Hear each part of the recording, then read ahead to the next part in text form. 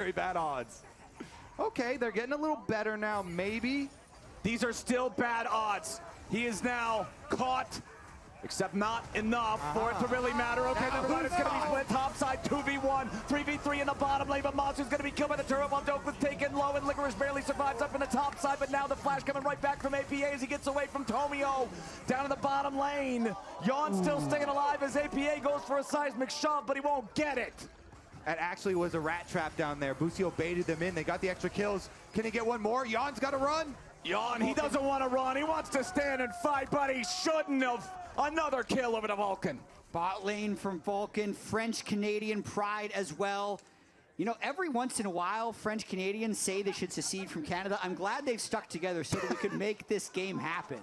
Wait, is French Canada like you guys is Texas?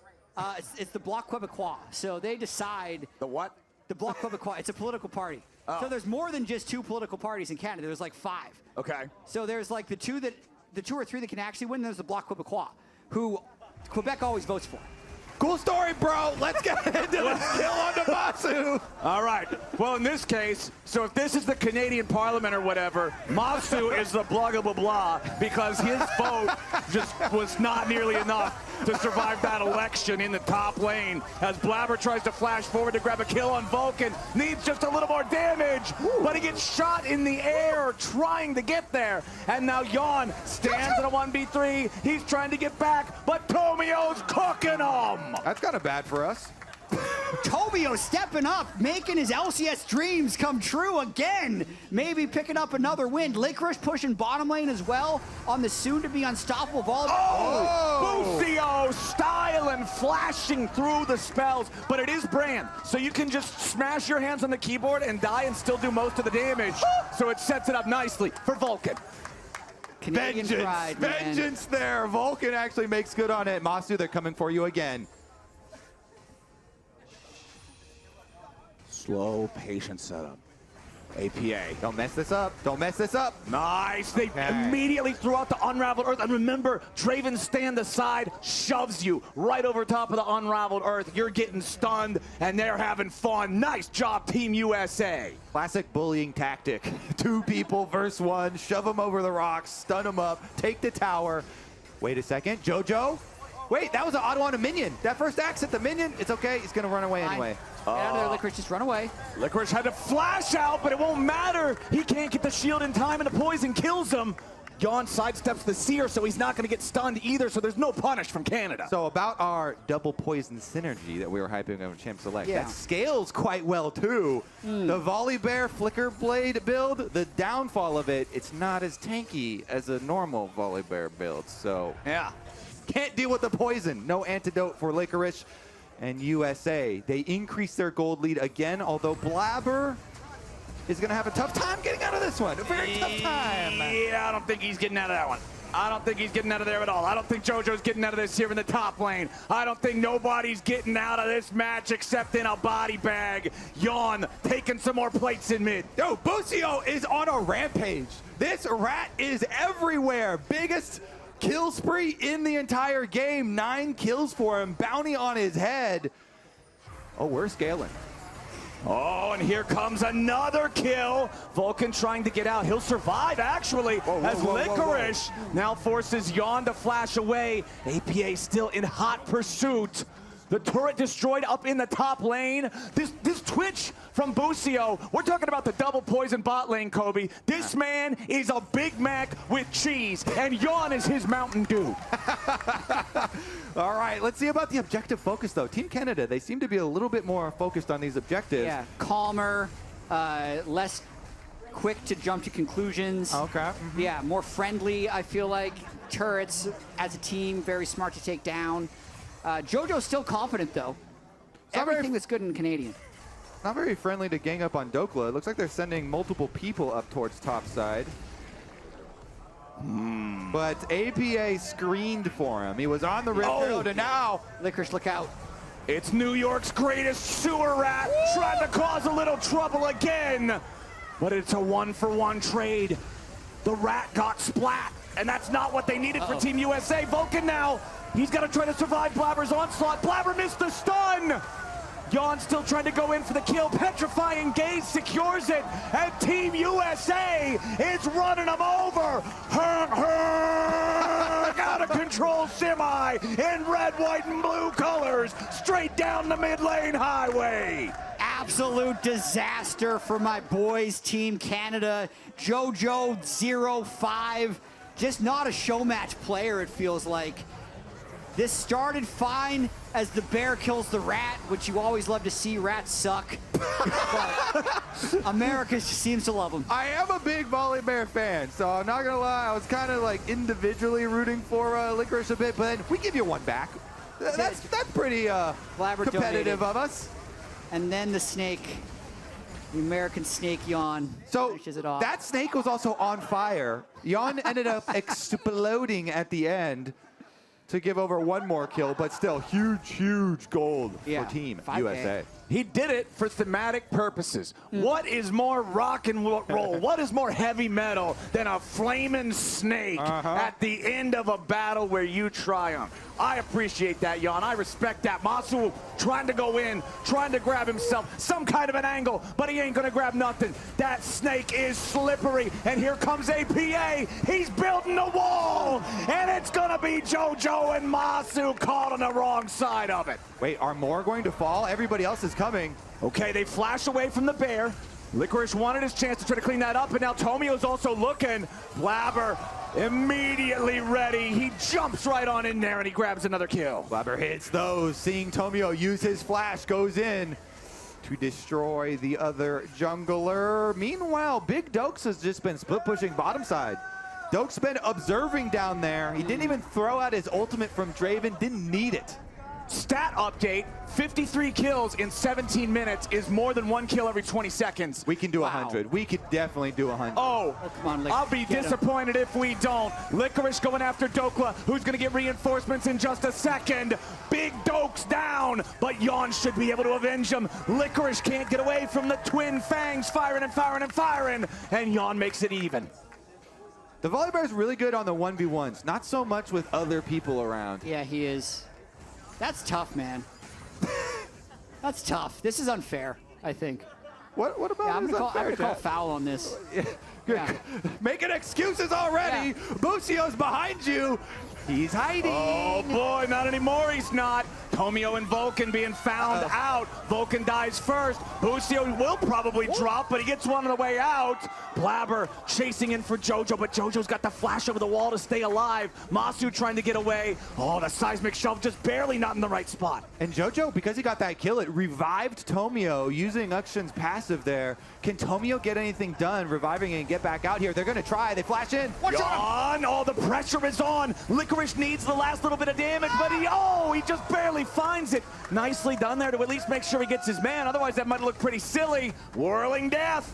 Both hits, but neither one are enough for the kill. So your Uxion is counter jungling our blue buff right now. Yeah, he's doing his best. He's outnumbered. Like, think about it.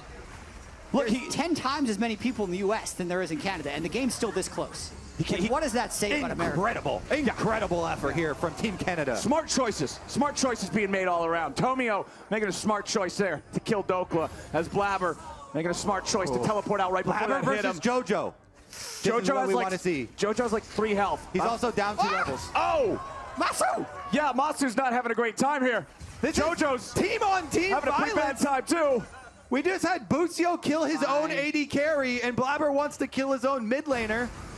How many times when you've been a jungler before, Kobe, have you wanted to gank your own mid laner? We've all been there. Supports probably feel the same way about their AD carries. Yeah. It's just a little bit of catharsis here in USA versus Canada. Licorice still chasing after Blabber, but it ain't Blabber alone. He's got the whole USA behind him. They're still going in. They find a godlike APA with a kill onto JoJo as Licorice barely gets away. Yon Flash ulted to try and get the ult stun onto Licorice, but didn't quite get it there.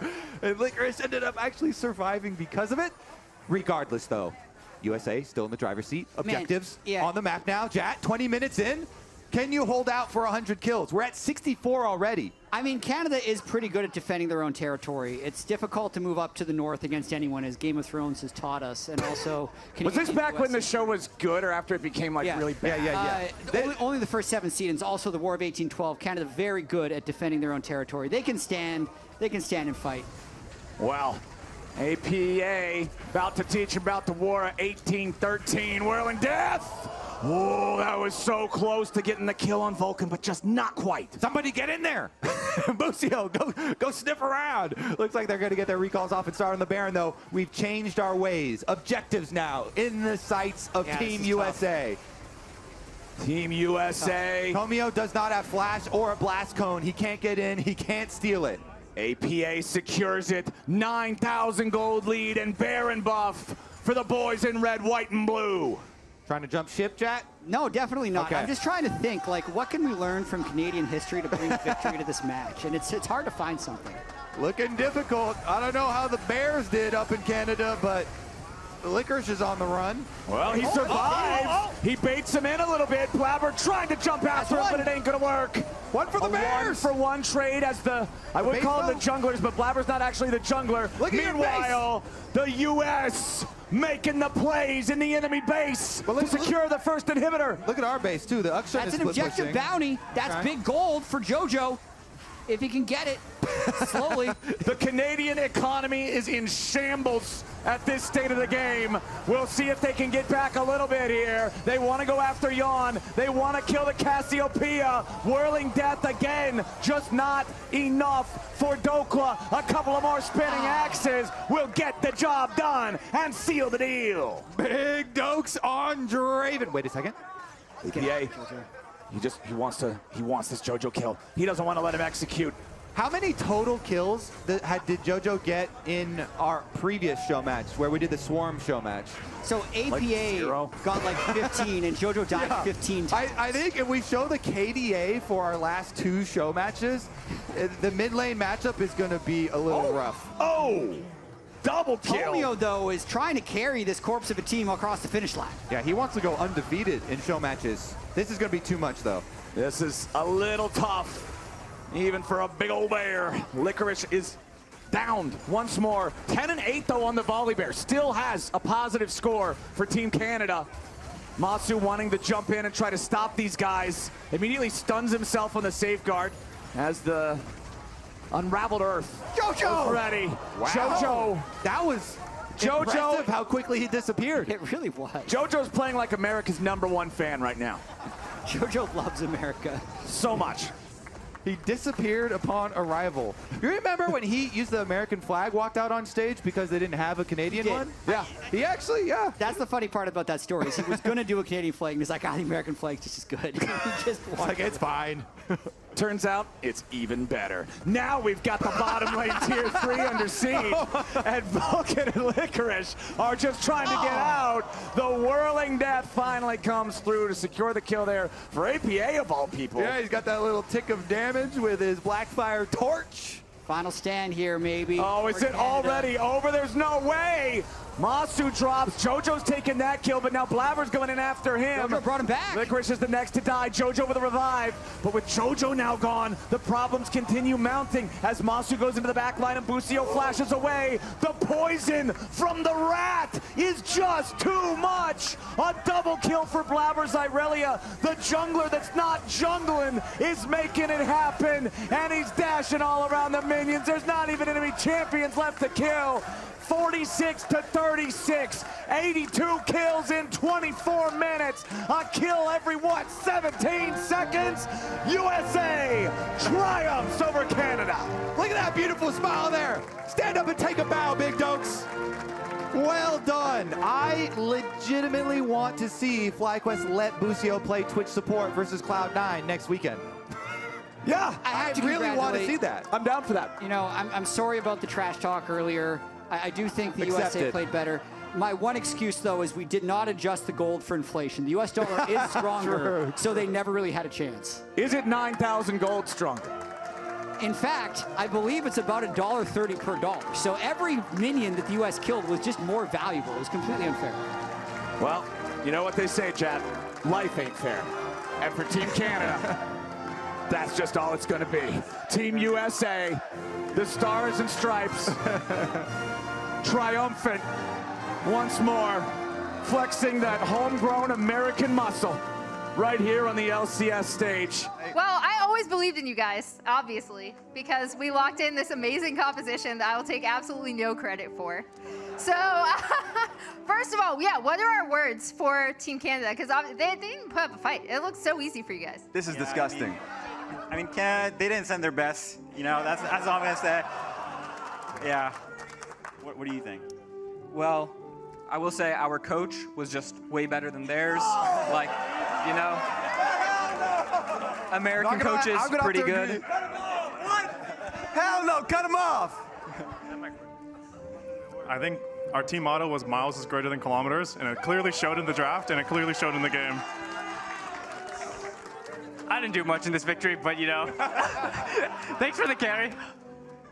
I don't know, it's the American way. Let's get it. Wait, so I have to ask Team Canada, like, what are you firing Raz as your coach now? Like, Vulcan, does this mean that Quebec? We'll think about it. We'll have personal talks. Does this mean that Quebec is now seceding from the rest of Canada? No. You definitely love the Canadian nation.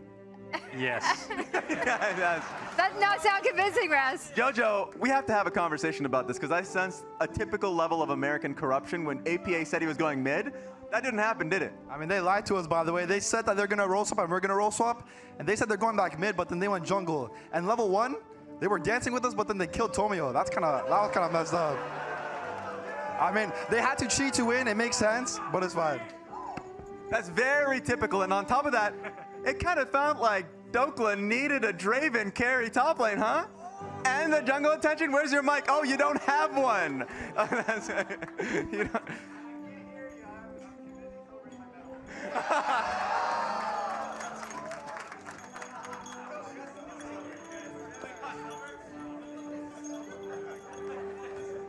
Yes. I'll take the handshake. As Raz has to hand out his silver medals. Handshake as well. They look shinier. They are second place, Raz. Whoa, I'm taking two. Whoa. Wow, Team Canada's so disorganized, guys. What do you think? I've got you. All right, we just have to wait for Raz to finish up with consolation prizes. Wow! Tomio's not even shaking Raz's hand. All right.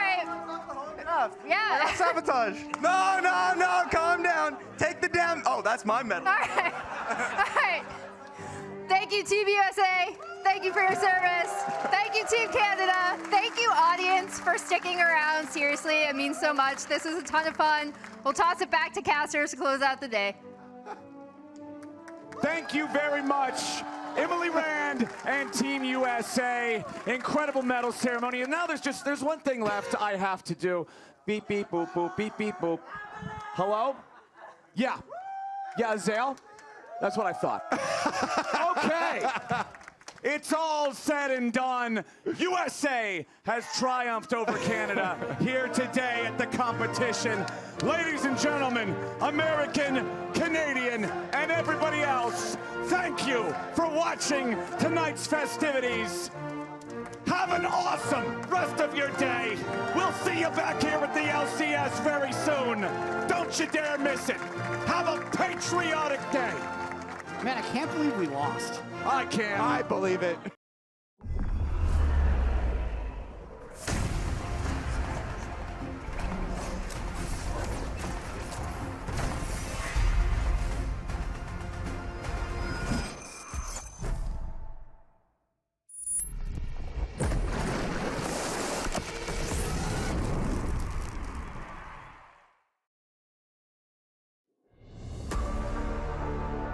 I will not back down. If you hit me, I'll hit you back.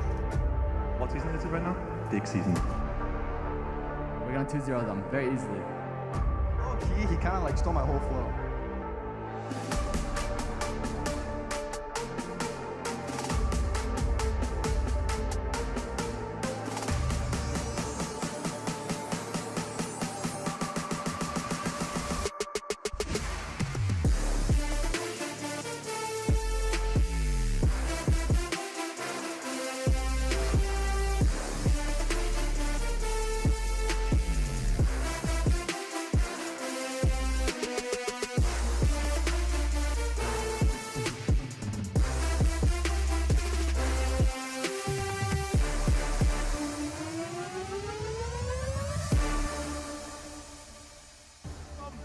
to the LCS. In the spirit of the non-trademark but still highly competitive Summer Games, we've collected talent from all over the United States and Canada, and it's time to meet our teams. Top to bottom in the order they appear on a map, with the Northern Hemisphere pointing up. Please welcome Team Canada. Licorice, Tomio, Jojo, Masu, and Vulcan, coached by Raz. This team, I think, are the heavy favorites. Unbiased sounds like take. I love it. So the There's reason... going to be 2 important days in Canadian history. 1812, the whole year, and then August 4th, which is when we're playing this game, 2024. True. This is going to be a day that will be remembered forever. Well, chat, it's very appropriate for Canada to have the second most important opinion here leading into this show match on the continent, as now it's time to introduce their competition. Team USA! Woo! Let's go, let's go! Dokla, Blabber, APA, Yon, and Busio will be donning the red, white, and blue to take to the rift to fight for the honor of the U.S., coached by Emily Rand. Look at this, y'all standing on a hamburger. Busio with a hot dog. These are the American monuments that they You chose? wish you had a hamburger to stand on, boy. I didn't even realize what they had for Canada. I'll have to go back and check, but I imagine they were better. So the reason we're even having this nation battle here is because on the dive, we were arguing over what the national teams would look like for Canada and USA. And Azael was so opinionated. He was just saying Canada was going to slam us. Canada's way better. So we have to play it out. We have to get to the bottom of this. Azael's flight was delayed, so I'm just going to take the spirit of Azael right now. Canada's going to smash the USA. They're Absolutely, so much better. unequivocally false. And the crowd agrees. Yes, we're in the U.S. Really what I want to know is, how come the stylist had time to get you guys both full-ass suits and I got this knockoff Homelander outfit? What the? Hey, Kobe Lander, you are ready to go, all right? Hit him with the eye lasers, cause a ruckus, because this show match should be a lot of fun. And we get another episode of APA versus JoJo, just under a couple of different colors this time. We absolutely do. I also know that Aurora's enabled for this show match as well. They better not 14, ban her. 15, free hotfix. It depends how sweaty they actually want to get. I mean, what we saw from the Cloud9 Team Liquid match, both of them banned it and then realized no one had put enough time in on the champion yet to actually pick it. So we might be in another situation just like that.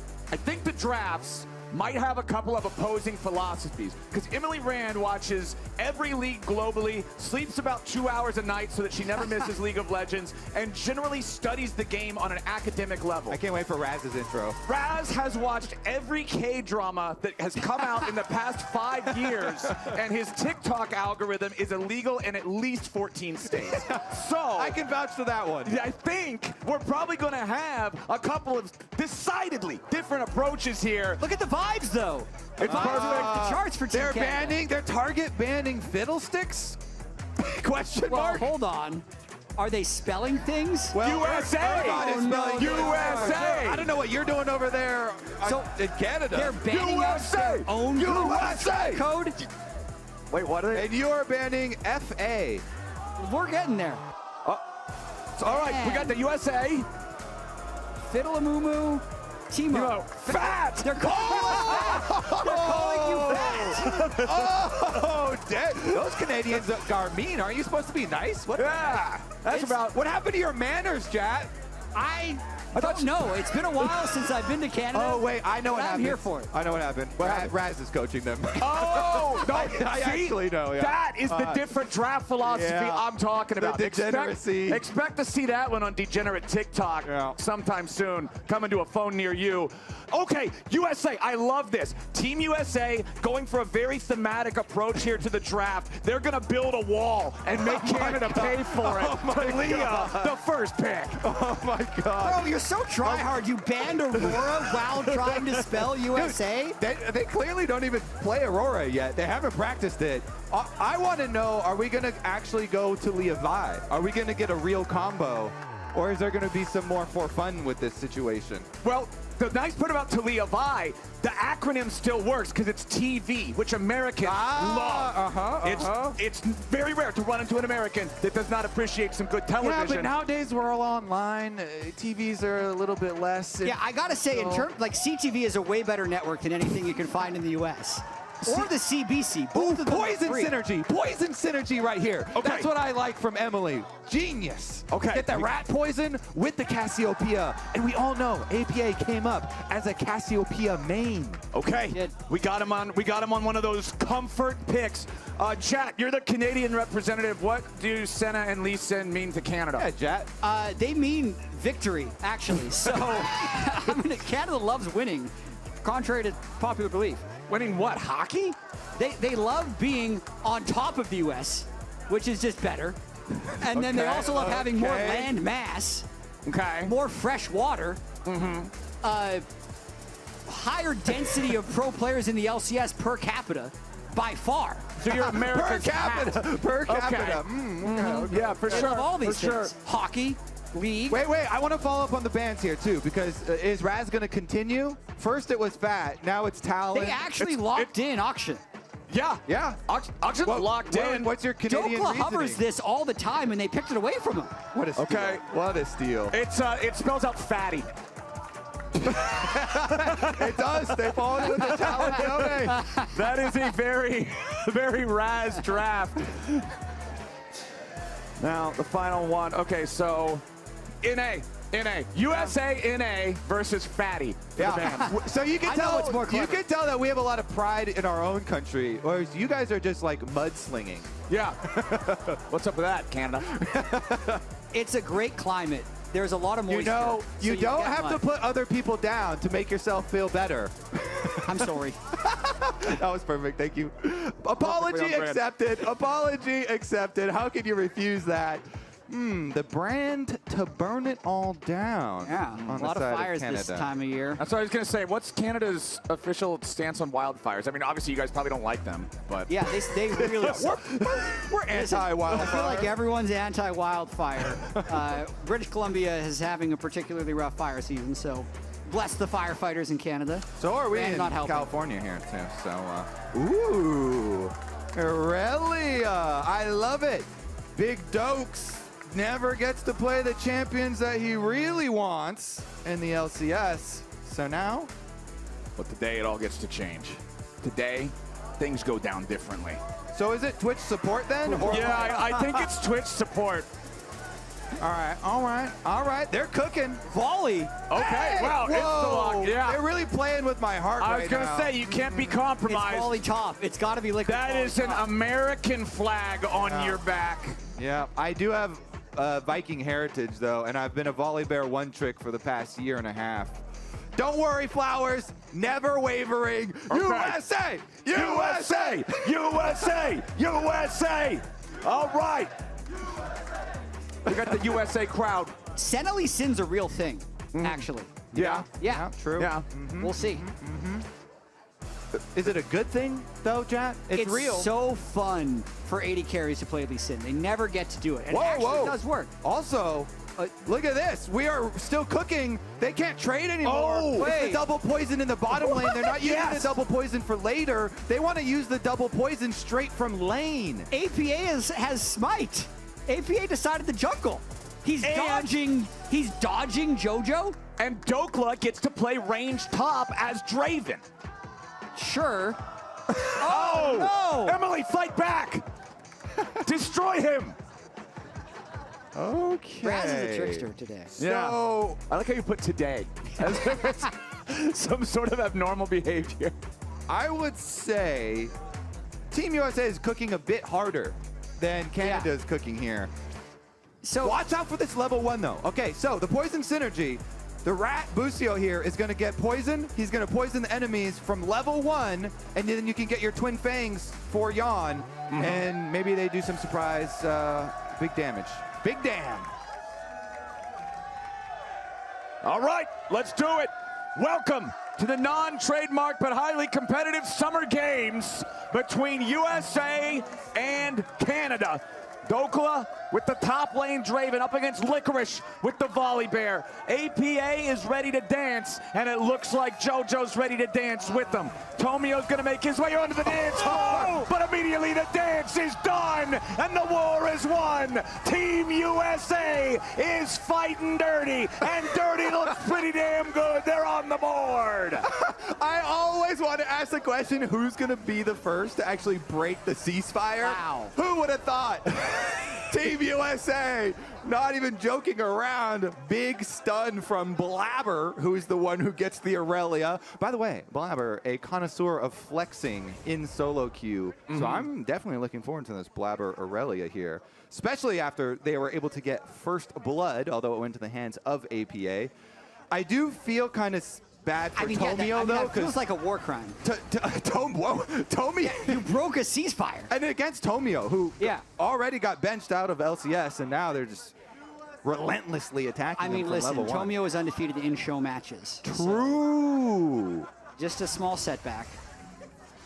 All right. Are we just going to go? Nice. We are going to have the classic stand and fight until one of you dies. Now the poison duo here in the bottom lane. Yawn, that snake is about to get stepped on. Don't tread on him. Vulcan and Masu doing some treading right now in the bottom lane. I feel like we're in for a game. I wasn't sure what to expect coming into this Canada versus USA show match. We asked every player if they wanted to do it. Dokes cashes in. Wait, the volley bear's coming for him, though. Licorice is going to go avenge his Canadian brethren.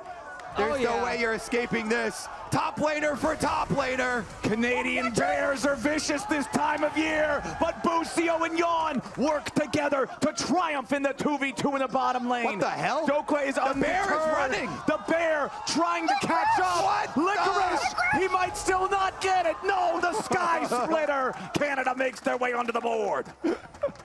Wait a second, bottom died too. Cassiopeia ended up dying after that, after they had just gotten the kill.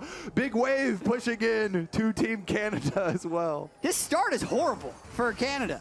You give the first blood over to the ceasefire break, and then you also die to Draven 1v1 in lane? Let that be a lesson to you. Never trust an American. True. Jat, watch your back. You're between two of us. Actually, watch your sides, both of them. I am a dual citizen, but as I said, today I am a Zale. Wait, so very Canadian. Sounds like you're jumping ship already. No. Yeah. Now he's claiming dual citizenship. Honestly, we'll welcome you with open arms. If you want to jump ship, go ahead. This casting desk is a melting pot, my friend. Yeah. Today I refuse. Get melted. In the future, maybe. Speaking of getting melted, that dude is gone. APA. Getting paid. Nothing like good old-fashioned American money. So we were kind of more nice in Champ Select, I feel like, but brutal. Oh! Get him, JoJo. Blabber getting a little hyphy there. Luckily, Busio shows up to save him, polluting the environment a little bit here with this poison, but that's all right. I like that you get a little bit of a cathartic lane matchup, too. When your mid laner's always just calling for you as a jungler, Blabber now gets some time to pay back JoJo. Lane against him on the Aurelia. Be ruthless. Busio coming back bottom lane. Yawn under tower. He's prowling around for it. Yawn's gonna get dove, but Busio should at least be able to get the one back. But what about the other? Masu now ready to re-engage on the rat, but Busio's got plenty of bullets left. Masu escapes back over the wall, but nobody else is nearby, so Busio's just gonna have to settle for the even trade. Busio was hiding. Indeed. Now Masu is hiding, and Masu's going to get his recall off. All right, so take stock once again. After all of the action, USA still big advantage. Dokla already cashed in early with his kill, pushing in another wave and calling the rest of his team. Look at the minimap. Aurelia and APA on the Talia both were making headway up here, but Aurelia's gone back mid lane. Blabber wants to push the wave instead, and APA says, it's fine, I've got it. Okay, they're going for the bear. Looking to add Licorice to the Canadian Endangered Species list. It's a crime against the environment. USA gets kill number 6. Indeed, they did have it. There was no need for an Aurelia that time. That was a massacre. The big wave dying, and since Licorice had already used his teleport, there is going to be nothing that they can do to salvage those minions. Top lane Draven's is pretty good. I feel like this is argument great. for Dokla to play it in his LCS games. Oh! USA as well. USA, and then above that in the chat, miles, not kilometers. Dokla talking his trash. Okay, Tomio, here we go. Vengeance for Tomio. Tomio running into the bottom lane now. They're trying to set this up. Yon wants to fight back. Busio putting a couple of shots in him. I don't think it's good enough. Tomio's on the ball! Tomio gets squished, and Tomio takes the kill. Second LCS win on the way for our boy Tomio. Watch out. Uh-oh. Over the wall, Busio. Oh, no. With a quick kill to tie things up down there in the bottom lane. Extended trade. Meanwhile, back up in top side, the Sky Splitter to try to get enough damage on Dokla. Licorice is still after him. Meanwhile, back in mid lane, JoJo's going to get taken down by APA, but Licorice is eating good in top side. Put a little maple syrup on it, Canadian style. Wait, the bear bought steel caps. That's illegal. You're not allowed to rush those anymore. You absolutely are. He's playing against Draven. He runs them down with the plated steel caps. Uh-oh. All right, Busio, now the target. The Rat's been doing a lot of cleanup duty, but he ain't going to be cleaning nothing this time. Vulcan will get traded back the other way, and Yon is ready to stand and fight. The 1v1 classic with the shutdown on APA in the top side of the river anyway, as now Yon gets the last Twin Fang in time to win the 1v1. This game is going to have 100 kills at this rate. We're 7 minutes into the game. They came to scrap. We can definitely get there. It's Team USA today, damn it, and part of my patriotic duty is having some high blood pressure for this one, boys. I am feeling good. I don't know how long I'll be feeling good, but right now, it's a damn good time. I define a fiesta as both teams having at least 1 kill per minute. Put on your party hats, fellas. USA and Canada are delivering with Blabber and Busio working together, going after JoJo. Ignite plus poison, it ain't gonna be enough. Not this time. Topside as well. Talia Wall comes in. Yeah, APA trying to help his buddy out here. A nice seismic shove right back into the unraveled earth. And they unravel Tomio's health bar, but Licorice makes it even. Both teams Busio's coming up the river. battling. Busio too. Busio's coming as well. Licorice, watch out. There's a rat there. Licorice, oh yeah! A beautiful Kill that rat. Sky Splitter. And Licorice might just get another one if he gets a heal. He flashes back over the wall. The poison's still ticking, and the bear will finally fall. Valiant effort by the Canadian Wild. Wait, 2v1 under tower, Yon. You're trying to get it. He doesn't on either side. The snake falls. Does that mean Masu's the better part of the FlyQuest duo? Yeah. No. He's gonna win Rookie of the Year. Busio's been roaming all over the map. This Busio is a playmaker. This Twitch has just been harassing all lanes across the map. Bottom side, though, that was a big amount of gold right back for FlyQuest. Definitely a needed dive for them. For Canada, I mean. A lot of team tags in this game. Yeah, don't worry about those. We're all USA and Canada here on this blessed day. Licorice might not be so blessed after all. Now once again going to be the target of multiple players from Team America, but it's Canada striking right on back. They ain't even sorry about it. A double kill for Tomio, and he wants to line it up for 3. Licorice is in there, and they take the lead. Canada ahead in kills. Teamwork, it makes the dream work for Cloud9 and Canada right there. Licorice 5-2-3 on this bear, despite having to lane up against Draven, already coming back in this game. The turning point was when he got the boots. It was the boots. And now he has a Rod of Aegis, so watch out. Yep, all right, we're gonna get that good old Flicker Bear, Volley Bear, going Rod of Aegis into the Flicker Strike. So how does that work? It basically makes it so you have no cooldowns. Your auto attacks getting you cooldown reduction, and you just become an unstoppable menace. It is also problematic for USA that there's a Senna on the other team to buff up that Volley Bear once he gets in there. Jack of all trades gives you a bunch of ability powder, but bottom side.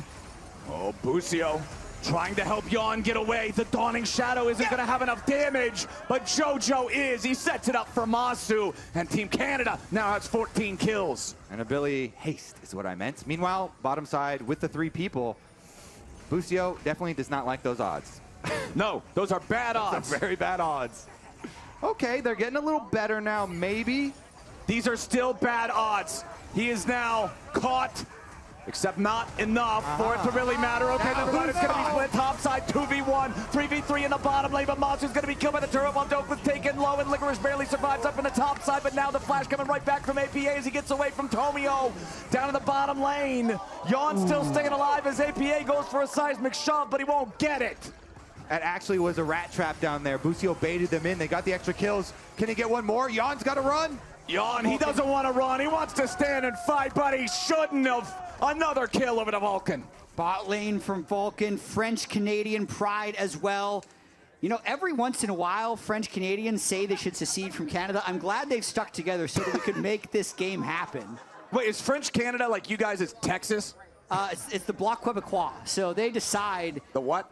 The Bloc Québécois. It's a political party. Oh. So there's more than just 2 political parties in Canada. There's like 5. Okay. So there's like the 2 or 3 that can actually win. There's the Bloc Québécois, who Quebec always votes for. Cool story, bro. Let's get into this kill on Masu. All right. Well, in this case, so if this is the Canadian Parliament or whatever, Masu is the blah, blah, blah, because his vote just was not nearly enough to survive that election in the top lane as Blabber tries to flash forward to grab a kill on Vulcan. Needs just a little more damage, but he gets shot in the air trying to get there. And now Yawn stands in a 1v3. He's trying to get back, but Tomio's cooking him. That's kind of bad for us. Tomio stepping up, making his LCS dreams come true again. Maybe picking up another win. Licorice pushing bottom lane as well on the soon-to-be unstoppable Vol. Oh! Busio styling, flashing through the spells, but it is Brand, so you can just smash your hands on the keyboard and die and still do most of the damage. So it sets it up nicely for Vulcan. Canadian pride, man. Vengeance there. Vulcan actually makes good on it. Masu, they're coming for you again. Slow, patient setup. APA. Don't mess this up. Don't mess this up. Nice. They immediately threw out the Unraveled Earth. And remember, Draven stand aside, shoves you right over top of the Unraveled Earth. You're getting stunned, and they're having fun. Nice job, Team USA. Classic bullying tactic. 2 people versus 1. Shove them over the rocks. Stun them up. Take the tower. Wait a second. JoJo? Wait, that was an auto on a minion. That first axe at the minion. It's okay. He's going to run away anyway. Get out of there, Licorice. Just run away. Licorice had to flash out, but it won't matter. He can't get the shield in time, and the poison kills him. Yawn sidesteps the seer, so he's not going to get stunned either, so there's no punish from Canada. So about our double poison synergy that we were hyping on Champ Select, that scales quite well too. The Volley Bear Flicker Blade build, the downfall of it, it's not as tanky as a normal Volley Bear build. So yeah, can't deal with the poison. No antidote for Licorice and USA. They increase their gold lead again, although Blabber is going to have a tough time getting out of this one. A very tough time. Yeah, I don't think he's getting out of that one. I don't think he's getting out of there at all. I don't think JoJo's getting out of this here in the top lane. I don't think nobody's getting out of this match except in a body bag. Yawn taking some more plates in mid. Yo, Busio is on a rampage. This rat is everywhere. Biggest kill spree in the entire game. 9 kills for him. Bounty on his head. Oh, we're scaling. Oh, and here comes another kill. Vulcan trying to get out. He'll survive, actually, as Licorice now forces Yawn to flash away. APA still in hot pursuit. The turret destroyed up in the top lane. This twitch from Busio. We're talking about the double poison bot lane, Kobe. This man is a Big Mac with cheese, and Yawn is his Mountain Dew. All right, let's see about the objective focus, though. Team Canada, they seem to be a little bit more focused on these objectives. Yeah, calmer, less quick to jump to conclusions. Okay. Yeah, more friendly, I feel like. Turrets, as a team, very smart to take down. JoJo's still confident, though. Everything that's good in Canadian. Not very friendly to gang up on Dokla. It looks like they're sending multiple people up towards top side. But APA screened for him. He was on the Rift Road, and now Licorice, look out.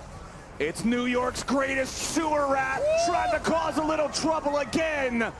But it's a 1-for-1 trade. The rat got splat, and that's not what they needed for Team USA. Vulcan now, he's got to try to survive Blabber's onslaught. Blabber missed the stun. Yawn still trying to go in for the kill. Petrifying Gaze secures it, and Team USA is running them over.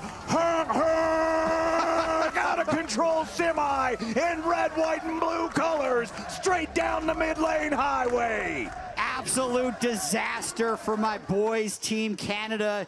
JoJo 05, just not a show match player, it feels like. This started fine as the bear kills the rat, which you always love to see. Rats suck. But America just seems to love them. I am a big Volley Bear fan, so I'm not gonna lie. I was kind of like individually rooting for Licorice a bit, but then we give you one back.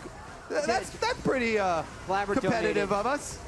And then the snake, the American snake Yawn, finishes it off. That snake was also on fire. Yawn ended up exploding at the end to give over one more kill, but still huge gold for Team 5K. USA. He did it for thematic purposes. What is more rock and roll? What is more heavy metal than a flaming snake at the end of a battle where you triumph? I appreciate that, Jan. I respect that. Masu trying to go in, trying to grab himself some kind of an angle, but he ain't gonna grab nothing. That snake is slippery, and here comes APA. He's building a wall, and it's gonna be JoJo and Masu caught on the wrong side of it. Wait, are more going to fall? Everybody else is coming. Okay, they flash away from the bear.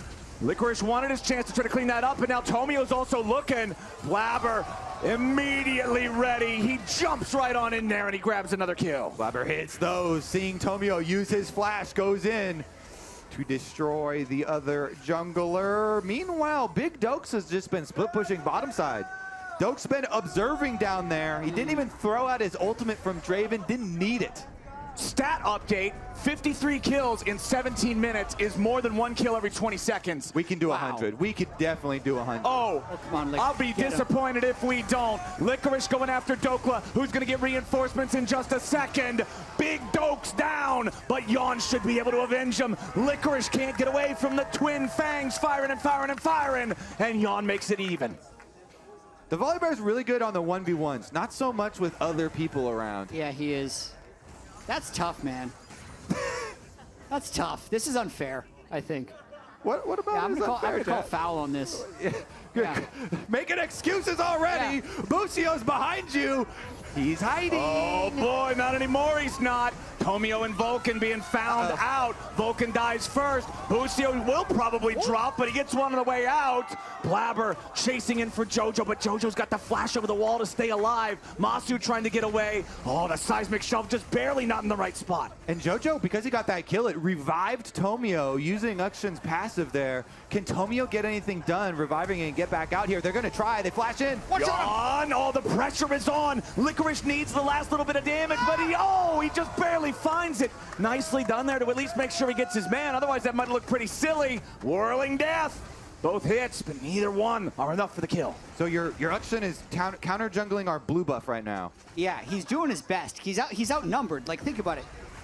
Look, There's 10 times as many people in the U.S. than there is in Canada, and the game's still this close. What does that say about America? Incredible effort here from Team Canada. Smart choices being made all around. Tomio making a smart choice there to kill Dokla, as Blabber making a smart choice to teleport out right before Blabber that hit him. versus JoJo. JoJo has like 3 health. He's also down 2 levels. Oh! Masu! Yeah, Masu's not having a great time here. JoJo's team on team having a pretty bad time too. We just had Bucio kill his own AD carry, and Blabber wants to kill his own mid laner. How many times when you've been a jungler before, Kobe, have you wanted to gank your own mid laner? We've all been there. Supports probably feel the same way about their AD carries. Yeah. It's just a little bit of catharsis here in USA versus Canada. Licorice still chasing after Blabber, but it ain't Blabber alone. He's got the whole USA behind him. They're still going in. They find a godlike APA with a kill onto JoJo as Licorice barely gets away. Jan Flash ulted to try and get the ult stun onto Licorice, but didn't quite get it there. And Licorice ended up actually surviving because of it. Regardless, though, USA still in the driver's seat. Objectives on the map now. Jat, 20 minutes in. Can you hold out for 100 kills? We're at 64 already. I mean, Canada is pretty good at defending their own territory. It's difficult to move up to the north against anyone, as Game of Thrones has taught us. And also, was this back when the show was good, or after it became like really bad? Yeah. Only the first 7 seasons. Also, the War of 1812. Canada very good at defending their own territory. They can stand and fight. Well, APA about to teach about the war of 1813. Whirling Death. Oh, that was so close to getting the kill on Vulcan, but just not quite. Somebody get in there. Busio, go sniff around. Looks like they're going to get their recalls off and start on the Baron, though. We've changed our ways. Objectives now in the sights of Team USA. Team USA. Tomio does not have flash or a blast cone. He can't get in. He can't steal it. APA secures it. 9,000 gold lead and Baron buff for the boys in red, white, and blue. Trying to jump ship, Jack? No, definitely not. Okay. I'm just trying to think, like, what can we learn from Canadian history to bring victory to this match? And it's hard to find something. Looking difficult. I don't know how the Bears did up in Canada, but the Licorice is on the run. Well, he survives. He baits him in a little bit. Blabber trying to jump after him, but it ain't gonna work. One for the Bears. 1-for-1 trade as I would call them the junglers, but Blabber's not actually the jungler. Meanwhile, the U.S. making the plays in the enemy base to secure the first inhibitor. Look at our base, too. The Uxun That's is an objective pushing. bounty. That's big gold for JoJo. If he can get it slowly. The Canadian economy is in shambles at this state of the game. We'll see if they can get back a little bit here. They want to go after Yon. They want to kill the Cassiopeia. Whirling Death again. Just not enough for Dokla. A couple of more spinning axes will get the job done and seal the deal. Big Dokes on Draven. Wait a second. APA. He wants this JoJo kill. He doesn't want to let him execute. How many total kills did JoJo get in our previous show match, where we did the Swarm show match? So APA got like 15, and JoJo died 15 times. I think if we show the KDA for our last 2 show matches, the mid lane matchup is going to be a little rough. Oh! Double kill. Tomio, though, is trying to carry this corpse of a team across the finish line. Yeah, he wants to go undefeated in show matches. This is going to be too much, though. This is a little tough, even for a big old bear. Licorice is downed once more. 10-8, though, on the Volley Bear. Still has a positive score for Team Canada. Masu wanting to jump in and try to stop these guys. Immediately stuns himself on the safeguard as the unraveled earth. JoJo! Ready. Wow. JoJo. That was impressive how quickly he disappeared. It really was. JoJo's playing like America's #1 fan right now. JoJo loves America. So much. He disappeared upon arrival. You remember when he used the American flag, walked out on stage because they didn't have a Canadian one? Yeah. He actually, yeah. That's the funny part about that story. Is he was going to do a Canadian flag, and he's like, the American flag's just as good. He just It's like, it's fine. Turns out it's even better. Now we've got the bottom lane tier 3 under siege, and Vulcan and Licorice are just trying to get out. The Whirling Death finally comes through to secure the kill there for APA of all people. Yeah, he's got that little tick of damage with his Blackfire torch. Final stand here, maybe. Oh, is it already over? There's no way. Masu drops. JoJo's taking that kill, but now Blabber's going in after him. JoJo brought him back. Licorice is the next to die. JoJo with a revive. But with JoJo now gone, the problems continue mounting as Masu goes into the back line and Busio flashes away. The poison from the rat is just too much. A double kill for Blabber's Irelia. The jungler that's not jungling is making it happen. And he's dashing all around the minions. There's not even enemy champions left to kill. 46-36, 82 kills in 24 minutes. A kill every, 17 seconds? USA triumphs over Canada. Look at that beautiful smile there. Stand up and take a bow, Big Dokes. Well done. I legitimately want to see FlyQuest let Busio play Twitch support versus Cloud9 next weekend. Yeah, I really want to see that. I'm down for that. You know, I'm sorry about the trash talk earlier. I do think the USA played better. My one excuse, though, is we did not adjust the gold for inflation. The U.S. dollar is stronger, so they never really had a chance. Is it 9,000 gold stronger? In fact, I believe it's about $1.30 per dollar. So every minion that the U.S. killed was just more valuable. It was completely unfair. Well, you know what they say, Chad. Life ain't fair.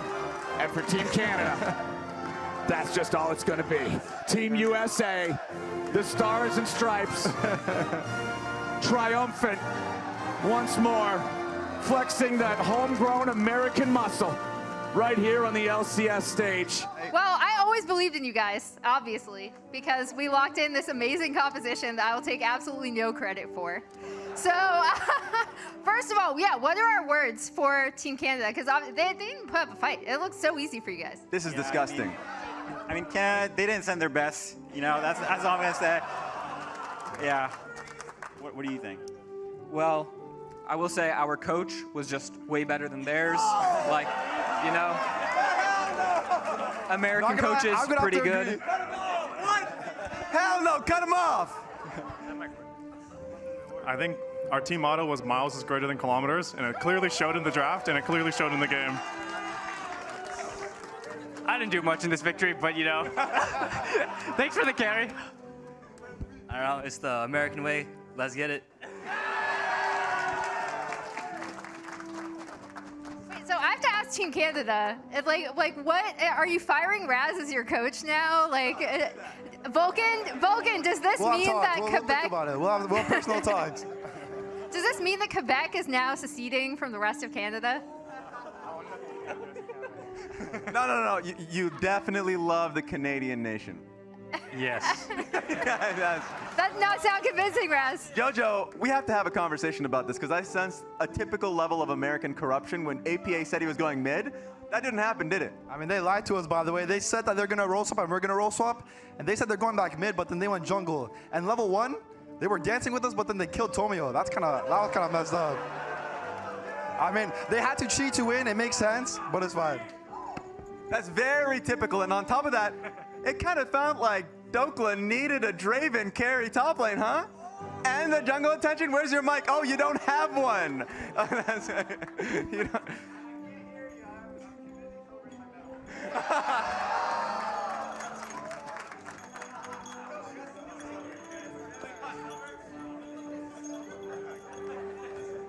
Yes.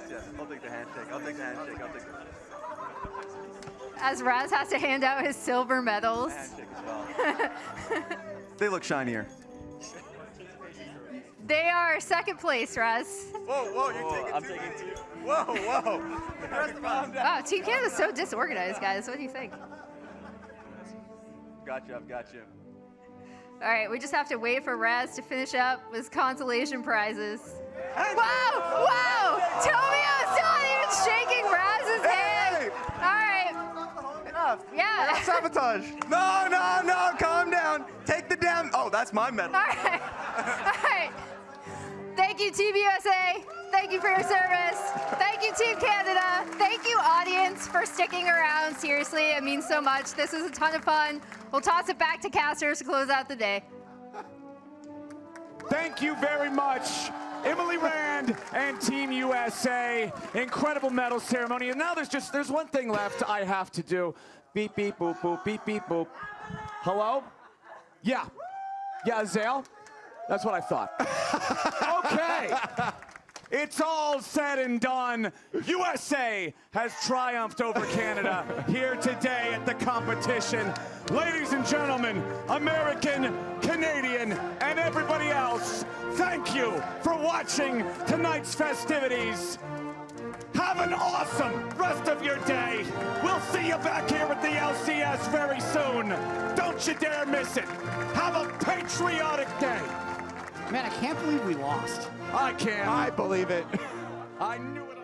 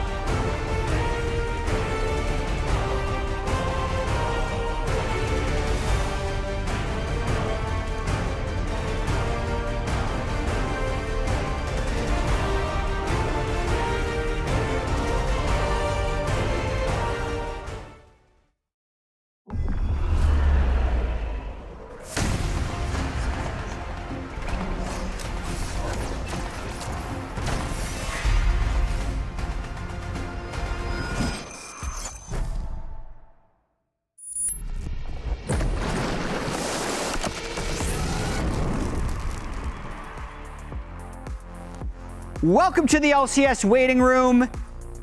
The Summer Bash. Oh! Everybody. Summer Bash tailgate is in full swing. Got some pretzels outside. Every team has their own station. Ooh. I feel like a lot of people are giving away food. I want some shaved I feel like we ice. have a lot of food out there. I didn't know there was food out there. Yeah, same. Yeah. I like kind of want some shaved ice now. Oh. Hey, And then what is that? it's What is that? What did they win? What did they Plinko for a win? Prize? C9 stickers. I'll Please take frame them. what Thank else you. is out there. I haven't played C9 Prize Plinko. That sounds fun. I think you need some new stickers on your laptop. Yeah, I mean, True. I'll just keep adding them until it is completely taken over. I just remember watching a pros episode and I just saw one of your stickers that was just, I was like, is that a butt? It is a butt. It's just a butt on your stickers. So C9, that's a good idea for one of your stickers. I'm just throwing it out there. Is it though? Just making a It's butt. a- Is it a I good really feel idea? like Think about what it's you're not- saying. Just think about the theme, all right? It has to be the right theme. What theme? I don't know, A find theme one. of butts? What are you talking about, Ryan? I'm just saying it looked good. Oh, God. C9 can take some ideas. But yeah, I actually didn't get a chance to go out there, did you? Not yet. No. Yeah. All right. We're going to have Hercules Sad. joining us today. I know she's going to be shooting some content out there, so we'll get to see, viewers will get to see what's happening out there. On the tail of the LCS and the patch, though, there's been some Aurora changes. Because we are the LCS, we play on the live patch, and these hotfixes, they're live. Yeah, and there are a lot. So I remember when the Aurora, it's funny. So when it was playable last week, it was prefixed. And I was like, ooh. It was like the super broken version. Yeah, so the biggest changes in my mind, yes. Base armor down from 27 to 23, so a lot easier for AD mids, which are just the prevalent pick, to deal with them. The biggest one in my mind, the percent HP damage is down from the passive from 4% to 2.5%. You proc that frequently, especially if you're in a long lane like top lane. Yeah, and the hotfix too, that came out, slight nerfs because her win rate like plummeted post initial hotfix. This is something that Raz is going to be familiar with. Oh yeah! Because I pulled it from your Twitter, where you're like, this is Def POV. Def's point of view, facing Aurora, Well- and he just disappears, gets blinked on and disappears. Yeah, existing mid lane was the mistake, and now you're behind bars. So it's just a souped up, it's probably the most souped up anime J4 ulti of all time, because like you have to flash or blink out of it. And if you're in the center of it, what is it, like a 70% movement speed slow or something to that And it's a nature? little bit of, it's a little bit of a vacuum as well. Yeah. You try and Yeah. step out of it, it moves you back a little bit and then Yeah. slows you. So like even trying to get out is an impossible task. So the utility is really good, let alone the damage that's hitting you. Well, plus that, then she can travel across Oh, and that's then true. just absolutely destroy you. Yep. It's the typical, I forget the name of the anime, but it's like literally, you just spawn right behind them. So you're already dead. I will say though, last week in an even more powered state, teams weren't ready to play it. There was a game of chicken in the TL versus C9 series to see who would actually have practice on it and be willing to lock it in. And by game 3, it just went through draft. With another week of practice and a slightly weaker champion, it could probably just be banned the whole time, but I think there's a much higher chance we actually see it this week, especially since it got LCK play. Yeah, I was gonna say, I think we'll see it because we've seen it in LCK and now LPL last night in the LGD NIP series as well. So I expect it's either gonna be just permabanned again because maybe teams don't wanna deal with it, or since she is still really strong, she'll get through. The games I was watching, whereas like it's behind a lane because you're picking it into either a rumble or an AD mid, you're falling behind, but then you're still disgusting in team fights. So that has all the hallmarks of a broken champion. The alt's good. Yes. Yep. Something we haven't talked about that much this split though is All-Pro. Yeah. I think partially because we've only done single round robin, so Yeah. it's been a little bit strange to wrap our heads around it, but we have one more week of play, and then we're gonna have first team, second team, third team All-Pro. I'm sure all of us have made ballots that could move based on the last week of games, but are mostly done. And something that is kind of fascinating to me about All-Pro this year is partially because we've had the single round ramen best of threes, and because FlyQuest, C9, and TL are so far above the other 5 teams in standings that there's a decent chance that All-Pro first, second, third team is just those 15 players. Yes. Yes. But then that's also a little bit weird because I don't think we've ever had in LCS history there only be 3 teams represented across all 3 Across All-Pro all 3 teams? All-Pro teams, Like, would we really be saying that the best 15 players in the league are only on 3 teams, and then the bottom 25 are all on the bottom 5 teams? Yeah. No. I think what always hurts it is when you are a great player on a team that's not performing, it's going to be compiling stats against you. Let's just say you're a top laner. Guess what? You're going to be dealing with the enemy jungle, the enemy top laner, and the enemy mid laner at a certain stage of the early game. So you'll look like you're playing poorly when you can only really have control of the first 5 minutes of your own lane. And then on top of that, I do think the top 3 teams compiled some of the best players. Yeah. They definitely have, I'd say, the majority of the best players. I think the other struggle, though, is that you then have to justify based on, because like we've talked about the discrepancy in All Pro sometimes with players versus us, right? Because we can only see the outside, where players see a lot more footage, but it's all from scrims almost entirely. Yeah.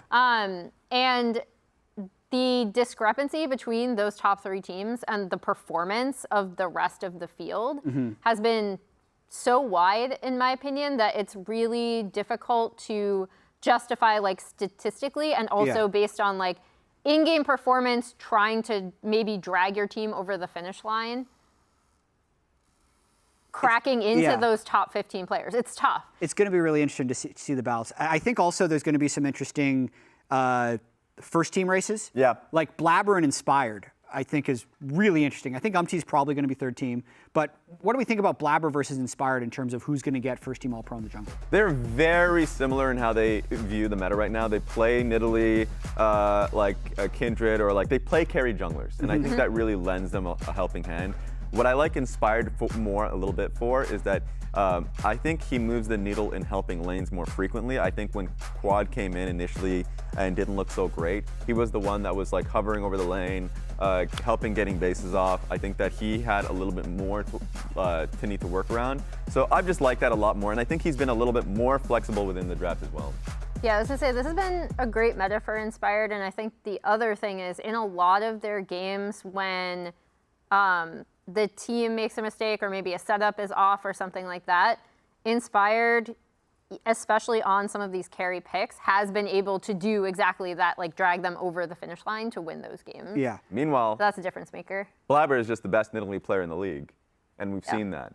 Sure, they're more willing to pick it up, but with how many losses it was stacking in the first half of the split, and how everyone, even Flowers is a devout anti-Nidalee personality. He's like, I hate watching Nidalee, and I'm sure the people in the chat do too. But like, when Blabber is playing it, you see the reason why it's good. Because especially if you can keep the lead that you have initially, and he's someone that will always try and maintain tempo, in the right hands, it looks beautiful. That's why those in my mind are the top 2 junglers. Yeah, voting will open for All-Pro for us at the conclusion of this weekend's games. Fan vote, though, the Kia fan vote, it is back for All-Pro. So now, through August 18th, you can cast your vote for the Kia Awards, including All-Pro, Rookie of the Year, and MVP at KiaLCSAwards.com. Plus, participating fans, you can enter for a chance to win a trip to our 2024 LCS Championship, and terms apply. So interesting. I challenge everyone with All-Pro votes, try and find a player outside of those top 15 to give them a little bit of love. Make your case. I don't want it to happen. I think it's going to happen. True. Anyway, and I think there are some good players out there. We got the Boogies, we got the Rivers, we have players that are performing well. Insanity, Jensen contracts. There's some players. Just look into it. Close out the regular season. We're celebrating with the Summer Bash, and Hercules, as we talked about earlier, is outside checking out the tailgate. Let's look. Hi everybody, it's Hercules, and I'm so excited to be back here at LCS. This is week 7, and we're at the tailgate this time. We've got a lot of activations going on with a bunch of different orgs, so I wanted to go and try and talk and make some new friends, you know, since returning, gotta meet some new buddies. So I've got these plushies. We're gonna go ask some questions and see if anybody wants any, but they gotta get the questions right in order to get them, so let's go do that. Excuse me, sir. Hi, for a mushroom plushie right now, can you tell me who and what APA stands for? APA? No, I'm sorry, I don't think I... No, you can come up with an answer. This APA, You got this, don't stress out, don't overthink anything in the world. Is it like player-based or...? It could be, whatever you want it to be, whatever you want APA to stand for. He is like Associated Press or APA style. Associated Press APA style, there you go, sir. Hi, how does it feel to know that your team is better than absolutely everybody right now? It feels great. You guys just better than all of them? Yeah, never doubted it. Including the fans, you guys are just better than all the other fans? Yep. Absolutely agree. Here you go. Excuse me. Hi, I know that your team is virtually better than everybody else right now. Who's going to win the Kia MVP? I'm going to say Jan. No doubt about it whatsoever? Yeah. You don't think there's a single person that could get him? No. No. Valid. Deal? Yes. Who is Shopify playing tomorrow in the Shopify versus Cloud9 matchup? I assume Cloud9? That's the right answer. Here you go. Everybody give it up. Name a player that you genuinely think you could take in a 1v1. Blabber. Say it with passion. Blabber? I totally believe you could take Blabber. Here you go. You look incredible, by the way. Any shout-outs? Ramandate.png. Oh, wait. Yeah, .png on Instagram. There you have it. Go follow it. She looks beautiful. Anyway, guys, we've got more coming up after this. Don't go anywhere. We'll see you soon. Oh, that's awesome. Also, incredible gaslighting there by Hercules to the Shopify fan. They don't play Cloud9. They play Hunter Thieves today. But I like it. We got to lie to them a little bit I know, more. you got to Keep them on put the their camera toes. in their face. You got to pay attention. I think it's proof positive that you'll just go, like, if I'm that fan, I'm second guessing myself now, and I'm like, yeah. I'll go along with it. I like the Associated Press call out there. Associated Press. Associated Press ahead. Yep. So, these are the current standings for the LCS. Immortals is eliminated. Shopify can still make it in depending on their results. But if the standings ended today, we have a new playoff format. We have a new summer bracket. I just want to talk through this. So if the playoffs ended today, I actually think it would be TL currently based on game score, but maybe they're actually completely tied. Either way, TL or C9 are going to be getting the bye, and these would be your first round matchups. Now, here's where the important thing kicks in. The losers of these matchups drop down here, but then the losers of these matchups, it's going to depend on if you are a higher seed to drop here or there. So that's an extra reason why the number one seed is going to be so important, because additionally, the number one seed will get to pick if they are in this game or in this game. So they're going to be able to avoid FlyQuest. I imagine the number one seed is going to be putting themselves here in the bracket, and that's how it's going to play all the way to the championship. So new format. Unless if like Dagger 100 Thieves just come out looking like Goliaths in the last week to confuse everybody. I disagree. I would no still way. pick There is a FlyQuest. 0% chance the I number still want to one avoid team FlyQuest. doesn't avoid FlyQuest. Do not be like out of KT nowhere. Rollster and pick T1 is here. Don't do it. Don't do it. We think we got them. Don't do it. Should mention, though, that it's not necessarily going to be FlyQuest, because tomorrow we're going to have FlyQuest for C9, which could decide the next seed. So let's pull up the playoff tool as well. We need a better name for this. I mean, I also would not want to face C9. Are you kidding me? Call them the. What do you want to call it? Whoever ends up. Chat, by the way. Yeah. We decided today that the LCS playoff tool. Give us a name. Is not a cool enough name. We think the name sucks. And I'd like to crowdsource a cool name for the LCS playoff tool. If I see a good name in the chat, I'm gonna say it. Okay. Really important thing. We're looking at Shopify. Okay. If this should be at least a tiebreaker for top 6. If they lose a single game, their playoff chances go to 0%. Man. But if they 2-0, 100%. So that's for a tiebreaker. That's serious. Yeah, at least a tiebreaker. And then they'll control their own destiny. But then the other thing that's important, if we look at top 2, and we're looking at the game tomorrow, let's just say TL 2-1s to keep things close. We're mainly looking at Cloud9 versus FlyQuest. They're both currently 5-1, so literally a 2-0 or 2-1 for FlyQuest, or a 2-1 or 2-0 for Cloud9 would move them up into the top spot. And if TL wins, I think they're going to be locked first. Yeah. So you're saying that the playoff stakes here matter? I think yeah. Each matchup has a certain amount of stakes, Rez. I've been waiting this all week, man. Now, the moment you were talking about steaks, I was getting real damn hungry. All right, so what steaks are we liking here? I got ribeye. Oh, you want some ribeye? You want some ribeye? Don't drop that. That's Give me that tomahawk. We got a tomahawk here. We got I feel filet like this mignon. tomahawk is very small compared to. So what are we doing with these? Yeah. Why are you giving us steaks? So you can eat them. There's a Salisbury steak. This is the first time I heard about it, so you know. Anyways, so if you want a steak, we have some steaks. Or you can actually just try and talk about the playoff steaks if you want to. I mean, tell me about the steak. Like, I'm not an expert. You're supposed to be an expert. So I'll talk about the filet mignon. This is the one that I do know about, and I'll order anytime. Not just because the name is all fancy, it's because that I also appreciate the taste. So I think this is a higher quality steak. So if you want to talk about the matchups that are happening today or tomorrow. Is one of them a filet mignon? Which one is a filet mignon? For me, personally, I would see it more as a C9 and FlyQuest. Yeah. That one's going to be the highest. Oh, because you think that's the best one. Exactly. Okay. Yes. So if you want to call that series the filet mignon of the week, then I appreciate that, and I'm gonna pocket this. So what's the difference between a ribeye and a tomahawk? I have no idea. Why are you asking me? You're the one who brought the steaks.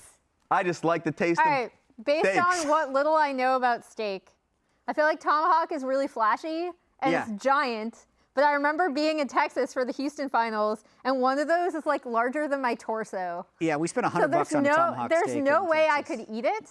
Okay. So, but it's fun. Yeah. So it's 100 Shopify. I mean, it is fun. That's my case. I think that's fair. There's a lot of meat on this game. Yes. However, when it's all said and done, you do question the decision.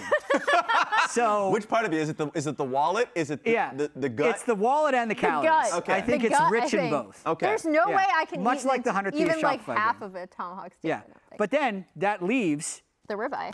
which is probably TL Energy. absolutely. Yeah, still a really good steak. I feel like, so there are obviously a lot of stakes involved. NRG needs to win a game to qualify for playoffs. So if they go 2-1, literally they just win one game, they qualify.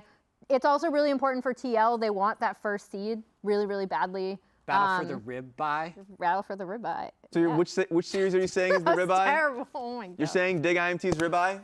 No, I'm saying no. I'm saying I think you got it wrong, TLNRG. Raz. Okay. Yeah, Raz, Salisbury steak isn't even a steak. This should be Battle for the Ribeye C9, and this should be the filet mignon. But you also have like a hamburger there. It looks like a patty. Yeah.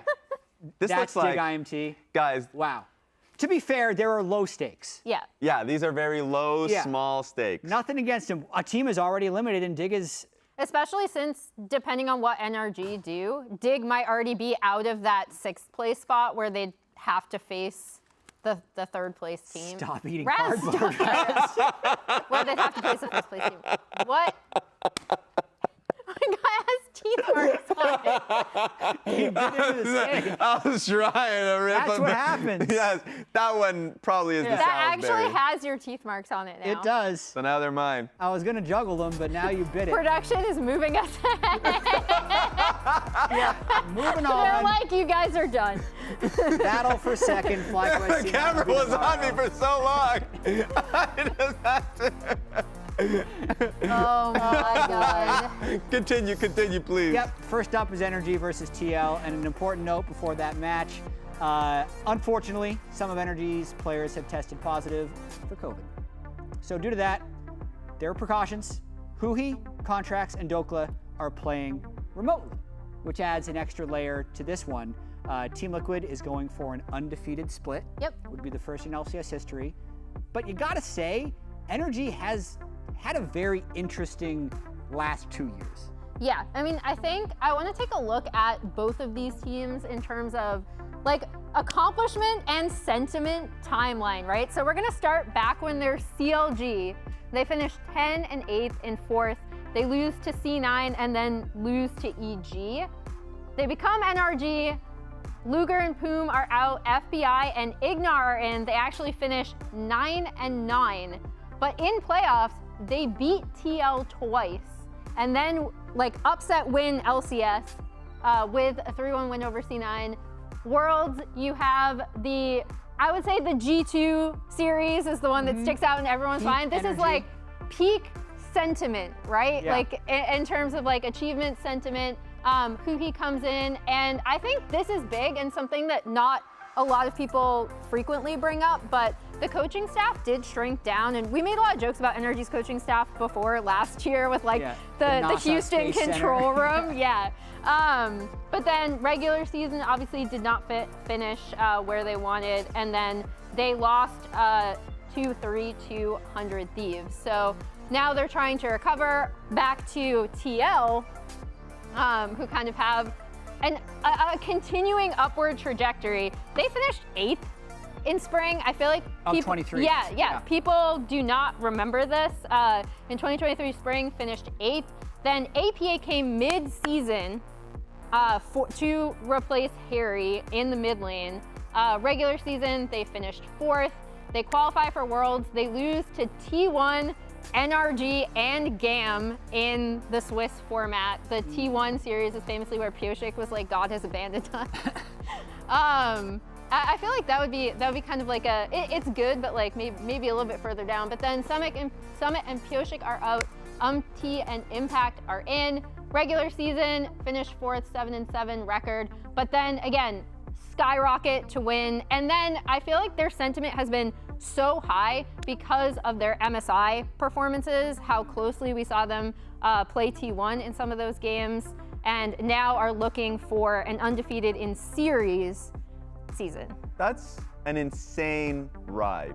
Yeah. And even that 4th place that you had mentioned was a really eking into 4th place, because at that final week it was either they hit for 4th or they're out of playoffs. Like that 1 week, it felt like everyone was up in the air, and the players themselves were really like putting a lot of pressure on themselves. But then to be able to get into playoffs and then make that monumental run and keep that consistent rise is crazy. And I think another important small thing to note that wasn't on the charts, but it's that NRG has actually had TL's number this entire time, right? Yeah. Like even this past spring, they're actually 2-0 in single games against TL. Yeah, and also the current form of NRG we should take a look at. Last weekend, they played against Dignitas, so here's the post-game stats from that game 1 between NRG and Dig. Yeah, and it's really depressing when you see the end of that game, because they had control for a good majority of it, and I really like their composition too. I think their draft is smart, having double AD carry Braum with Maokai. I think that's something they should actually continue on with their identity, and I think they had the right idea how to play fights. Their grub fights were good, then they just had this one monumental mess up in mid lane. That happens, and it's really easy to over-focus and tunnel on the mistakes and kind of look past the positives. Yeah, they need to. APA also has a quote about NRG, knowing that historically NRG has done pretty well against Team Liquid, but looking a little introspectively, he feels like he's gotten a lot better as a player over his time in the LCS, so he's not so scared of the mid lane matchup anymore, but historically, they absolutely have had his number. Yeah, APA's like welcome to the LCS moment, I'm pretty sure came at the hands of Palafox and NRG, and when we look at them as like a matchup in terms of mid laners, APA has been absolutely on the rise. We've talked so much about like his work ethic, how much effort he's put in, but when he first came in, people were like, we don't even know if he's LCS level, et cetera, et cetera. And Palafox was riding a high of, I would say, probably the best split season of his career. And now Palafox has been struggling a bit. Yeah, so what we've done here is we showed first how APA was dominant this split, but this is their all-time career head-to-head in the LCS. You can see, I want to go back to that. I was trying to dig into that last full screen for the head-to-head. I believe it was far more wins for Palafox than APA, because we know that he beasted him in playoffs last year. Yep. So this has got to be backwards. Yeah, I think it's backwards. Apologies. I should be, I believe, Palafox ahead of APA. So that's the story that you want to tell, and I think that's the one that's really relevant. Even during the playoffs in which it was like Jace versus Tristana, Palafox versus APA. APA was constantly going for fights because he was the one that was really confident. He wanted to play confident, but it was Palafox that got the number on him. And it was also the team that also had multiple jungle support attention going through mid lane, because they played through mid, and they will still continue to play through mid. So I think the expectations should still be the same, that NRG is going to try and play through mid to be successful. It's just going to be largely, completely different to how it's been historically, because it's been TL on the rise and NRG that's been in a slump. Going to be an interesting one with 3 of NRG's players playing from home and Team Liquid going for the undefeated series. Emily, you caught up with both of these coaches ahead of the series. Let's take a watch. Hello, I am here with NRG coach ThinkHard and TL coach Spawn before their match today. ThinkHard, I'm going to start with you because I feel like it must have been a rough week. There are some illnesses coming down on the team. How has that affected your preparation going into this? It definitely complicates things a bit. It's a little bit harder to just get in the right mindset when you are playing from home and not on stage. So that's kind of the main thing that we're tackling, is making sure that like when they are playing from the office, that we have like the environment set up in a way that they're going to be able to feel like they're in a legitimate stage game. And besides that, we just try to get the best practice that we can. It's always harder when you have some sick people. And then looking at some of your most recent losses, especially in game ones, it's been really, really close, and it's kind of come down to these really clutch team fights. How has that been coming through in practice? Because I know sometimes that's not something you see super frequently in scrims, or you aren't able to practice late game as much. Yeah, it does suck that we didn't get any positive reinforcement because our first game against C9 and Dig were both actually very good quality games. I think game 2 we kind of collapsed a little bit. So I do think you can kind of see some situations where we are improving, but it just comes down to actually putting it all together because at the end of the day, you have to actually win the game. And then for you, Spawn, your coach reactions during the C9 TL series kind of took everyone by storm. It was very entertaining to me. Talk to me about going through that entire match and how you felt like your team performed. I guess I'm a pretty passionate person, to put it lightly. It's lucky I have Rainover, who's a little bit more positive than I am. I would say that obviously the games at the moment just mean a lot for us. We know what's on the line. And I think that we just probably aren't where we want to be, like, is the honest answer. Even though we have an undefeated record, I think that every single day we come in and we try and work on what we need to do better. I feel like we just failed that last week, so that's why I was angry. And then hopefully this week we succeed and I'm not so angry. Yeah, I mean, I see you as someone who really is going to continue to drill the team, and talking to the team themselves, they are still very focused and kind of upset when they feel like they're not performing perfectly. Is the undefeated split something that's even in your mind or the team's mind, or no? No, I don't think we're looking at the undefeated thing because we still need to secure first. So like, I think that if you had secured first before this week, then you could maybe look at undefeated. But the reality of the situation is, if we lose against NRG, there's just a good place that chance that we come second. So we're concentrating on getting first, securing that really important playoff spot for ourselves. And then, as you said, like, it's not necessarily about the win-loss anymore. It's about, we know that we are a team that should go to Worlds if we play to our expectation, but we want to be able to succeed at Worlds, like NRG did last year. So you have to measure yourself against yourself in that regard. And, we're coming up a little bit short, so we'll just keep doing that. All right, well, all the best to you both, and thank you so much for taking the time. And NRG TL is on the other side of this. Gotta say, Spawn just carries himself like such a traditional sports coach. He does. All his answers are so, you could be watching, some Aussie sport. If I'm just tuning my brain off, I think I'm listening to rugby or the NRL. I'm listening to something. But I do like what he said there about trying to stay focused on the present, not worried about an undefeated split, because the more important thing in the short term is actually getting that #1 seed, knowing that they could potentially lose it if they don't take care of business against NRG today. So let's pull up the predictions. NRG versus TL, because historically, NRG has beaten TL, but recently, we're all saying 2-0. Have a little faith there, Discord. That's it's kind of messed up. This is mighty suspicious. There's got to be a few NRG fans in the Discord channel. They all voted for TL because they know how this works. Yeah. It's like being a KT Rolster fan. I think the big thing for me is just how both teams are performing coming into this, right? I think NRG, especially in their past 2 game ones against Dig and C9, have looked good until a game-changing team fight, which is a really frustrating way to lose. And I think when you look at TL making mistakes, it's so small. Like, it's small and easy to pinpoint, but like, their game is just so much better right now. Going to be an interesting matchup for sure to see if Team Liquid can have the undefeated split. We all predict Team Liquid. Yeah. Let's see if it happens. Let's get into the games.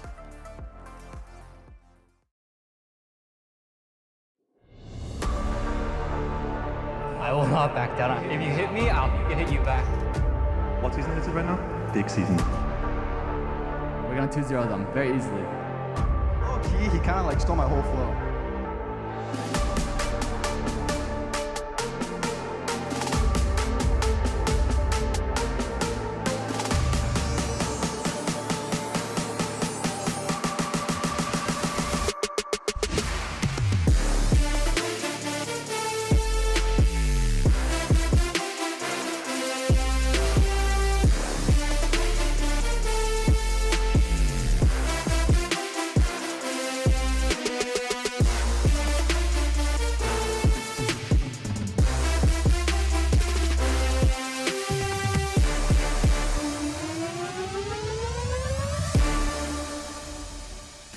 Ladies and gentlemen, welcome back to the LCS. It is time for the final week of regular split competition here in summer 2024.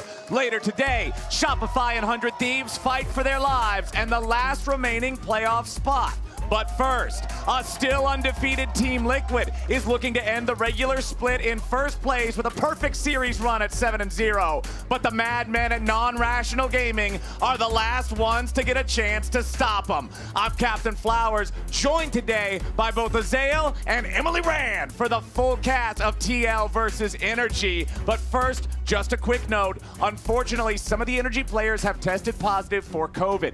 Due to this, we're taking precautions and having Huhi, Contracts, and Dokla playing remotely. Now that that's all said and done, now that that's taken care of, NRG still has a huge task in front of them, my friends. They are going up against a TL that nobody has found the answer for yet. Yeah, and they need to win. If they win one game, they qualify for playoffs. Even if they lose 1-2 to TL. As we get into draft, we see Aurora immediately getting banned on the TL side. Do not want to let that champion through. But yeah, the stakes are high for NRG trying to squeak into playoffs while they have so many sick players. Yeah, absolutely. I mean, that just puts even more pressure on them to be able to get it done. And, you know, you talk about it's just one win, but it's Team Liquid, and they have not been dropping a lot of games. You know, this team, obviously, they are 6-0 in series score, but they've only lost, I think, 3 total games throughout the entire split. So they have been doing very, very well throughout this split. It has been hard to even get a single game off of them, and we'll see if NRG is going to be able to do it. All right, bans have arrived for the first half. Ziggs, Maokai, Ashe, all banned out by NRG, respecting the Ziggs for APA, respecting the Maokai for Umpty. Meanwhile, on Team Liquid side, they're banning out Aurora. They don't want to deal with that being first picked on the enemy team. We're also going to see Kalista and Ivern taken away. Yeah, and this leaves Sejuani open. Both of these junglers are Sejuani enjoyers, but this has been routinely banned against both Contracts and Umpty, and now we're going to see Contracts pilot it. I like that as a start to NRG's draft. I also just think it's really interesting because you ban away Maokai, then Ivern's banned on TL side, they take away Sejuani. That's mostly what Umpty plays, like all his kind of most popular champions. Yeah. He does have the 2 games on Viego as well as the 1 game on Xin, but you know, he did take a loss on Viego. He's not as known for that, and that's not TL's style. He generally is playing, you know, engaged, supportive style jungling, and we'll have to see where he wants to take it. Especially with the 2 champs that TL have already locked in, right? They're going for the double AD carry composition with the Ezreal and the Corki. So I am very curious to see what Umpty will come out of the jungle for them with that. Exactly. I mean, this has been a split where most of the talk in jungle has been about AP power farming junglers. Yep. He's played 0 games of that style, right? So is he going to go towards something like that might be more difficult to fit in, or is just here for the tiebreakers? Okay, so that's what we need. We need a TL 2-0 and a Shopify 2-0 if we want some tiebreakers. Get out of here. Some people are tiebreaker fans. I'm normally not counting myself in that camp. I generally prefer. I think tiebreakers are hype if they are for something that matters. Okay. If it's like get in or get out of playoffs, if it's like a buy or not get a buy, those are hype tiebreakers. If it's like you are 5th or 6th, either way you're in playoffs. Then it's not as exciting. All right. I can agree with you on that one. NRG is going to go ahead. They're locking in both of their solo lanes here. They're going to pick the Rumble and the Yone. Man, this is almost like a throwback to you know, when CLG was playing Talia Rumble and that sort of style. It kind of reminds me of when, you know, they were playing this really hyper aggressive, you know, go at you style. I think that was, you know, this team, formerly CLG, now NRG, obviously, at their best. And then on the other side, we see the Lilia getting locked in for Umpty. This is something we've seen have a lot of success kind of across the board as an AP pick. I am curious to see him on it though, because I feel like I love Umpty. I feel like that's very well known, but I also think that some of his worst impulses of overextending or going in when maybe the rest of the team isn't there are curbed a lot by stuff by playing like Maokai, okay? So I'm really curious to see him on the Lily. We've seen him play it before. Yeah. hasn't always worked out. Just not this split, right? Yeah. And you know, it is a bit of a departure from their standard style. I do think because we have double marksman, we have a source of AP, it's going to be 2 forms of engage, likely as the last 2 picks, which is still going to be, you know, a couple meatballs, a couple forms of engage, and then some high damage carries that work well in 5v5. That has been TL's style, really their MO this entire year. But, you know, if you were just looking at the first 3 picks, you would think, hey, maybe this is a TL draft where they could be a little bit vulnerable because there's a lot of squishy members. You look at hard engage, you look at follow up there with the Rumble equalizer, with the, you know, the Yone able to go over the top as well. So for NRG, I feel like they have to be pretty happy for the first 3 picks. Okay, Team Liquid banning out 2 more marksmen here in the second half, knowing that NRG still has to pick their own bottom lane. Getting rid of Senna also gets rid of anything that might be picked alongside her, especially up against FBI and Huhi, who are known for the Senna combinations. Over on the other side, NRG is removing some of the options for that engage that you're talking about is lacking on Team Liquid. Leona, great at primary engage. Kennen, good at laning against the Rumble while also being a big engage tool himself, so that's going to be removed. When all else fails, lock Cassante. Team Liquid going with the tried and true here in the top lane. Yeah, I was going to say, of course, it's Impact. He's just going to lock in the Cassante. The Smolder hover is super interesting to me. Smolder got buffed, I believe, on 14-14 slightly, or slightly changed. We've seen it work out well in mid, brought out by BDD, but then also was played last night in LPL bot as well. I actually think Smolder is pretty strong right now. This being said, you know, while Cassante is a default, it has been horrible in the LCS this year. It is terrible. 8 and 17. Terrible. 8 and 17 is the record. To be fair, Impact's 2-0, so maybe it doesn't really apply to him. But, you know, it has not been a pick that has been able to perform. It's taken so many nerfs and then these mini adjustments or mini reworks, whatever you want to call them, with how you can buffer some of the skills and how he does work in top lane, which made him better in solo queue, but kind of a lot worse in pro. So we'll see how they're going to perform. Smolder, obviously a lot of scaling there, you know, is going to be pretty powerful pick if FBI can get rolling. But it can be tough if you do lane against a really powerful duo. If you don't have a strong early lane, if you're getting pushed in, if you're not able to really interact, you can get really put down in how fast you're actually stacking up. So it'll be interesting. But Core, obviously, they do need engage, so they know that he's not going to be laning against like double range or something, which can be really hard for Smolder to get stacks. So it is going to be at least that 1 melee champion there for Core, but that's big comfort hit for him, bringing in the rel, bringing in that primary form of engage, and we'll have to see, you know, how these 2 teams do match up. So let me ask you guys, because I definitely feel like the energy comp seems like it's got more in the tank for me. Yeah. How are you all feeling about the comparison of the 2? I like NRG's draft a lot more. You have Sejuani plus double melee solo laners. You have a really strong AP laner, a really strong AD laner. Smolder is there to scale. You have 2 forms of great engage with Sejuani with the Nautilus. So I think that they have a really well-rounded comp. But again, that's nameplates off, right? Yeah. Because I just think TL has just been such a stronger team. Yeah, I also do think when I think about NRG at their best, this is a composition that they can succeed very well with, especially with what their solo laners have locked in. So everything is there for them to succeed, and now we'll see how they pilot it. And the reality is we just need someone from NRG to really step up, right? We need these solo laners to be playing at the level that they were playing at last year when NRG really was at their peak, when they're able to go to Worlds and have that big performance, win a title. Now, these guys were carrying from the solo lanes. Palafox in particular was such a monster for them. Even when the team was doing poorly, he would be a standout player. That has not really been the case here in summer this year.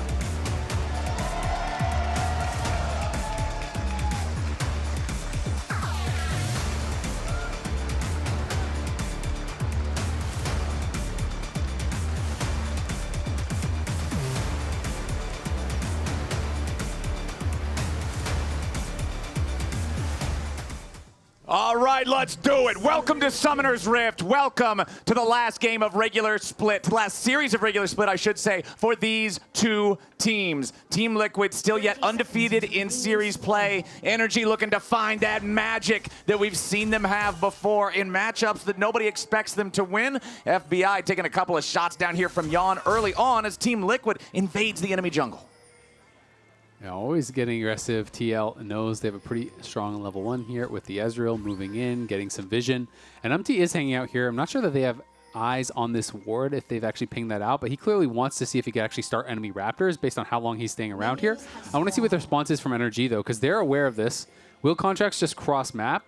It looks like he's pinging to go towards enemy Raptors and just try to start there. But this is actually being guarded right now by TL, who's going to be looking for a lane swap. I'm not sure if they were anticipating this Molder lane swap or if they're actually trying to opt into it themselves, but everyone has been talking about how they are by far the best at these lane swaps. They're so difficult to deal with because they just seem to know exactly how to play it out, and NRG has laid a trap here for Umpty. Yeah, Umpty's going to try to walk up, contest these chickens, but immediately he's going to regret that decision. He's dead. Yeah, there's no way out of it. You don't even waste the flash there. That is a fast first blood for NRG. And that is so well played by NRG. Having that defensive ward, in that brush, potentially expecting that. I really want to go back and even see who laid that ward because TL clearly was not aware of it. He was sitting on the ward the whole time. NRG never gives it up that they know he's there. They wait, they bide their time, they get that free first blood, and now Contracts is going to be put way ahead. Yeah, and when we talk about initially, as we see bot lane scrapping a bit, when we talk about initially when Lilia came onto the scene, it was invading on her, setting her really far behind in the early clear that affected her so much. And now Umpty is going to be starting at a massive deficit because of the NRG setup. Especially when you are the AP jungler into the tank, your tempo is supposed to be one of your advantages. The speed that you have in the jungle to be there first, to be ahead of the curve of the game, normally something you can rely on. Not the case here for Umpty with that early death, as Impact's laning experience is not so great here on the bottom side. He ends up taking a dredge line he doesn't want. One more turret shot brings him down to 100 HP. Thankfully, he will not die there for NRG, but man, that was botched. I mean, this is really good for TL. He is not only getting experience, he's even getting a bit of farm. He walked up there, and you might be wondering, why is he so close up? Clearly, they didn't engage on him. It let him get level 2, right? So he was there to get that last minion. Yes, he does have to flash out, but so does Huhi, and TL already getting a great advantage. Yeah, and when we look at lane swaps, I know I am the resident lane swap enjoyer. When we look at how lane swaps work and you want to be able to get an early advantage, TL are so good at that. We talked about Palafox earlier, but how about the meteoric rise from APA? This was Summer 23, 0 All-Pro votes. Spring 24, just last split, 0 All-Pro votes. I think he's the favorite to get first team All-Pro. He is playing so incredibly well for the team. Oh, Palafox, this is close. Down to 50 HP. APA, not enough to kill him with one last single auto attack, so doesn't want to flash in for it. He's hanging around here. Plenty of help could be arriving from both sides as Contracts goes in for the Arctic Assault flash. Needs the stun here on Impact and finds him. Contracts, though, can't out-heal the damage from that ramped-up turret, so Impact makes it an even trade. Yeah, that's big. Impact's going to be able to get one back. He is doing a really good job hanging on in this lane swap. And we did see that tier list that was shown quickly. That was just to show it's not like he was a middle of the pack mid laner that people saw him as, and he just didn't get the votes for the top 3. Insanity, he just, again, even in spring, had him as the lowest out of everyone. And so many people were ranking him down there. He has improved leaps and bounds, both him and Yon. And I think that is such a big part of why TL now is such a feared team, because they don't have this weakness that you can point to. Yeah, especially since, again, it was Palafox who had APA's welcome to the LCS moment. We had the fact that all last year and even this past spring, Palafox kind of had APA's number on both sides of the same lane. matchups. Yep. And then also going into this, even though I picked TL to win 2-0, it's looking all right for them. This is their match record between these two teams since summer 2023. Yeah, and honestly, it's looking pretty damn good for NRG. This is, these teams, playing at different times. This is the timeline. I don't know if you want to talk about this now. Oh, yeah. So this is basically what I went over in the pre-show as well, but it's kind of the finishes and Worlds performances and kind of overall trajectory of these two teams. It's been kind of a steady climb since TL finished 8th for them previously, but then NRG, you see a little bit of blue at the beginning with the CLG days. But this was the team. They won the championship, right, unexpectedly. They went to Worlds. They did pretty well. What did they do there? They beat G2. Oh, yeah.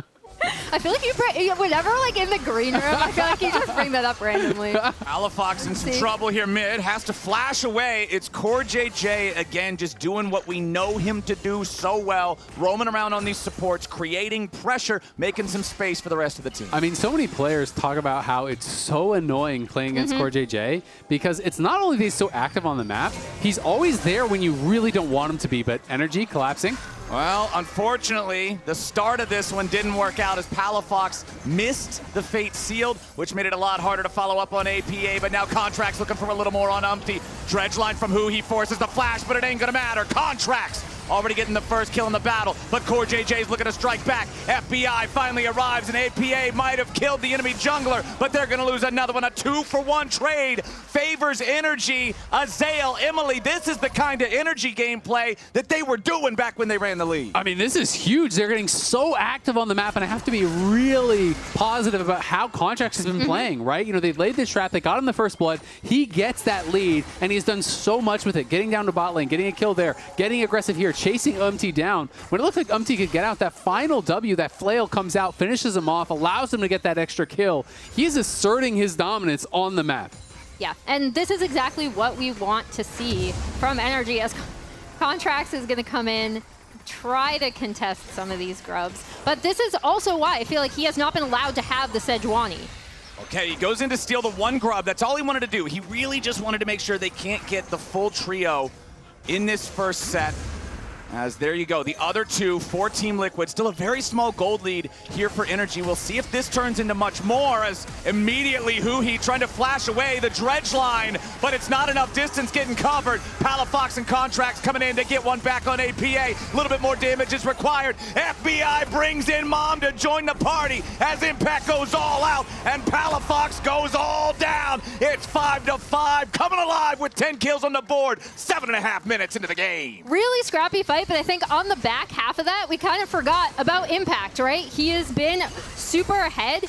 Core JJ immediately not ready to let the PvP stop. He goes over the wall, forcing yet another summoner spell. This time it's FBI's flash, forced to be expended as Dokla down in the bot lane crashes a wave into the turret. The True Shot Barrage will not snipe FBI down. Yeah, that was well played again there from TL. You know, Jan just barrier baiting so well, holding that until the last second, buying time for Core to come in, and that forces the flash out of FBI, getting that positive summoner to trade for them. So even though they don't kill, it is the barrier for the flash trade. And here is that previous play after they had already taken down that one grub. Huhi, honestly, there's just nothing really he can get done here. He's just kind of walking a dangerous path. He needs to walk down below the blue buff, and it does end up initiating what is a really good fight here for TL, largely because of Impact coming in. Yeah, Impact is going to come on the backside of this, and so when Palafox tries to get out, Impact is right there. He's already level 7. Again, I feel like people overlook the power of lane swaps because they just think of like turret plates or something like that. Impact is in such a good position coming out of this, even with a lot of the early map movements that Contracts has made for NRG. And Dokla is so poor. Like, it is tough. He has about as much gold as Core JJ does, right? As a Rumble who wants to be this guy who's really accelerated, who wants to be, you know, ahead of the pace of the game, getting these early item completions. So when you hit level 11, you have this kind of massive power spike with rank 2 your ultimate. But he is just not even close. You know, he is level 6 right now. He's behind what the AD carries are at. Yeah, and that's kind of the trade-off in TL initiating the swap. As Umpty might want something here. Yeah, it looks like he does. Lilting Lullaby puts Huhi to sleep. He's got to try to get away from this one, but it ain't going to work out so great just yet. Umpty grabbing that first kill as Yawn reinforces his team. Contracts in a rough spot as Umpty still trying to hop around. He lives! He gets away! This is a non-hunting part of the woods, boys! The deer is clear of any of the trouble, and NRG's starting to fall apart. Yeah, TL come up massive, and that time NRG is really punished for a miscommunication. You saw Contracts go in, he nails the ulti onto Yawn, but meanwhile, Palafox is hard engaging onto Umpty, not the guy that the Sejuani hit the ulti on. They split targets, and they end up having both of the TL members survive. Absolute disaster there for NRG. And even with that great start, even with Umpty dying level 1, it's again TL 10 minutes in, over 2,000 gold ahead. This team just doesn't care about your early game lead. Yeah, as we see Umpty going in, and Watch he Yawn. does hit the split, the sleep onto, but yeah, Yawn is untouched on the back line. Palafox tries to go in, and Contracts does get that onto Yawn, but he's still perfectly safe, and then APA is coming around the back. It doesn't really matter. It wouldn't have mattered if Umpty died as much, but since he does, he's then able to set up for Drake. They're able to get the push on bot side off of this as well. And now they have a 2K gold lead. And that's just that punish on that miscommunication, because Palafox spends Last Breath. He goes in, he's looking for Core, he's looking for Umti, and on the other side, Contrax is flashing to land an ulti, right? You know, if the Last Breath is saved for that and they both go in together, you can maybe 100-0 Yon, who had no barrier at the time. So very big punish on that. And it's pretty devastating. Those are the kind of mistakes you cannot afford to make against TL, because they just do not give you a lot of opportunities in these games. No, they do not. TL now with control over this top side of the river. The second part of the Grubs has spawned. Because Contract stole one away earlier, TL needs to take 2 out of 3 of this second pod if they want to be able to spawn some of those Void Mites while they're pushing turrets later on. And you can see they're committing plenty of players to the effort. Umti going to be up there with Core, helping him. Palafox again, not hitting these Fate Seals. Ends up losing out on this trade a bit as Huhi is ready to try to reinforce the Yone. Q3 for the knockup. Palafox now resetting the position with Soul Unbound yet again. TP's coming in from everybody as APA is on the receiving end of the Glacial Prison. The shutdown credit goes over to Palafox. Yeah, we'll see what Palafox is able to do with that. In the meantime, Umti actually is able to get those Grubs on topside because they had complete control over that area. So I kind of like NRG going for this play. They recognize that they're probably not going to be able to contest. And now they're going after Impact. Impact immediately regretting wanting to go after this enemy Rumble. He had friends. Palafox using his teleport to reinforce for the extra damage. Huhi still hanging around for the extra lockdown. And they get another one. NRG putting in the work to bring the game back. I mean, this is fantastic from NRG. When you start to fall behind, you have to overload one side of the map. You're not going to win these even number fights. So they send extra members down. They kill off APA. And then Impact thinks, surely they're not still here. Guess what? They are. And he goes in for an aggressive trade, gets punished for that as well. So back-to-back kills, cut the gold lead in half there. But as TL does, they spread the map, they're split pushing, they're getting advantages, and you can see this 4-kill Corki, who's farming plates, is going to become a problem and fast. Yeah, and we'll see what these solo laners are going to be able to do, right? Because even more importantly, these kills are going to Palafox's Yone and then also to Dokla. He got 1 kill out of this as well. And Palafox should be able to get more damage onto this tier 1, funnel some gold into the solo laners and see what they can do while the Smolder is still scaling up. Team Liquid invading the enemy blue buff.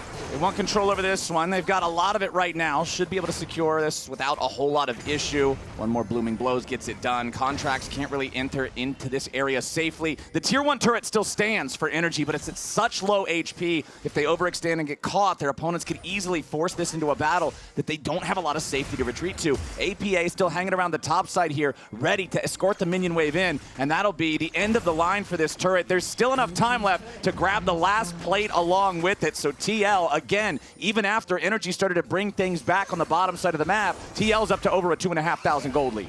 Yeah, and you can see FBI has done a good job of staying pretty involved. He's been able to assist with his ult a number of times, so he did pick up a kill, a couple of assists, but he has not really been able to get a ton of stacks. You know, he's just approaching the 100 stack mark now, 14 minutes in. Still has a very long way to go to be able to get to that 225 that he's going to be looking for here to turn on that burn. And we'll see when he can get it. It's also been TL doing a good job of invading, taking away camps, putting on pressure, so he hasn't been able to just kind of bounce back and forth between that mid lane wave and take all the Raptors, take all the Wolves, you know, really accelerate that stacking as you really want to do on Smolder. Yeah, and as we see Umti taking down the Rift Herald on top side as well, I mean, I think that is what makes this TL team so dangerous at times is their lane assignments and their attention to detail, right? Because when, as we see, Palafox is going to get this tier 1, but when APA is on one of these carries, they're so good about getting him immediately into side lanes to farm, really having him take down all the tier 1 turrets. And it's that makes TL I would say, the best team in the LCS. Absolutely. I mean, it is really difficult. It's, you know, when you play against these top-level teams, and we always would see this internationally, where you're winning fights, but the gold is not getting better because they're taking more off the map, and that is that feeling that TL gives you, where it feels like they're choking you out on the map. You know, it was a 2.3k gold lead for TL. It went down to about 1k. Guess what? Doesn't really matter. There's been no more kills. All the kills have been going for NRG. We're right back up to 2k because TL is just getting more off the map every single time. They're challenging for these neutral objectives. They're taking away jungle camps, and they're chipping away at your turrets every single time you make a misstep. Yeah, it's not just about the gold. You bring up the neutral objectives. Team Liquid has claimed the only Drake so far this game. They have claimed the Rift Herald, and they have claimed 5 out of 6 of the Grubs. All of this is in Team Liquid's pocket, and NRG is going to have to find a way to answer because so far, it just feels like Team Liquid is dancing circles around. Yeah, and now, as you said, Clayton, they are setting up for this Drake as well. They're going to try to get mid-prio off of this. I was wondering if they'd go in, but they don't have a wave. But this should give them first setup on this Drake, right? Looks like they may actually drop Herald bot and just try to use this to challenge on Doku. This is pretty atypical, but they're looking for him, and he knows it's coming. Yeah, immediate engage coming up from Core JJ with the flash shattering strike. Umpty's there for the damage. A little bit more is all they need. Blooming blows, gets him low, not quite there just yet. The Flame Spitter's cooking, but it don't matter. Umpty's on a killing spree and up in the top lane. Impact gets one back in a 1v2. Still trying to scrap, but it's not enough to get away from the Yone. Meanwhile, back in mid. A 2v1 barely works out for NRG. It's blood across the rift. 10-9. Team Liquid still got the lead. Yeah, so once again, good on NRG for recognizing they could try to make a play topside. Impact does come up with one of those kills, but the big play is that gold is going onto the Smolder from the mid lane kill, and this is kind of the ticking time bomb in NRG's composition. As we've talked about, TL's map control, the fact that they're able to cross map, they're going to get their second Drake off of this as well, in addition to the bot side play that they made previously. But FBI, if he can get into a position, Smolder is still incredible late game. Yeah, I mean, Smolder is really strong. It's definitely, I think, a far cry from what it used to be because you can't increase you can't increase where you execute them. You do increase the true damage burn, which is very, very strong. But a lot more power has been put into his early game over the patches. It is definitely very strong in the late game, though. Has a lot of mobility, and we'll see if they can make use of it because FBI has had a fully uninterrupted game. Yeah, as we see, this is the play topside. It's always so hard to dive a Cassante, right? And this has happened to Impact so many times. He is going to be able to take contracts out before Palafox does clean up the kill here. Yeah, I mean, the Q3 with the Antovo strike just pulling him back into tower aggro made it all go bad. And if this had gone bad for NRG, it's one of those plays that just kills all your confidence. But at the very least, they were able to survive, make this happen. You can see Huhi just pulling aggro, goes up with the passive root, then backs up, out, and then hooks back in, you know, really tries to kind of play on that edge. And we're right back into it. Core JJ stunned up on the front line, might get blown up before anything else can happen, and yes, he does. Now Impact has to be the forward man here for Team Liquid as Dokla arrives for an equalizer, and Team Liquid health bars are burning up. Yon goes back over the wall, Palafox drops, and Impact gets another. Now it's NRG scrambling to try to fight and take down APA, but Team Liquid's team fighting is soaring to center stage as APA gets another, and Contract runs for his life. Yon's ready to jump over the wall as soon as he's got the cooldown. Team Liquid scaring the remaining players away. It looked good for NRG until it didn't. Team Liquid's built different. It looked good until you realized who they were going on there. The TL carries always stayed safe in that fight. NRG got the initial pick on Core, then they're on to Umpty, but APA is free firing throughout this entire fight, and Yon was playing over the wall, playing really, really safe. So even though it's that good initial grab from NRG, if you can't kill the TL carries, they are surely going to be able to take you down. Yeah, as we see, just watch Yon and APA in these fights, because yes, they get onto Core, but they almost burn down everything there too. And APA is able to get out and do damage even when the equalizer comes down. Yon is pretty much entirely untouched, just firing over the wall. And once again, Umpty just lives. Yep. I mean, they're filtering into the pit, trying to take down Impact because the TL carries are not exposing themselves, but you cannot ignore APA. You cannot ignore Yon. These guys are so strong at this point of the game. They both have, the Muramana fully charged up. They both have the Triforce done, and TL now taking over this game. Going to be extending that gold lead up to 4,500, and it's just going to get worse if they can't get that perfect fight for NRG. Yeah, and this is also where, again, the lane swap really helped, right? Because Impact was in such a good position coming out of that instead of having to get pushed in by the Rumble, giving NRG another lane that they could have potentially played around. And he has been so crucial in these fights. I feel like from his positioning and what he's been able to do in this game, we see exactly why it struggled in the LCS, except for Impact. Except for Impact.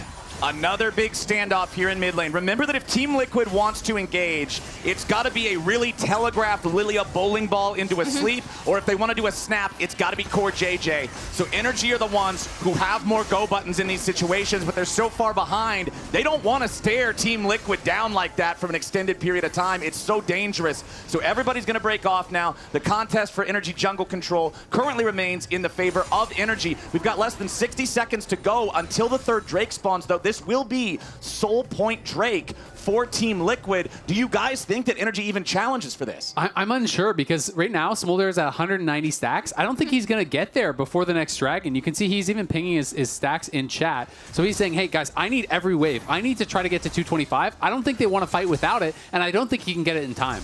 And as that happens, as we see him going to catch topside wave, previously, Corki had pushed out bot, right? He's pushing out bot again. They're getting mid prio off of this. They should be able to get a lot of damage onto this turret as well. And that gives them complete control over this area going into Drake. Like, look at where APA is. Look at where the rest of the team is. This is set up perfectly. They knew that Smolder's going to have to go topside to get that wave. And this is what TL do so well. And I think it's really, really impressive because you can even see the indecision is causing an FBI. He actually walked up towards top lane, then walked back, realizing, oh, we're going to lose too much, then start walking up again, then start walking back. Like, the calls are very split here. TL is making their decisions difficult because APA is getting damage done. There's no hesitation from TL. They take that tower down in bot. They're going to take the dragon for free. They're still monitoring the Baron area, making sure that NRG can't do any sort of a cheeky Baron rush. So TL is covering everything and just taking advantage after advantage after advantage, playing the map expertly. Yep, and parts of TL are still there, again, because they set up this Drake so well. Jokla had to respond to the bot side wave, and even as they try to get vision on this Baron, TL are able to push them in with the remaining members that aren't taking Drake and still get mid-prio off of this. Team Liquid in total control of Summoner's Rift. The fog of war feels suffocating if you're wearing an NRG jersey right now. And you can see Umpty and Core JJ waiting off to the side here, just seeing if NRG gets a little bit too confident with their positioning as they dance back and forth with Impact and Yawn. Now NRG grouped up as a 5-man ball, going to try to move around a little bit, but it's so scary. They have such little vision. They'll try to use the Electro Harpoons to face check into the brushes here. Who he's got to be watching out, man, here with the front line. Core JJ with a full team engage Magnet Storm. Team Liquid was patient, and patience is a virtue. FBI dies second, and Yawn's ready to chase down contracts for number 3. Arcane shift in to guarantee it. Everybody's dead except Palafox. The fight was so easy for Team Liquid, and Baron's the reward. It's the perfect engage from Core JJ, and the perfect follow-up from Umpty there. The 4-man engage from Core, the 4-man sleep to follow it up from Umpty. No hesitation on the TP coming in from APA from bot lane. The ulti over the top from Ezreal. Everything was picture perfect. They wiped the map of NRG. FBI didn't even hit 225 till as he was dying. Yep. Yawn trying to survive against Palafox here.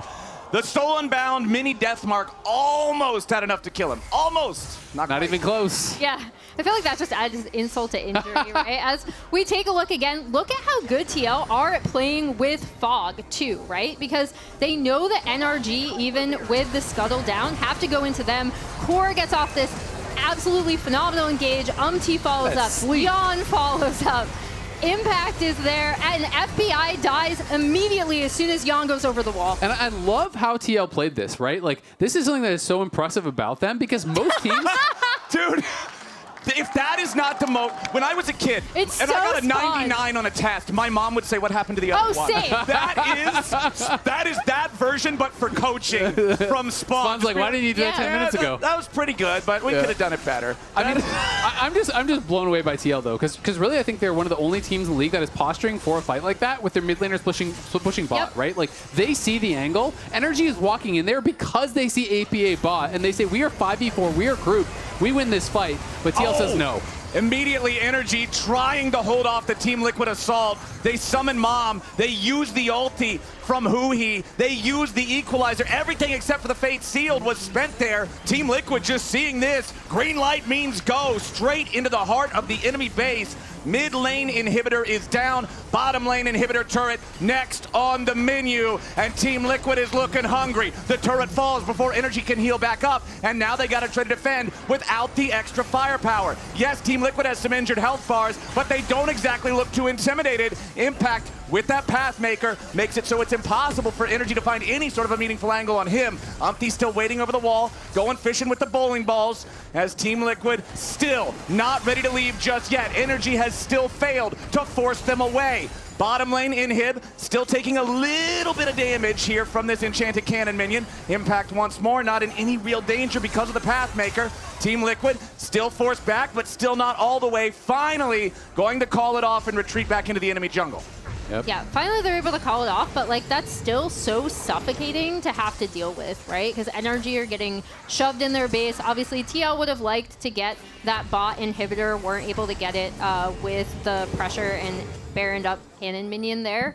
But they reset, right? And now NRG are just running out of options. Yeah, I mean, it gets really difficult, right? You know, there's already the Warmox is done on core. We already had a BT done in APA. Now he adds in the rapid fire. BT just got completed for Yawn on that base. So now you can't really poke out either of the ADs. You already couldn't poke out core. You were never going to be able to poke out Impact because he's too tanky. So it becomes very, very difficult. You need to look for this 100-0 type play, but the counter engage is quite good for TL. And unless they are all grouped up and getting mass AoE'd, they really just need Yawn or APA to be free and Umpty to be able to set up some sort of a counter engage when NRG goes in. And it should be a pretty much impossible fight for NRG. Yeah, Team Liquid with full control over the map with a 9,500 gold lead and their sole Drake spawning in less than 10 seconds. It just feels impossible for NRG. You've got to pick the play with the least chance of failure. They decide it's time to go in now with the equalizer and the Mom immediately engaging on TL, but it won't find anything but the tanks. True Shot Barrage on contracts. He'll be the first to die. Palafox is stranded alone between Team Liquid players. A double kill for Yawn, and they are not stopping. Umpty leads the charge and hits Dokla with a big as Core JJ locks up FBI. Smolder didn't have time to scale, and NRG's time in game number 1 is done. An ace for nothing again for Team Liquid. NRG might have started off strong, but TL is fast to counterattack, and they'll clean up this first game easy peasy. And that is our best team in the LCS. That is what they make you do. They push you into these situations where you have to make a decision, and that decision still plays into how TL have set up the map. Really, really strong game from them. I don't know if Spawn will agree, but I liked what I saw from TL today. All right, congratulations to all you at home who are headed for a first place finish and Fantasy LCS on Sleeper. For those of you who don't make it to the winner's circle, come back next split for a shot at redemption. We're headed to break now before game 2, but first, let's hear from last week's MasterCard Player of the Week, Yawn. What's up, Yawn, and congratulations on winning the MasterCard Player of the Week for Week 6. How's this run felt like for you? You got Worlds, Spring Split, EWC, MSI. You've just been like in this tunnel that you've been riding on. Feels very nice to get Player of the Week, but it's been definitely a very long split. Mm-hmm. We still have playoffs and Worlds to go to, so excited for that. Okay, 90 seconds, rapid fire questions. If you don't like a question or you can't think of anything, you move on to the next one. You ready? Okay. All right, 3, 2, 1, go. If you could join an LCK team right now, which one would it be? Genji. Okay. Favorite show or manga? Picking Full Metal Alchemist. Oh, that's a good pick. That's a good pick. An old teammate you haven't spoken to and would want to connect with again? Old teammate. See, now I'm getting introspective. I haven't talked to Harry in a while. There it is. Nice to talk to him. He Get lives back with in him. Australia. True. He's been vibing over there too. If the conditions are perfect, your favorite champ to play. Spawn's listening too. You can throw out an idea, draft advice. Neela. There it is. Draft Neela for you. Top 3 AD carries this split. Worldwide? I would say in LCS. LCS? Me, Berserker, Masu. Okay. Like that. Not in any specific order. Sounds good. Don't pick that up. You get one superpower. Which one are you choosing? Teleportation. Toughest and easiest servers to climb on? NA, Europe, Korea. Okay. From easiest to hardest. That's perfect. Last one. Weirdest content piece Team Liquid put you in? I think it probably was the one that I was wearing a maid dress. Explain that one to me. So then there was like, I was supposed to be dressed as multiple different people, like being a spokesman person, like look at all these people who like this product, you know? And then one of them had a maid, I was like, Ben, I'm not doing this. And then it was his birthday like a week ago, and I said, I'd do any content piece. So I said, okay, this is gonna be your one ticket. I'm never doing this again. So I wore a maid outfit. Does the image exist out there in the universe of you in this maid outfit? Oh yeah, it exists, it's online. Guys, under this video, please. No. Congratulations one more time. Pick that bad boy up. Nice.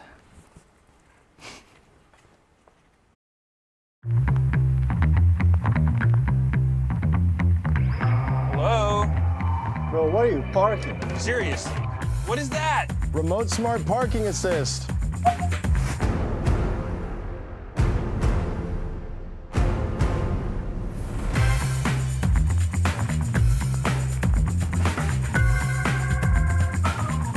You could have parked anywhere. They could have parked there. They could have parked there. They could have parked there. Red Bull gives you wings.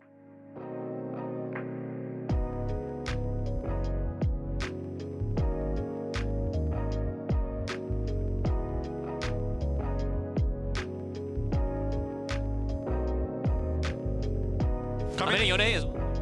Wait, they use. They Johnny, what's wrong? What's that? Say Johnny? Yeah. Your name is Johnny. Your name.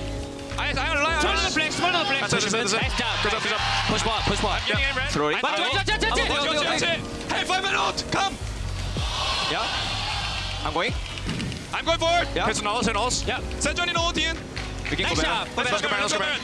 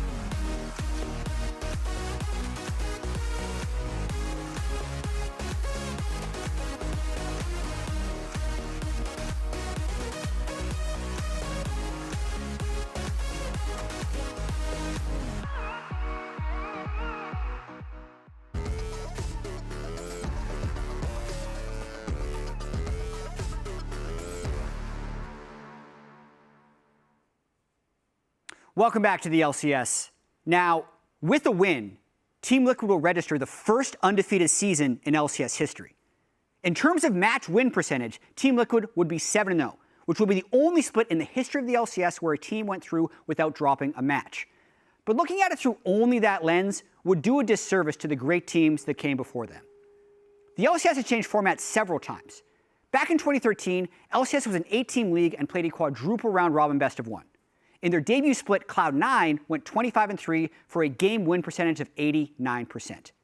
3 years later, in 2016, with 10 teams and a double round robin best of 1 format, Immortals went 17-1 to register the highest ever split long game win percentage at 94%.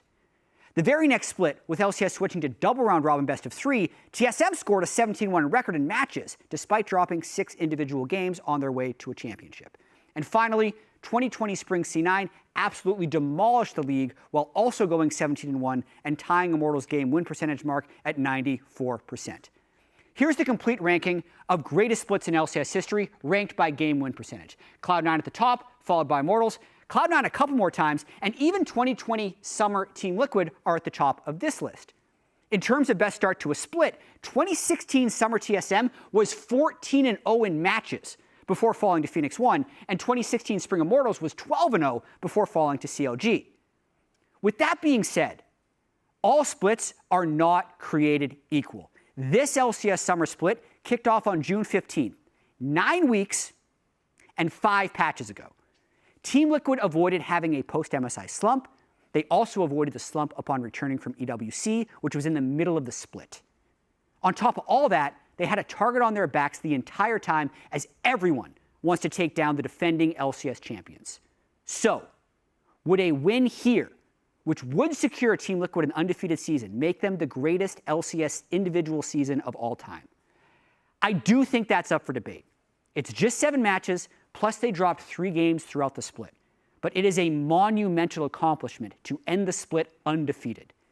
Team Liquid were the favorites in every match, and they are still yet to lose. Now, let's see if Team Liquid can close the deal and complete the first undefeated season in the history of the LCS. Thank you very much, chat. That was a lot of numbers, and I understood most of them. Welcome back to the series, everyone. If you're just now joining us, game number 1 was a bloody early game boxing match that Team Liquid took the kitty gloves off for come the mid-game, and NRG failed to respond. It just looked like NRG had a spark of that old NRG team that we all loved when they were at their best, but then it fell apart in the bigger fights. Team Liquid was more coordinated and came out with the win. They hit phase 2 of the boss, and it turned out it was a lot harder than phase 1. Yeah. They got a gold lead, and they were doing well in the early game, but TL plays the map better than any team in the league. They play these lane swaps better than any team in the league, and they execute on team fights better than any team in the league. So you have to beat them at all stages of the game. Getting an early game lead does not guarantee you a victory or even close to a victory to TL. Something interesting already in this draft is because Sejuani is still up, but so is Ashe, because we see the Lilia ban coming out.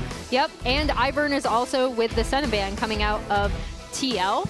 So a little bit of a difference in first ban draft priorities, and we'll see what they're going to trade, right? So they're going with the Sedge again. We'll see if is just going to lock in that Ivern. And then the other big thing for me is Ashe, honestly. I feel like she's been getting through in a lot of drafts, and she just has such not only like lane prowess, but also if she's coming out of bot, she can track you in the jungle, which is something that opposing junglers hate to see. I wouldn't be surprised to see just Ivern Ashe coming out of TL 1-2 here. Although, nope, they're going to go with the Ezreal and then the Corki. Okay, Team Liquid just running back the same first 2 picks as the previous draft. Again, most of the first phase bans are the same. It's like, I know what you're picking next. Not all entirely, so that Lilia is going to have to change up this time around. We'll see what NRG wants to run here. Last time around, I felt like Palafox's Yone didn't have the impact that it needed to in the fights. We saw a lot of whiffed ults. We saw a lot of ults only hit tanks. That's kind of going to be where I'm looking to see if they change anything up, but they're saying, no, the Yone was not the problem. We just need to execute it better. They're going to relock that one in, and hey, it's actually same first 3 picks for NRG. I mean, I would actually agree. I think that their comp was fine. I think the comp was really strong. You know, I even preferred it. But at the end of the day, you have to be coordinated in these fights. And in the key moments, they were not on the same page. They're often going for different targets. They were not overlapping their CC as they need to. And I think that's even more important now when there's an Ivern in there, because Ivern has so much peel, so much utility that makes it even more difficult to burst these guys down. If you let any enchanter get multiple rounds of shields and heals out, you almost always lose the fight. So you have to be very precise with your engages. Everyone has to hit the same target, instantly kill them, and make it so those shields don't matter, and it's a quick fight. Yeah, he's so good for double AD comps. It's pretty ridiculous, especially against something like the Yone that just wants to pop you immediately on the back line. I also really like him into Rumble comps because of the fact that he's got all the shielding in the base kit. He loves to build cheap junk support items like Redemption, like Locket, that thrift store stuff that most junglers stay away from. Ivern's diving deep into the bargain bin, making sure that he's supporting the squad as we've got the Leona and Ashe banned away here in the second half, with the drafts being almost identical except the Lilia being traded out for Ivern because the Lilia was banned this time. The second half bans are also looking pretty similar. The Ashe and Kai'Sa banned out by TL. Remember the last time they banned Kai'Sa and Senna, but she was a first round ban this time. Leona banned away by NRG. We'll see if they want to keep targeting the support role or if they also ban out the cannon again like they did in game number 1. What's it going to be, boys? Nope, the Cassante. Okay. They're saying, look, Impact had too many Cassante moments. It was too copy-pastable. We need a change. And hey, I mean, if you think that it's going to go into another lane swap, you do not want it to have a carry versus a tank, right? Like, you want their carry to be getting starved in the top lane. The problem is, Impact plays every tank, so banning one won't necessarily stop him. I want to see where they're going to go from here. I mean, it would be a little bit of a weird Bard pick here when you already know what the top lane is. They're going Rel, which tells me they're worried about Rel being taken away. Yeah. Because you already know what the top lane pick is, right? You don't really need to delay it. So I guess they think this is going to be a bit of a contested pick. Yeah, and we'll see if NRG just actually run back the same exact composition. As we see the Smolder hover here, the Draven is interesting. Oh. And so they're going to go with the MF. MF Rumble, you need lockdown. So you do need, I think, that Nautilus to come in here, unless they want to really cook. Nautilus, I think, is so good because the ultimate guarantees everything to layer over. I actually like it more than the Alistar with this composition because you must hold people in place. That's like the whole point of MF and this equalizer. So I guess they're hoping that, you know, Alistar combo into Sejuani ult, into the knockup from Yone, Rumble equalizer, MF ult, all these things, but they don't really have that like guaranteed point and click CC like you get from the Nautilus.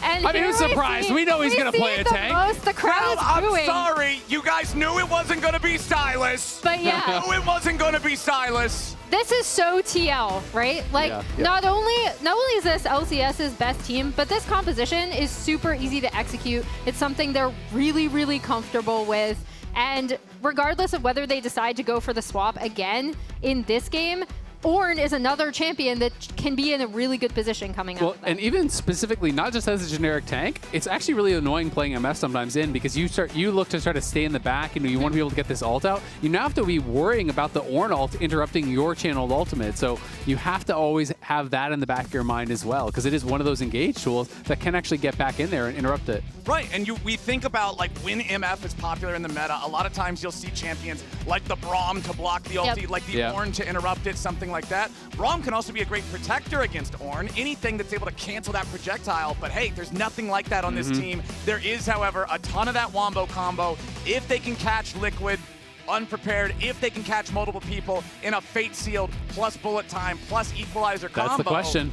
That's what it's all about, but it requires so much coordination. Yeah. And even if you get that, are you going to have overcommitted all of your tools to kill off one member or perhaps, you know, the wrong member, right? You know, we saw that in multiple times where they get an early pick, but they spend too much to kill off a jungler, too much to kill off a support, and then lo and behold, APA and Yon are cooking you. So it's not even just about that perfect engage on one person or a person, it's about that perfect engage on the right person.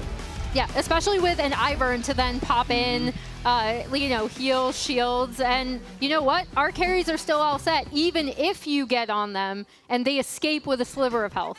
And I really like the 280 carries, the 2 marksman type champion, picked by TL into this type of composition because Corki and Ezreal just have the ability to stay so far back while still providing threat with the ulti and Q spams. They're looking like a potential invade here. Is Core, so Core is standing over the wall here. This is something where you can have your AD walk up, and then if someone's in there, you can sometimes respond. They also fish with the Ivern Q, so you can take out over the wall if you do actually connect on someone. So nice little attempt. It doesn't find anything, but I do like those looks. And TL looking like they are still going to be opting into lane swaps. They are going to be moving over there. It is, of course, important that Ivern gets an uninterrupted clear, so they're going to have some safe space on the map for him because he needs time to channel. You can't just like fight someone for a camp like other camps, other junglers do work. And that's why I really like seeing the Ivern locked in. When the enemy team first picks Sejuani, when they have that huge prio on her, Sejuani's a great champion. She's not a great jungle, invade, skirmisher, aggro type of champion. So Ivern should feel relatively safe against those types of early invades and interruptions that you're talking about, Isaac. Yeah, absolutely. So we'll see, where exactly this is going to go. Clearly, NRG are aware that there are some shenanigans going on. You can see Dokla is heading over towards mid lane. He's just going to look for a little bit of Electro Harpoon harass here on APA. And we'll see if he can find that. You can also see on the map that Impact is actually being pushed out of bot lane. But I'd like to take a little bit of time to talk about Yon, because we talked about APA last game. Yon has been so good for this team. When I think back to Worlds last year, he just couldn't really seem to kind of get it done for the squad. He wasn't really showing up in those big moments. And he has had such a resurgence, coming into this year, has really been able to perform not only at a super high level, but incredibly consistently as well, as potentially in trouble.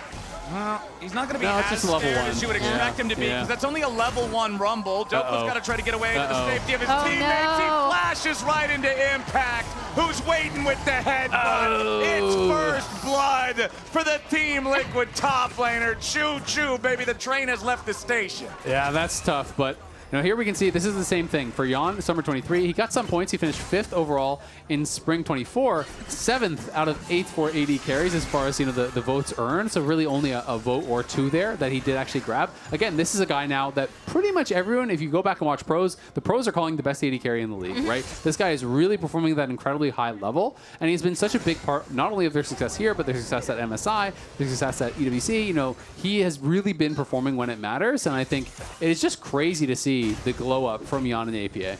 Yeah, I think both of them are just incredibly diligent, again, trained by Spawn on PLA. But the big thing for me for Yon is kind of similar to APA in that he seems to understand the map really, really well.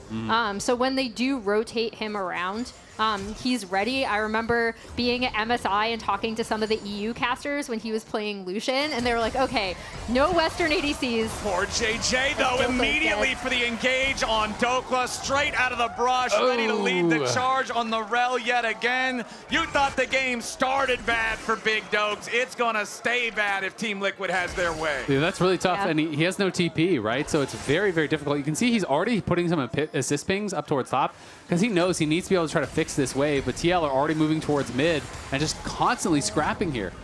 He won that scrap, though, ready to engage back on Core JJ. His Contracts follows it up with a Flash Arctic Assault. Core's still alive here for another second, 58. Comes Yon, though. He's still trying to walk it away. Core's going to die, but what's the cost? Palafox has to flash out as Umpty is ready to keep that chase going. APA still needs a little bit more damage. Palafox with a soul unbound protects his team on the way out.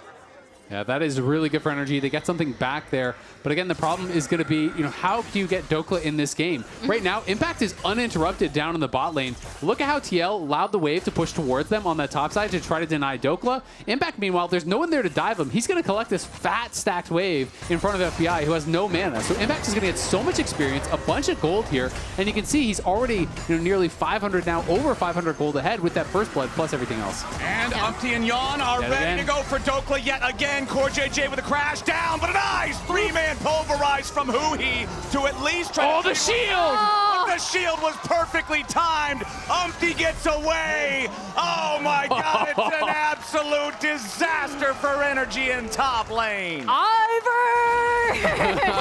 This is exactly what he does, right? Even with Huhi waiting in that brush, able to respond to the play because they're just going to redive this, right? And completely make Dokla's life miserable. It's exactly what you were talking about where Ivern wants to be on the map. And already you see his impact in these back-to-back fights. Yeah, I mean, Ivern doesn't even need items to be annoying. No, like, that's the thing. he's like, so annoying. You just get out there and you just start shielding up your carries, and that's the thing that can make these fights so difficult is you just don't hit that critical threshold of damage. Like, this is a great combo here from Huhi. He comes in from behind. They have the overheat. He's flame spitting across all these members. They get a 3-man combo. You think, okay, maybe they can actually turn this around and get something here. This last auto comes through. It gets shielded in the air as the empowered auto is swinging for Huhi. He has no more damage to give. Both the kills go to Jan. That is a disaster. And Spawn's like, yep, just another Saturday. Make sure you guys another day at the office. Cheering, right? He did cite Rain over in the coach's interview as the nicer one. Sometimes he golf claps, you know? If they win Worlds, I think TL might get a fist pump out of Spawn. Hey, let's not overdo it here, all right? Just a little like a not a full one, you know, a little. Everyone will receive a very meaningful handshake. Right? As APA is going to receive a gank, and it's not going to do a whole lot more than get his flash. We'll see if they can punish that here in the next 5 minutes, as Umpty's making sure he's ready if Contracts wants to come back around for the return play. But it looks like Contracts is going back into his own jungle instead. Dokla has finally made it down to the bottom lane. I was going to ask earlier if we could toggle the gold and see if Dokla had less money than both supports, because I think he did, but he should be at least back up above support counters at this point. While a 2v2 top side, bullet time, big threat onto Yawn. He's down to 200 HP, but Huhi is even lower. Core JJ, one more auto attack will take him down. FBI gets it. That last turret shot will not connect, and it means that FBI gets away. NRG 2v2 Here comes Ivern. and get one kill, but now another 2v2 is ready for him. Umpty joins up as Huhi cannot find the combo on Yawn. He's on a killing spree, and FBI trying to focus Umpty, trying to get something here. The barrier is used. The barrier might not have been enough. One more hit is all they need.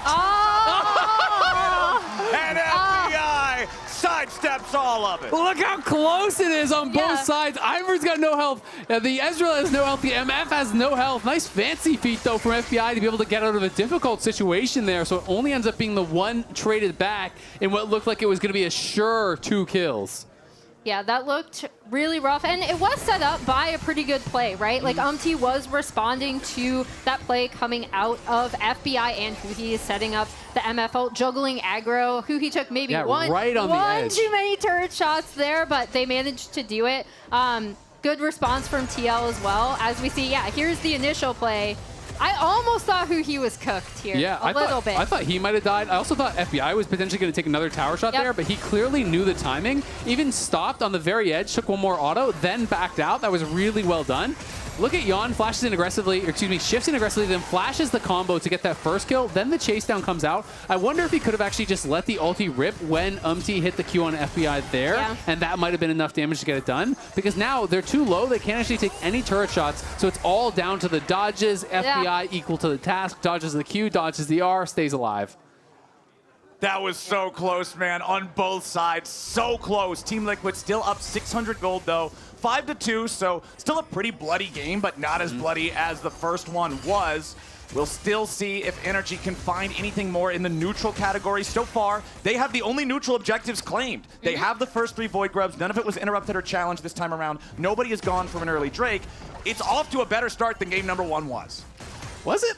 Game number 1 started with the first blood on the invade. No, I'm talking about objectives. I'm not talking about that. I'm talking about the objectives part. You didn't get none of those. It's a better start than game number 1 if you don't count the part where they had a better start in game number 1. I'm not counting. It is a better start. Yes, indeed. You're not wrong. You're not wrong. That was exactly like game number 1, though. Palafox's fate sealed again, just never finding the mark here, as APA can evade them every time we see it. Yeah, and this should be a pretty good Drake setup for TL. They already had mid-prio off of Yawn pushing in there, and they had previously set up APA doing some damage on that tier 1 turret post this. And I'm curious to see what they're going to do with topside coverage too, as we've seen Impact put down a lot of these wards in the opponent's side jungle to kind of track where the enemy jungler is. It actually came up huge in the C9 game several times. And if you look at their vision line, it's really, really well set up all the way across here for TL. Yep, they got a lot of deep wards there. And Impact has a ton of magic resist now up in the top lane, so Dokla is just not going to hurt him. And you're kind of at this point where Ornn in these melee matchups, when he has that much MR, like he'll just kill you if you fight him, right? So it just becomes about only pushing waves. APA, yes, he gets pushed back. Every time we see Palafox go aggressive, he forces the Valkyrie, but that's really it. And Contracts will be spotted by this ward in that Pixel Brush. So APA can just complete the recall, should be fine to get out of there, and does have his TP, so could get back down towards bot now. I'm curious when we're going to get some of these larger fights where NRG can try to combo these big AoE abilities together. We did see up in the top lane a few minutes ago the first initial 2v2 where FBI and Huhi came out on top. It was because of the bullet time doing so much damage to both enemy players. And hopefully for NRG, they can get that together again here soon. But the engage from Core JJ is just on point. Yawns on a rampage, and FBI falls. They're still chasing further. At least Daisy is. Maybe she's getting a little bit ahead of herself now. Huhi survives it. Down in bottom lane, this 2v2 still isn't going to go a whole lot further as Palafox and Contracts back away. Yeah, this was actually APA trying to get back to lane, and Impact TP's down there to cover him because he was getting zoned off the wave. So TL making sure that APA can continue to get farm. He's actually going to TP up towards top now to cover that push. So both laners swapping their assignments, just making sure that they're getting the maximum out of this farm, playing the map well, being adaptive to the situation. Impact's not just going to sit top when APA can't farm bot. Yeah, and they've pushed in mid-wave. They, like you said, responded to that play bot side where it looked like Contracts was setting up for Palafox to be able to take all of those plates on bot side. This is what TL do really well in terms of recognizing like when they can TP to these waves, who they need to get gold in, and where they need to cover their minion wave pushes. Impact has to run up now though because they have no TPs on their soul laners. Palafox does have his TP and they don't want to give up 6 scrubs here, so we'll see if TL can start the fight properly. TL just wants to at least get one of them away. Core JJ on the front, but the equalizer with the Glacial Prison catches out APA. Bullet time over the top. Nicely done. Comboed with the Pulverize from Huhi as Contracts needs to get back away. And the Ornn Horn is summoned up. The first of the grubs goes over to NRG, but APA is going to kill on Huhi too. Now FBI is caught. Impact with a beautiful knockoff. Once again, frontlining. Fate sealed over the wall from Palafox finds 3. Nobody on Team Liquid is dead just yet. Palafox in the middle of everyone. He can't get out in time. A double kill for Yawn. Team Liquid is low, but NRG is dead. That is the team fighting difference yet again, as Impact and Yawn do not want to let Contracts get away with this one either. The minion wave is coming up. Time is ticking down. Contracts knows his days in this lane are limited. Yawn and Impact only need a little bit more damage, and the extended fight is 2 grubs for 1, 3 kills for nothing, all for TL. And just like that, nearly a 4,000 gold lead, 13 minutes in, TL execute again so well in these fights. The initial play looks like it's going to be a good one onto APA because Impact is lagging to the fight, but Palafox also wasn't there. They went before he even started channeling his TP. Look at him, he's just channeling the TP now. Imagine Palafox was there when APA has this combo come down and he can ult over the top. APA is dead instantly and it's a very different fight. Yeah. But then he arrives as Impact comes in, creates so much space with that ulti. Yeah, Impact was there ahead of him, right? And even when Palafox is able to go in, try to get onto some of these TL backline, APA is not actually caught by that. They're able to kite it out, kill off Palafox. He knows It's so tough. Yeah. I mean, this is one of those situations where it's... There we go! He smirked! He smirked! Look at that! He's trying to hide it with his hands, but we saw it spawn. Video editors, was that AI edited or was that real? I'm not 100% sure. We're back to live and we're back to the Herald, but yeah, that's one of those situations where, I understand you really want to get the buy because you're sitting on gold, but it's just not worth it. You need to be there with your team faster. He didn't even have an item completion, so he's going back to buy some components. Yes, that makes you more powerful, but again, if he was there at the same time as his team engaged, maybe they kill APA. And the other side of that shoe is like, hey, maybe his team shouldn't have engaged until he did arrive, right? Yeah. But this has been the problem for NRG in this series. They're just not aligned on these engages. Yeah, and it's specifically a problem when we talk about how this composition is supposed to work, right? Impact actually got to that fight before Palafox and was able to set up the ult as he's coming up river as well. And it's all about timing. When we look at this TL composition, they've just been on point in terms of setting up their team fights, but also this is a very classic, like, we have the beefy frontline in Ornn, we have the double ADC, it's buffed by the Ivern, and we have the Rel for engage. And even when that timing isn't perfect, it's okay. Doesn't have to be. Yeah. On the other side, like we set up in draft, this has to go really, really well for them in terms of timing, and it has not thus far. I mean, that's the power of easy win conditions, right? You know, there's a lot of value in multiple forms of engage, of having multiple carries who can put out high amounts of consistent damage. You know, TL draft these comps really well. They play the map incredibly well, and it makes it feel like you're getting choked out. And you can see NRG feels, okay, we have to respond to mid because the Herald's getting dropped. Look at bot. This is always the problem, is that now they're overloading this side, and again, Impact's just getting turrets for free and bot, and they're losing all those waves. So now NRG has to force. TL know this, and they can just back up. Yeah, Contract's over the wall here, but now he's got to be careful. He's stunned up with a Shattering Strike and had to flash over the wall to try to escape to safety, but the Magnet Storm continues the lockdown. APA takes the first kill, and NRG is just too scattered. The bullet time barely tickles Impact and barely hits anybody else. Dokla still trying to escape, but a max range Root Caller locks him up a little bit longer. True Shot Barrage can't finish the job, but it doesn't need to. Team Liquid got 2 kills. One of them's the enemy jungler. The Dragon's alive on the map. NRG's still trying to contest something, but what can you even do? Down 5,000 gold and 10 kills, 16 minutes into the game. I mean, when you see a fight that decisive, you want to say, oh, go to Baron, and then you look up at the clock, it's 16 minutes in, they're just getting crushed. They can't go to Baron because the Baron hasn't spawned.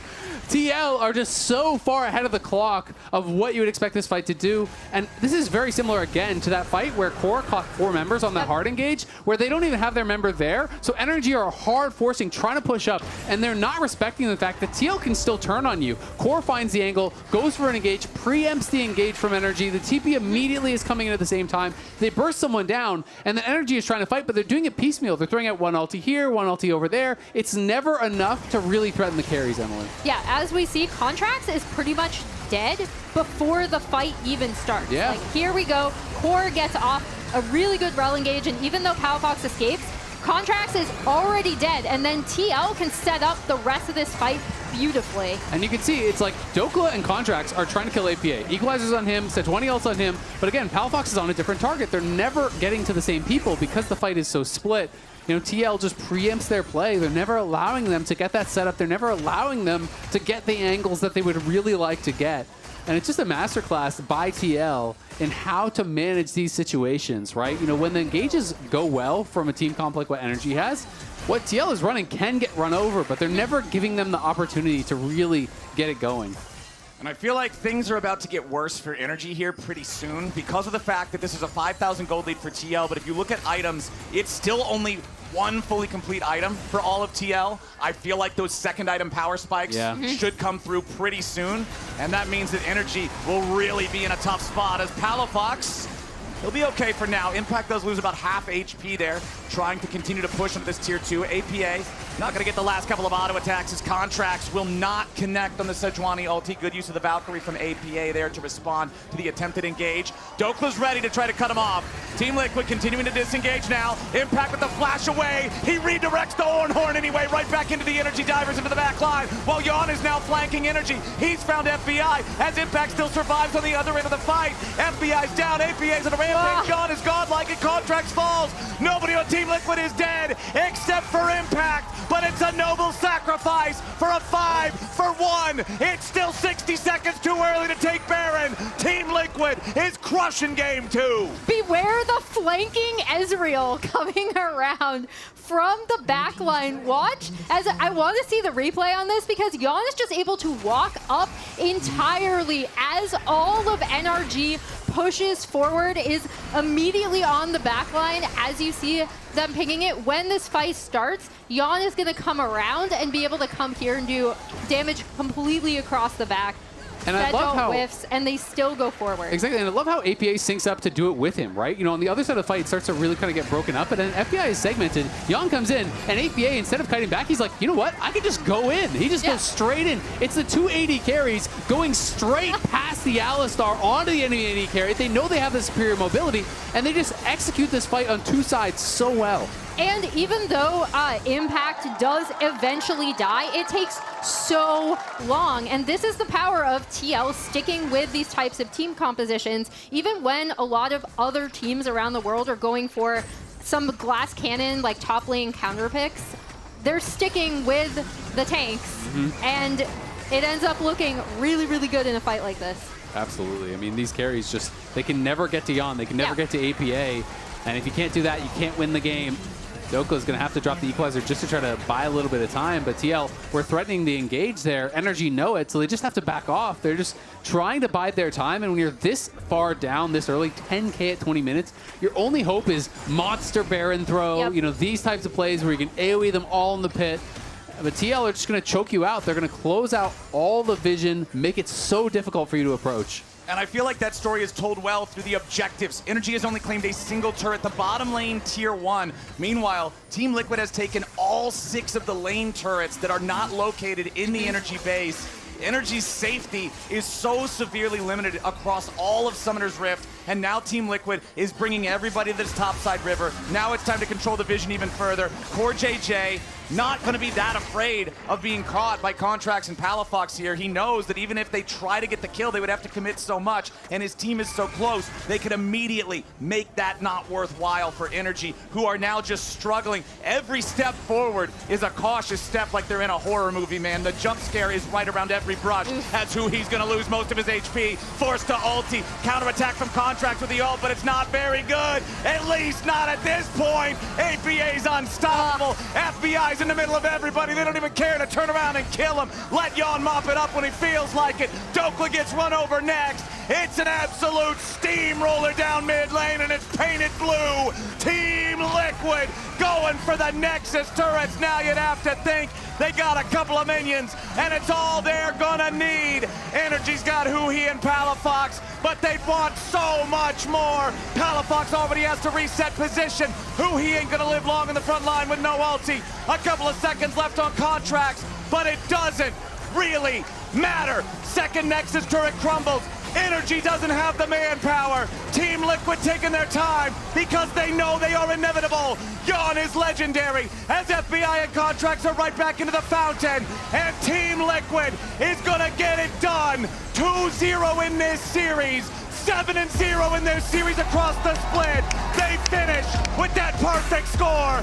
7-0. They're the #1 team in the LCS. And that's exactly what you want to see out of TL, right? Taking this super, super seriously, taking it one match at a time, undefeated in series this split. Impact gets his 400th LCS win. What a career resurgence he's had.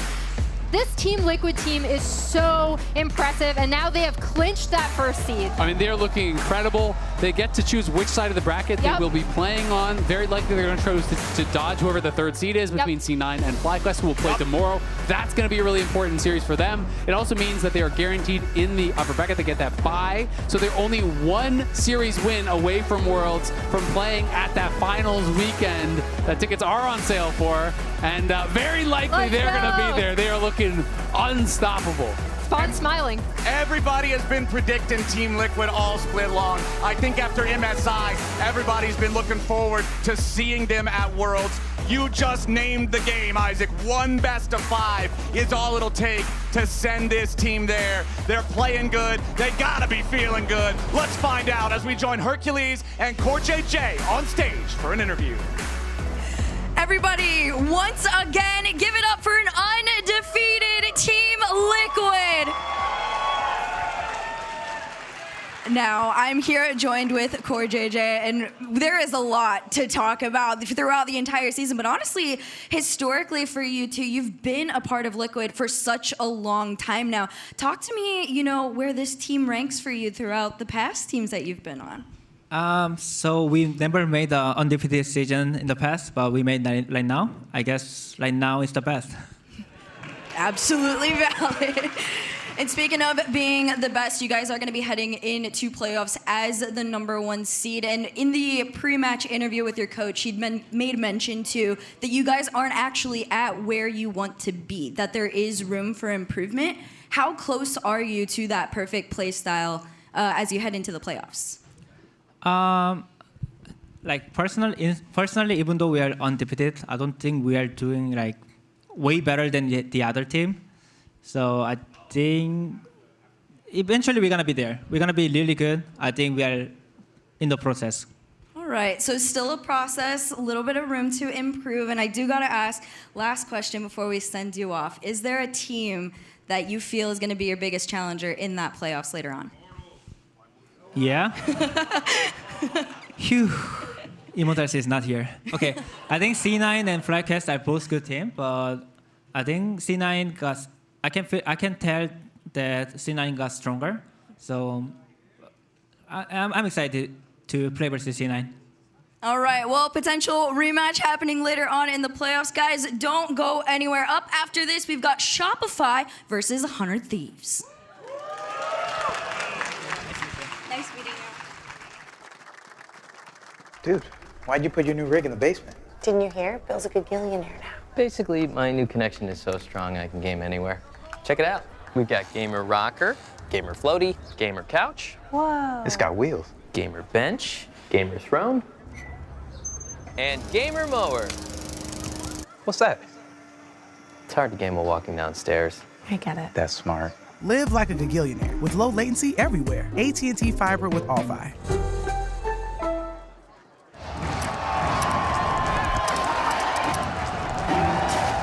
Red Bull gives you wings.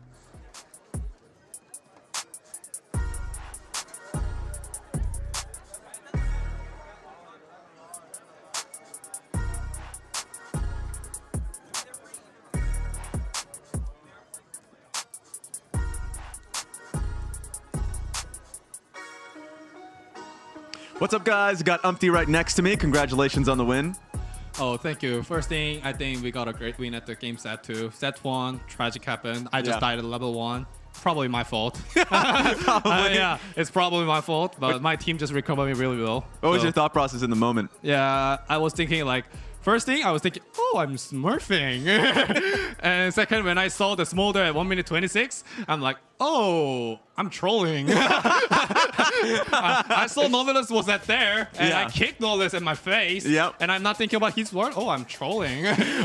What did Papa Spawn say to you in between games, if anything? So he said our comms looks like hectic, and it looks like everyone is nervous. Yeah. Just think about enemy team doesn't think about that. Like they will try to think that we are not gonna lose anything. Mm-hmm. Like enemy team NRG is gonna do. So just try to focus on your guys' game. Like like that kind of good advice. Yeah. So that makes the game 2 more better. Yeah, it was a lot better in the last game of the split, and you guys are an undefeated team in series score. First time that we've had that in the LCS, and especially in your career, being able to lock in first place, undefeated split. How does that feel for you?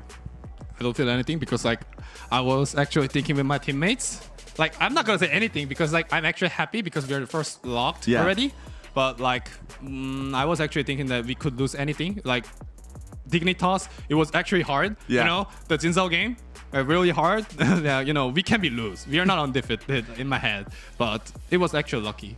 Okay, I appreciate that honesty. Honestly, once again, congratulations on the win, brother.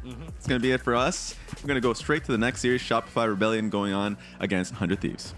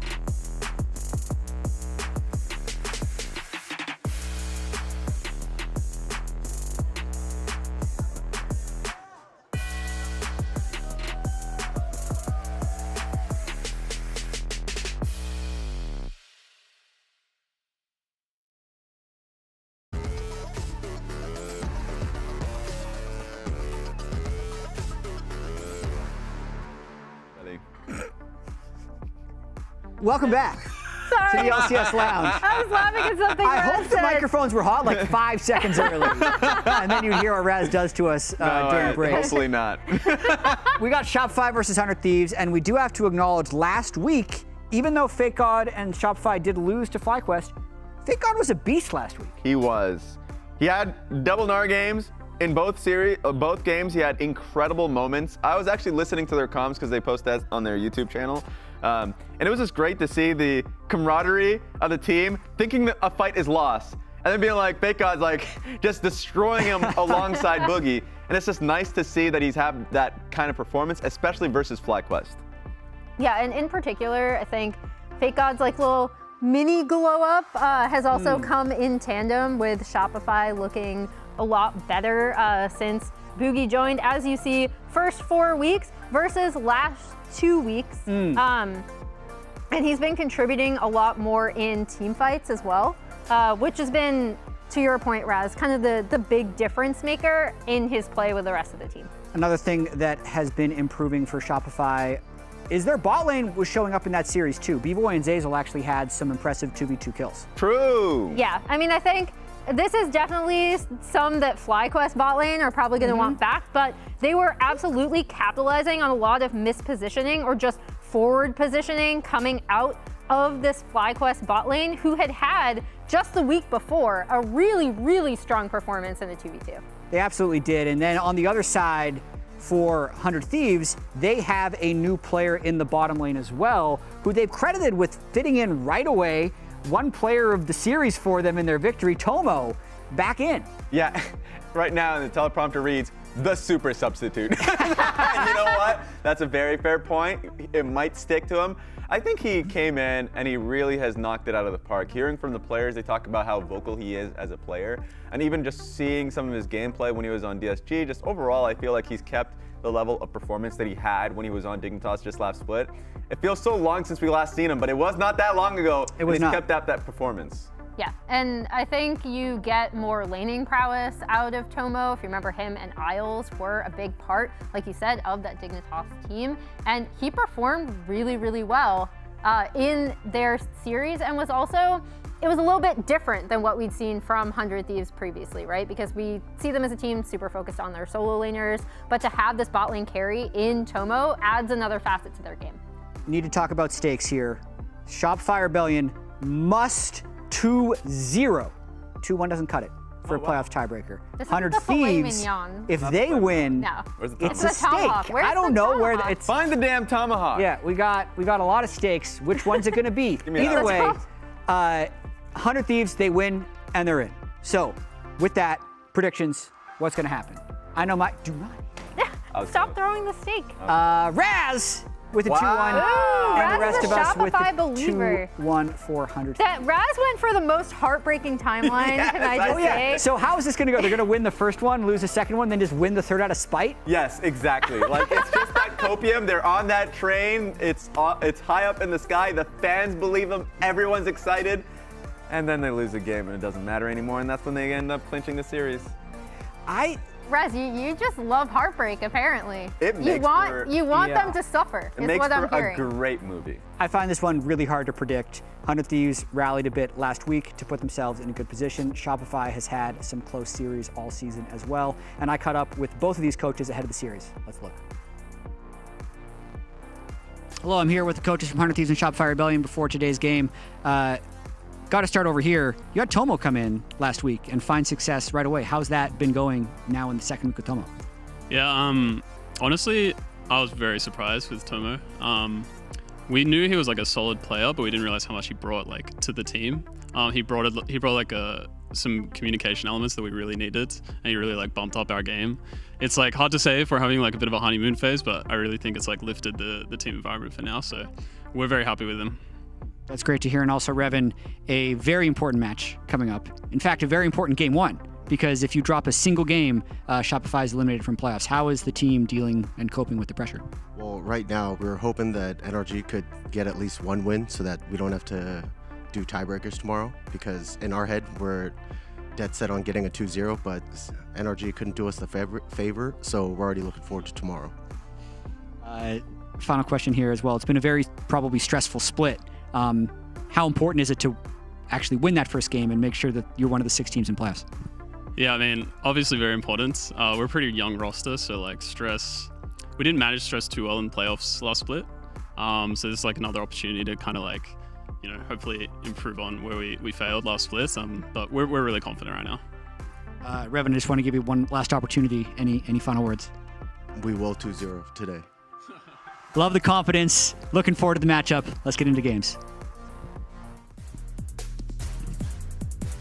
Welcome back, ladies and gentlemen, to our final series of Week 7, the first day here at the Riot Games Arena here in Los Angeles, California, between Shopify, Rebellion, and 100 Thieves. I'm Rafa. I'm joined here on the casting desk by Kobe.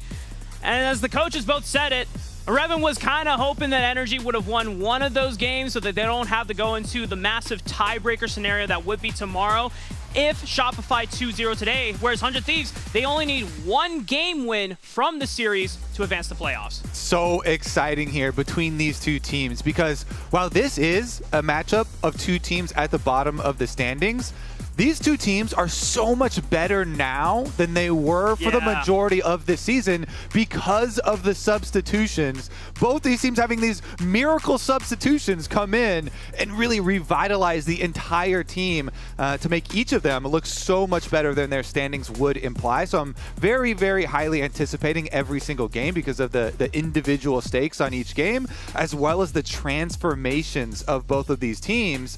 And with that, we have to discuss the draft, because this should be some of the more fun drafts of the LCS. You know, Insanity had success on the Jhin mid. Yep. You know, he's definitely willing to play the Draven mid. We're getting all sorts of the AD carries. Meanwhile, Quid was one of the first. He was actually the first to do the Ezreal mid, and no shortage of champion pool between either of these two mid laners. So it should be very fun to watch that. Now, the top laners for these two teams are a completely different discussion. For me, I actually think they are some of the more pinched champion pools for top laners. So we might actually see more resources indexed really early on in the draft phase. You know, namely Sniper pretty much needs the Renekton or the Jax to really have that comfort, and you get the spam kind of Gnar or even Renekton or Cassante for Fake God. But we'll look as far as the priority does come down here. That Zeri that Tomo used back-to-back games for 100 Thieves to really pop off and carry them here, instantly banned out. Yeah, Shopify doing their homework and seeing what they wanted to take away from 100 Thieves in this first round of picks. I think one thing that is going a little sleeper and potentially a little disrespectful from 100 Thieves is Boogie's brand. When he came back Week 4, it was the super long series against NRG, but their series against Dignitas in Week 5, Boogie on that brand, absolutely monumental winning player of the series as well, just because he got so much done on a champion that you would just think, oh yeah, this guy's just gonna power farm, but he was stacking camps and making these unconditional timers or non-traditional timers to put Shopify ahead. All right, so they lock in their brand for Boogie, the power farm, the big AP threat. Meanwhile, 100 Thieves, they do invest really early to make sure Sniper can get comfort in the top side for that matchup. I think that's a very wise choice here. Grab the Renekton immediately, as he has not been like very good in using counter picks. Usually they really need to get comfort over counter picks, and they pair it with that Lilia. Such a good combination. Even sets you up for the plethora of AD mids that we may see for Quid there as well. So River with the Lilia versus a Boogie on the brand should be a fun one here. Meanwhile, the Ezreal actually dropped really far this draft. Has been super high priority for that bottom lane, even with the little baby nerfs that Ezreal got after the AD carry itemization change. So really happy to see B-Voy on that one. Definitely has been a star here for Shopify. And very often you'll pair it with the Corki, so you have really nice poke damage heading into the mid game, and you'll have that confidence here. So are we going to get something like the Draven counters to Corki that we've been seeing? No, we're not. Not quite yet. We will get a Kai'Sa, which I would assume is going bottom lane. And then you're going to think Shopify probably ban out some of those engage supports with it. The Nautilus, the Rel maybe. The other thing I want to see, 400 Thieves, Fake God still hasn't locked in the Gnar yet, and that was such a huge pick for him in prior series against FlyQuest, even though they didn't win the overall series. 2 of those games, Fake God seemed to have the best play of his entire career, ensuring that Shopify were able to get at least one of those wins and keeping their playoffs hopes alive. The fact that it slipped this far through the draft shows to me that 100 Thieves are not even concerned if Fake God gets the NAR. Well, let's see if they decide to ban it out here still, because there is a need for frontline on Shopify. The Leona taken out, one of the best pairings with the Ezreal as far as frontline does go, one of the classics. And so we are going to reduce it a little bit further. Let's see what they still have for safety here. They're really looking at Quid here. Quid has played so many champions, though. He has the highest variance in champion pool here for any mid laner, has played the most different champions, and they still think Tristana is worth dropping one on. That is deep. That is going deep. Let's see what he's got here into the Corki. I kind of want to see him do the Draven. Chovy classic. There we go. Tease it a little bit. Yeah. I mean, Insanity was the first one to pull off not only the Draven mid in the LCS, but also... Oh, Yasuo! I've been waiting for this champion to arrive. It got some buffs on this patch where his Sweeping Blade now does the max rank damage without having to build up the individual stacks. Or the max rank 5. It also could go bottom still if Quid wanted to play Kai'Sa into Corki here. Technically, still flexible. Let's see what they decide to go with. Meanwhile, Shopify, let's build up that front line we've been heavily awaiting here. Is it just going to be a Cassante for Fake God into the Renekton? How spicy is he feeling? Maybe not Pantheon spicy again. I mean, that was his answer into the Renekton last time. It was, they won with the champion on. They did win the game. Yeah, maybe not the reason why they won the game. But let's see. Another frontliner could be nice for Shopify, and they're just going to go with the safe tank pick of the... That's more my tolerance for spice right now. In such a necessary game. Must-win games here for Shopify. And if they win the entire series 2-0 in under 52 minutes, 0.62, actually 52.62 minutes, then they will beat the timer and will guarantee themselves their playoff spot. If they take longer than that, then still going to have to work on some tiebreaker stuff and work on some other teams helping out. But let's get right into it. Every game here must win for them, and we'll put it to the test. Yep. 100 Thieves only need one win. Shopify need to deny that for both games if they were to complete the series.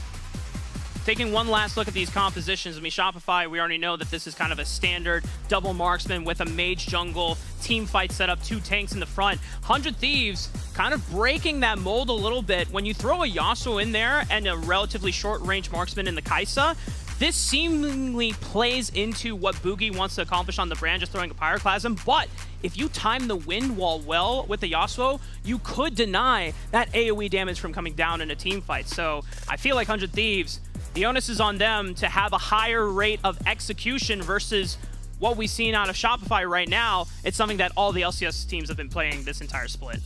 Yep. Nice and straightforward here from Shopify. Very solid composition, looking to scale up. They've got their double poke, Corki and Ezreal, very good scaling. And Boogie here, the AP carry. Let's get onto the Rift, and we will see which of the super substitutions will be more powerful. Boogie coming in and saving Shopify, or Tomo coming in and saving 100 Thieves. Now, if we look at the actual win rates of these two teams, since those super substitutions that they got, then we will see that 100 Thieves are 100% win rate since they got Tomo subbed into the lineup here. Meanwhile, Boogie, big boost to Shopify on their side as well, but no harm, no foul here in the level 1. Just a little bit of extra damage given over. Trying to decide where Boogie wants to start on this map, if he wants to path towards the top side of the map. Most of the time we've seen junglers try to path towards bottom side, play around the CC of those supports. And as you were talking about, Kobe, we got that graphic there showing that before the substitutions came in, the win rates differed heavily for both teams there. Shopify, even though 42.9% does not look like a lot, It's not 0% anymore. Way higher than 0. And we got a hook, though. Good snag. I mean, River might be forced to flash, but it's not even in time. The Ignite takes him down, and he knows that he's gone. First blood over to Shopify Rebellion. Ooh, that is going to have some rippling effects here in the lane swap, because look at the other side of the map. They are actually helping out with the clear here for Boogie. So Boogie's going to get a very quick clear on his red, looking to steal away even more. Remember, this is your weak side of the map in a lane swap. Shopify here stealing away, basically, double camps off of their weaker side where they have just the top laner, just Fake God. Meanwhile, River went back to his safer side, started on the Wolves, and then is going to go try and get as much as he can off the other one. So far, Shopify are kind of pulling ahead of 100 Thieves and how the map state is. River being decelerated from that early level 1 invade. The question is now, how do Shopify want to continue playing out the lane swap? Because in prior games when this has happened, the lane swap isn't forever. It's just for the first couple of levels until the bot lanes are level 3 and they seem to resume. But Boogie showing up here on the mid wave, ensuring that Insanity gets his prior push in. They might try to contest River on these top half camps now. 100%. And this lane swap is all going to be about jungle advantages gained. Because the bottom lane was able to land that hook onto River and get River so far behind. Now they're getting attacked early, though. They have to turn onto the bot lane of Shopify since Boogie isn't there yet. River too low to participate. The flash forward from B-Boy forces River's own flash, and now he's forced out of the jungle. This is lane swap domination right now from Shopify. They need to win every game, and they are definitely starting out winning this one. I have to say, I think Shopify's experience against FlyQuest lane swap last week gave them a good old hyperbolic time chamber of experience. We also don't know what the teams have been practicing in scrims in between, but this lane swap setup has been so clean for them so far. All right, Boogie gonna finish up taking away on the red quadrant here from 100 Thieves after finding their extra pressure, pushing River back once again. And it is a level 2 Lilia at 3 minutes 40 plus seconds here. No flash. Not very much to farm either, just a blue, Gromp, and bottom side Scuttle Crab left up. Meanwhile, Boogie still has his whole blue quadrant, finishes up his top side Scuttle Crab, and both supports are just hovering around mid lane as 100 Thieves trying to deal with the extra push from Corki, and Ayla makes sure that Quid's going to be able to get in here and have no further issues. It's been a huge hit to 100 Thieves tempo, especially for River, whose jungle clear has been decelerated. Nice use of the wind wall to blocking the dredge line.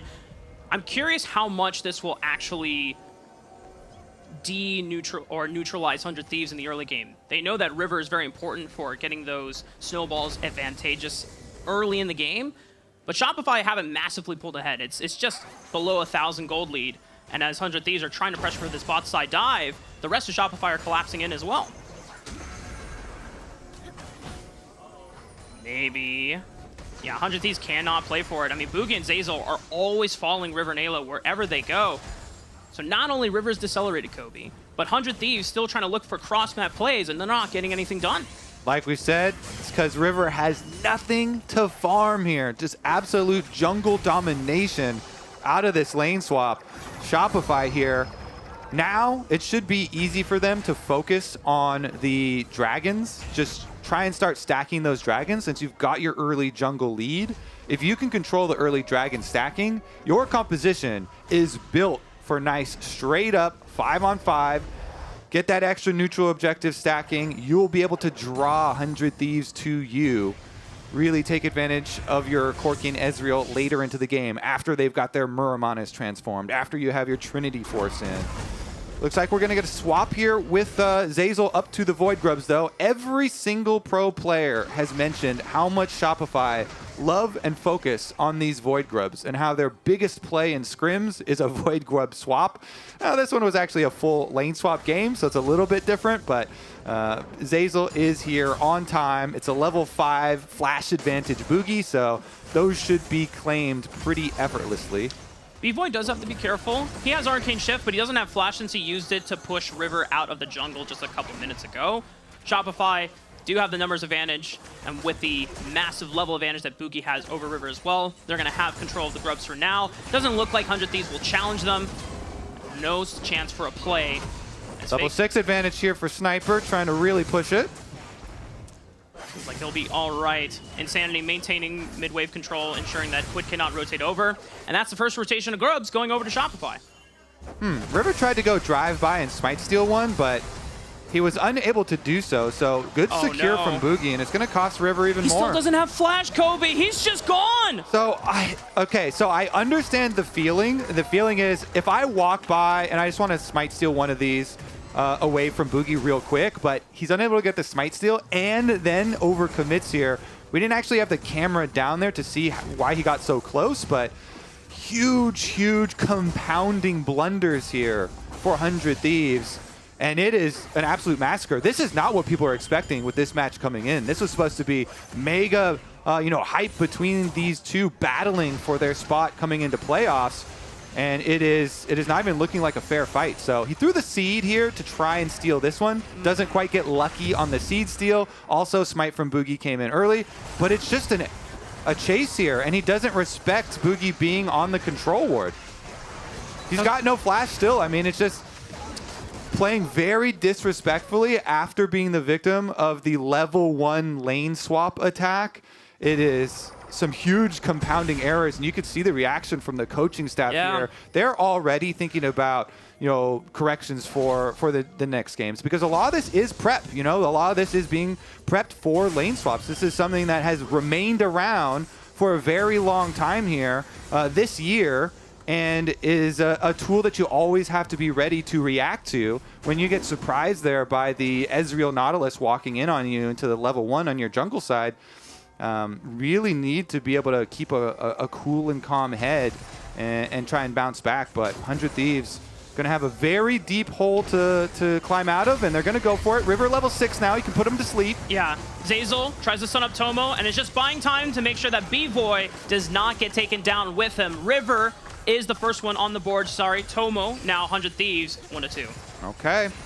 River able to get his level 6, able to get in on the timing for Tomo. And I definitely say Tomo will be a big hope here for 100 Thieves. He was very, very good for them in his first week in on the team. Some game-saving plays from him. First series back on stage, and the confidence that he showed on Zeri multiple games was quite impressive. So now they're looking to punish him that he has no Kai'Sa ultimate on top side, but should still be fine and give them plenty of room. Still has flash and barriers, so it should not be anything super threatening for this bottom lane of 100 Thieves. Boogie does show up on the top side of the map, just making sure that they can get the push in, but both of these guys are going to take a base. Actually, Tomo is gonna stay. We'll try to catch this wave. Ayla trying to beeline it back to top side to make sure that there's no chance for a dive either. And it looks like it'll be respected. Tomo should be able to clean up this wave just fine. I love that this game is playing out just as the setup, just as the title for this series. This title is supposed to be Super Subs saving Shopify or 100 Thieves. Guess what? The Super Subs are the ones with the kills. It is Boogie with the big jungle lead off of the lane swap invade, and it is Tomo off of his killer instincts play. We'll see which sub is able to carry harder. Definitely both of them in a very good spot. I mean, we're almost to Leandri's completion already for Boogie. So how accelerated this brand can be, increase the power clearing and the team fight presence that you get with a brand. Since you've got Nautilus and Cassante on your team, that's why I was thinking maybe Shopify will focus more on Dragons a bit earlier than this stage in the game, so they could actually start stacking those up and maybe bring 100 Thieves to their hands so they don't have to go face checking into a big Rel engage. Rel engage, Lilia combinations. We saw what Team Liquid did with that. Yep. And that was pretty deadly. It was not pretty. So Shopify definitely coming over here to contest Grub set number 2. Little reset for Insanity, but he's got teleport to come back. Yeah. And a lot of ultimates are available for 100 Thieves this time around. So even though the early plays in the game put River on the back foot, he has been managing to keep up. He's nowhere near as strong as Boogie at this point in the game, but he can still provide that setup with the Lilting Lullaby if that Swirling Seed hits one of them. Boogie smites the first one. River can get in and try to steal another one. Ayla is trying to set up for this flank, but there's a control ward that spots him on the left flank. So it'll ensure that Shopify are still safe in this setup. Insanity now walking on over. River secures the second one. And they're still waiting. Dredgeline right onto Ayla, and he flashes away while he sends the depth charge just to ensure that Ayla is punted out of the pit. Last one, two-man Q flash for the ulti. Sleep onto B-Voy and Zeyzal. Ayla punishing Boogie for going in with the Pyroclasm, and Insanity's got to be able to clean up the damage, but he doesn't have enough firepower if B-Voy has to run for the hills, and 100 Thieves are back in this game. They certainly are in a big way, Rafa. They absolutely decimate Shopify on those Void Grubs, and they just denied the one that they need to deny. Just make sure Shopify don't get to the full 6 for double Void Mites, and they get the kills. They get the team fight here. They get more money on Tomo as Quid is punished for his hubris here. That was getting a little bit too far into the lane, and now he'll have no flash, but at least does not die for it. We'll take a look back at the replay. So here they already were able to push them off far enough to get their one Void Grub. Now you're saying in comms, focus on the fight, focus on the fight. And Ayla, you pointed it out, he flashes away with the Nautilus ult on him. So Ayla was able to disengage despite the biggest utility there from Shopify being used. And then it was River who went back in with the flash sleep to section off the rest of Shopify, allowing them to kill Boogie while Boogie was in the pit collecting the other Void Grub. So just really nice management of engage tools there by 100 Thieves. It was Ayla flashing out and avoiding everything with the Nautilus ult on him, and then the re-engage from River. Even as difficult as this early Lilia game has been, he had his eye on the prize. He got his one Void Grub, and he's like, I'm going for the sleep. Flash sleep, zones out the rest of Shopify, and 100 Thieves, they have just taken over the gold lead. They have really smashed that early game advantage that Shopify had built up off of their lane swap. And now you're starting to sweat on the side of Shopify. I think for 100 Thieves, one of the things that made them so confident in taking that fight is the fact that Tomo was the only person in the game other than Boogie that had a first item spike. So they probably are commenting to themselves, hey guys, Tomo's really strong here. As long as he's not picked up and we set up the fight for them, it doesn't matter if River dies, if Quid dies, we need to set up for Tomo to clean up this fight. And Boogie has to do a Hail Mary, send it in, because he's the only one with Leandries and doesn't get that much done off the Pyroclasm. It's really nice use there of the extra mobility too, since they're able to separate Shopify, then you get so much value out of Killer Instinct, and it just allows Tomo to go in after they already avoided all of the big combos from Shopify, with Nautilus ult and Ezreal ult combo being attempted to use to burst down Ayla. Nice re-engage from them. Now we're going to see another re-engage here as they try and retake their vision on their side of the map. TP. I mean, Shopify are just going to go for the quick pick on the Ayla. They burst him down, but Quid gets set up with that last breath, trying to knock out Zeyzal, and Sniper is ready to follow up. Tomo's also there, and suddenly Shopify Rebellion's game plan has fallen apart. Fake God has teleported back into the fray, but I don't know how much he's going to get done, but Tomo just gets to use the Killer Instinct to escape. Yeah, nicely done by him. He just goes get one auto on the Cassante to apply Plasma, and then you see him back off, completely baiting them so he can ult over back to the tower.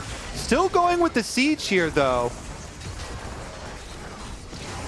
This turret is getting super low. They're sending up. Fake God just dies to the turret. They wanted the first break badly. I don't think they can get punished any further. Sniper doesn't have flash anymore. No Killer Instinct from Tomo, so there's no further follow-up. During that time, Quid and River were taking the Rift Herald, and they got a turret on the response on the top side of the map as well. 100 Thieves, now 2,000 gold ahead of Shopify, and you can start to feel the desperation in Shopify's... I saw it. I watched desperation on that tower attempt right there. They tried to force that tower so hard in the face of Sniper and Tomo. That was massive disrespect to Kai'Sa damage there. Fake God goes down, burns the flash also. They went right into Tomo, and now he's 4-0 Kai'Sa. That's Rageblade done already. That is insane. Double item power spike for Kai'Sa right now. Tomo is truly the king of Summoner's Rift at the moment. The Superman that came in to save 100 Thieves is rich. Yeah. When he first tweeted it, I thought it was like, okay, yeah, you got to hype up the boys, but he has lived up to the mantle. He has lived up to what the words he said before, even the Immortal series last week. And now getting ready for Shopify. I mean, we got a chance to look at some of the things that Tomo has said. We know what his coaches have talked about him being super vocal for the team, but Tomo's even said himself that as an AD carry, I no longer try to think about what is an old mindset of I just need to farm and play the game and let the team kind of carry me. He's like, no, if I've got gold, I need to be more vocal for the team and talk about, hey, I see an opening, we should go for it. So on the side of Shopify, as Insanity is chased, he'll be fine. On their side, though, they have to remain focused because, again, you need to win this game for your playoff hopes to remain alive, and you do have good scaling outs. This game is not completely blown wide open. It is just starting to look very, very rough because of all the money on Tomo. And so they really, really need to calm down, need to farm it out a little bit for their Ezreal, for their Corki. They have one of their Trinity Forces. If they can get to their Trinity Force plus Muramana transformation on both of those core carries in Insanity and B-Voy, then they will still be able to win team fights. It's just they can't let the gold lead get so out of control that they lose control of the entire map. And then they're drawn into these dragon stacking. Fake God. Oof. He's in trouble. He gets the all out, but it's not in time. Sniper's able to drop the last turret aggro shot as well. Clean dive from 100 Thieves, and this turret will fall as well. Yeah, and there's not going to be anything. I guess they're pushing on top side here. Insanity up there is going to be able to get top tower, but the dragon spawning in 48, 47 seconds here should be full 100 Thieves territory. And 100 Thieves already taking that bottom tower. Now you also have such an easier time of warding everything leading up to the dragon. So game plan now for Shopify, it was already, all right, try and get 2 core items on our Corki and Ezreal. Now it's like really, really, really don't poke your head anywhere near any of these dragons, anywhere near any of these neutral objectives. We got to farm defensively, farm, and try and maybe punish, if 100 Thieves go way too far in some super aggressive move. But they really need to get a couple of items here on their 2 carries there. Meanwhile, Quid has actually gone for that Flicker Blade on the Yasuo. This is a super, super fun one. So I'm excited to see 100 Thieves accelerate because talking about 2 core, they're just going to take up the dragons super quickly and then look to force because both sides of Shopify jungle are wide open for the taking here for 100 Thieves. So grab your neutral objective first and then go in, place some wards, and look for constant picks here. Yeah. You've got Kaisa Rel. You have easy follow-up on any sort of picks that they actually do find through the jungle. And as long as you have this 2-item power spike window over the rest of your carries when you're looking at mid and bot especially, I feel like 100 Thieves, they have the onus to just force any fight. That's a blast cone from Boogie and a flash. Ayla tries to dive in past him. River cannot get anything more done. He's stuck in this pit. He finally flashes back over the wall, and now Ayla, maybe 100 Thieves got a little too far with sending it. That's the punishment. All right, they all flash forward so deep. Ayla, big whiff on that Rel engage, going for Boogie. Boogie is forced to flash after getting slept, but then 100 Thieves went just a bit too far. So there's your defensive punish. Just try and farm, play defensively, and then if your opponents overextend like that, then you get some money back, and now it's getting interesting once again. All 100 Thieves had to do is just make sure to maintain this gold lead and Shopify for them, as you called it out. It's like, hey, if they give you any free picks, you can take those while you continue to scale into the game. Yeah, so the idea there, Ayla's like, all right, I'm just going to super force this on Rel, and I'll get my engage onto Boogie, and once I do that, Kaisa, Killer Instinct will come over the top. But was unable to connect. They could not actually connect on that, and so Tomo's not going to join, can't join on that. And then by the time they do get anything applied, then he can't even join, and so it ends up costing them quite a few resources. No flash on River, so there's going to be no big flash sleep play. They still have overwhelming map control though, so and wallet diff. So don't be too put off by the mistake that was made. Sometimes you got to send it and see if it works, and if it doesn't, then everyone ensured that they didn't all in onto the play. But Baron is alive for the taking. 100 Thieves still trying to push that vision line deep into the blue quadrant. Shopify challenging for mid-wave prio. Tomo's the first one to get in there. And 100 Thieves, anytime they pull the Baron, it's not a commitment, it's just trying to see if they can get Shopify to burn any other spells. Fake God is on that bottom side of the map, has TP. If they're able to force that teleport out of him, that's all 100 Thieves would want. Yeah, Yasuo is actually really good for Baron baits too because of the utility of Wind Wall. Oh! Wait, before, oh, he flashes to the wall! Oh no! And Tomo has a free access pass to just taking him out. Ayla steals it! What the Ayla? Dude, Tomo is kill secured.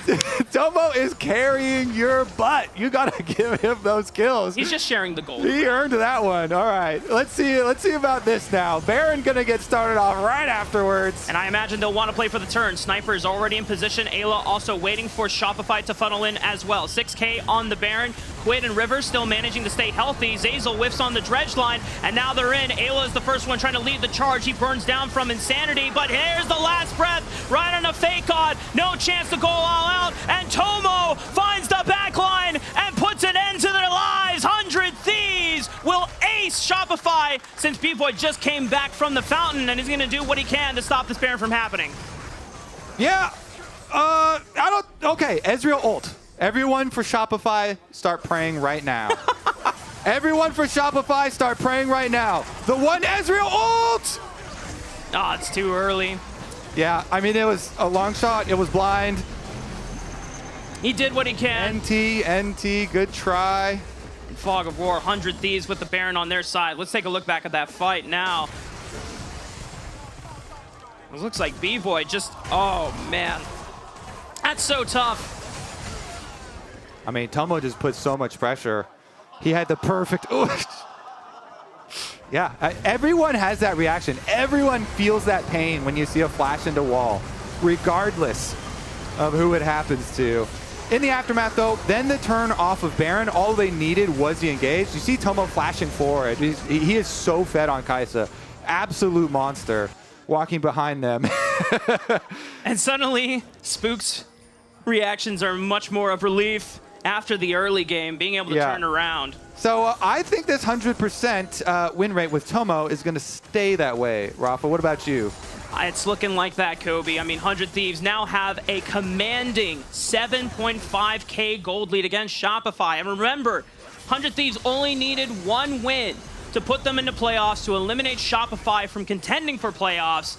And if this is how it ends, it could be the end of the miracle run for Shopify. We got a Prage there in chat, but these are all a little bit too late, I guess. It hasn't happened yet. You still got to keep praying, though, because that's about, all you can do here for Shopify. They're down 8K, as you say, and 2 dragons. So pray. Put a lot of effort into those. Maybe you can get like some, more punishment plays, as we can call them. If 100 Thieves go for a swing and a miss, a couple more whiff plays like that, maybe get some shutdowns, some objective bounties, Rafa. Yeah. It's the classic Cope, line there. We look for some shutdowns and we pray. It's all you can do if you are Shopify Rebellion. Hope that 100 Thieves get too complacent in the way that they are handling the closing of this game. They have 3 dragons to their name, so maybe there's a fight for Soul Point, but the question is, will Shopify even last long enough to get there since it's another 4.5 minutes away? Yeah, and 100 Thieves, they are built for dives. This is a dive comp, as we talked about in Champ Select. It's pure dives, it's pure pick, so when they're ahead, they are just going to try and force stuff, and you're hoping that there's some sort of error when they do go for that force, and they don't bring all of their members. However, Yasuo and Kai'Sa here, both on bottom side, so they've got both their big carries here, both the damage dealers, and this tower won't stand a chance as long as Sniper on top side plays a little bit safe. They should be fine, pushing all 3 lanes here, keeping pressure in all 3 lanes with their Baron buff, slowly but surely whittling away. Well, maybe not even so slowly. Inhibitor turret is gone. 100 Thieves have officially broken the base open. And Shopify, the current relief now is that the Baron buff has timed out. And Shopify still have a couple more minutes before Soul Point does spawn on the map. You have your double item power spikes for Corki and Ezreal online. Brand is at 2 items. this is probably going to be the strongest you can hope to be before what might be the last fight of the game. Yeah, I guess the timeline has moved up so quick, huh, Rafa? The time flies. Dragon Soul is coming up in 3 minutes. Yeah. You're like, well, we don't have a whole lot of time to continue scaling. They would love to, but now they're getting teleported on. And Boogie is very far forward. Ayla engages with the Magnastorm. Sniper and Tomo join the fray immediately. And Fakod is trying to see if he can get in and bail at least someone out, but Zeyzal and Boogie are already dead. The all-out will bring Quid back over to the left side, and he doesn't even die. That is crazy. Shopify Rebellion take more insult to injury as Quid survives, and another attempt. It's just blast cone after blast cone to get Quid back to safety. Yeah, Quid's got a GA on top of it. He goes to provide the utility for his team with his wind wall, heals up off of the minion wave, and the siege continues as they're going to destroy another inhibitor turret, and they can just take 2 inhibs here since the bottom one was already opened up.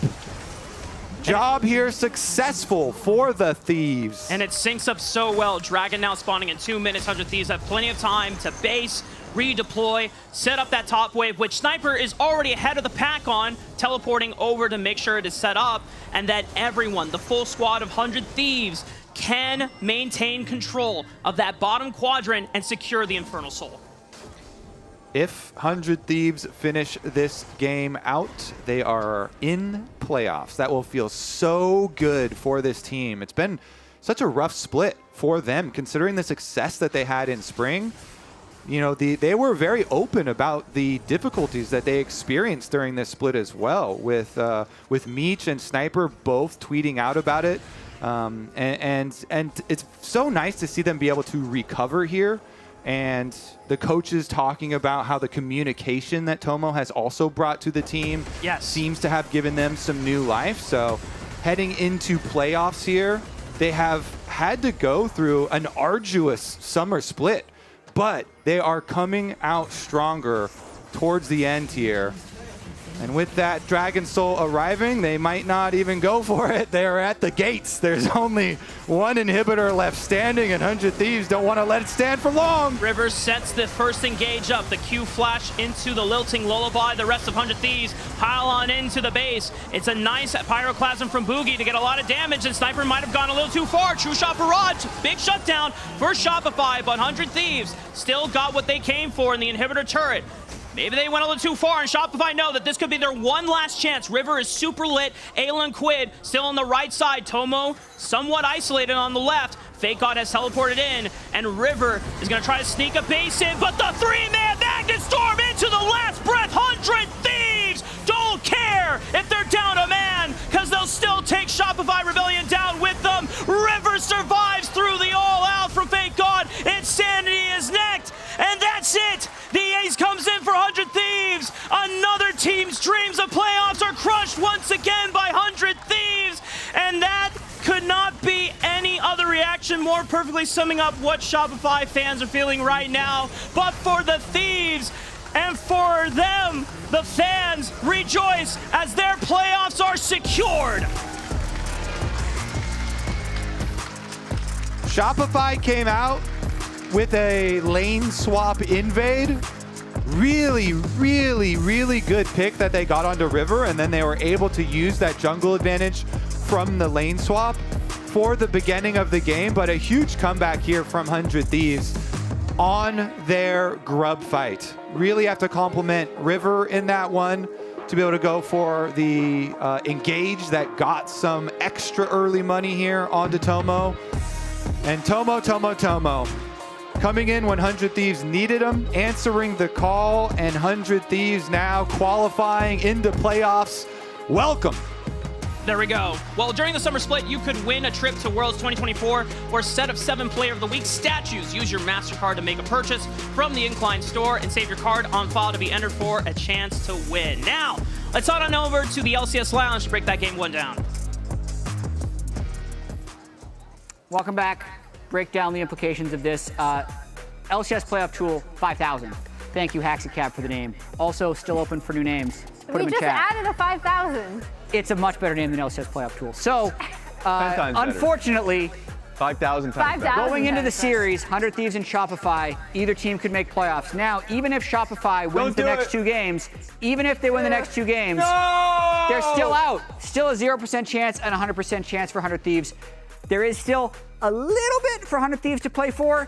If they 2-1 or 2-0, they could move up a little bit higher. But I believe, depending on, because Team Liquid 2-0'd down here, 100 Thieves is actually going to be locked at least 5th. So they're playing for side select in their first series, most likely. And for practice, to be fair. But congratulations to them making playoffs. Shopify out. Let's break this game down a little bit. There's Can we first get a salute in the chat? For Shopify? Shopify's dead. I know. Boogie tried hard. Yeah. I feel like the whole team tried hard. They did, of course, yeah. I actually really liked their lane swap, like getting the pick onto River. I thought that was a really good call from them. I know people are probably going to yell at me just because it was a lane swap. But the big thing was 100 Thieves were able to get back into the game off of a few skirmishes, especially that one bot side. There was a play where they were getting Herald and still winning the fight. True. On bot side with Sniper coming around on the flank. And then it was all decided on the B-Boy pickoff too. Because I think up until that point, you could be like, Shopify still have a way back in. But when they end up picking off B-Boy, it opens up the Baron for them. And this is also where we see kind of the... You hate to see it, guys. That's rough. That's not the worst part all about that one. Yeah, Ayla stealing the kill. Stealing the kill? After Tomo did that for you. Insane. But yes, I actually think the setup for 100 Thieves around Baron immediately off the pick, knowing they had a large advantage. Ayla's positioning for if Zeyzal is pushing far too fast, so they really, Shopify Rebellion can't do anything to really support him. I think the setup for 100 Thieves was impeccable. Yeah, and there you see we talked about Tomo being an added facet to this team that we have seen previously, especially last split, play really well. Around their 2 solo laners, look at that damage coming out of his Kaisa, highest damage in the game. They lock playoffs. And I know you're talking about the tough decision they have to now face just based off of, I guess, what side selection they get. Yeah. But now, honestly, you're a little bit scared facing them going into the playoffs because I feel like Sniper has been performing really well. Tobro has been actually killing it since coming into the LCS. There's a lot. Yes. He's been a real... We're calling he's been Raz a bro. is trying to make nicknames a thing. We're going to try and make some nicknames happen here. You know Tomo's already not his name. Yes. He already has a nickname. Now, this is his nickname to his nickname. As we head to break, let's take a look at our LCS Connected Comms replay presented by AT&T and voted on by chat. Get in there, Tobro. Play for five. Don't play spread. Don't play spread. Keep hitting Baron. Keep hitting Baron. I can go. I'm going. No hook. No hook. Just hit. Play for five. Play for five. Look at Sante, maybe. Flash. Yeah, it's 45, guys. Yeah, look at Sante, guys. He has ult though. Sante dead. Corki dead. Corki dead. Got kill. Go nice. Baron. Nice. Who? No play Corki. Okay. Okay. You can get mid tower, I think. Good. Yeah. We need 3. We got it. Yeah. I'm here with you guys. I don't have nano. Okay. Just okay. Yeah. That...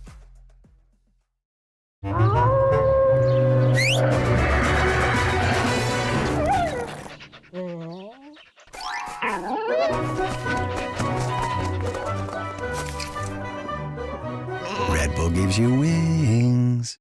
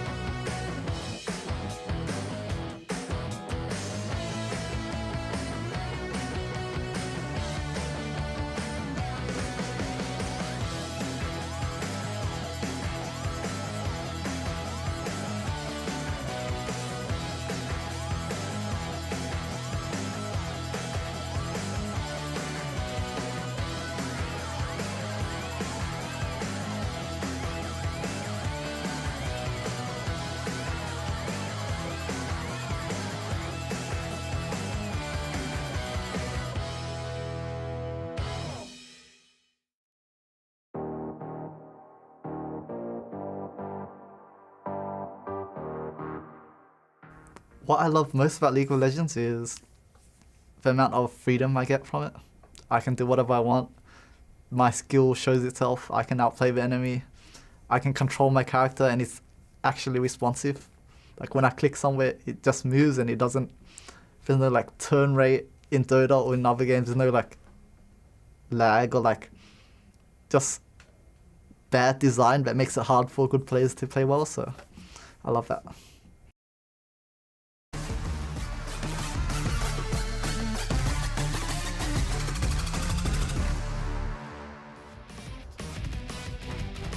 Ladies and gentlemen, welcome back to Game 2 between Shopify, Rebellion, and 100 Thieves. We're already into Draft Kobe. It's Aurora picked, our first Aurora of the LCS Summer Split. It's finally arrived.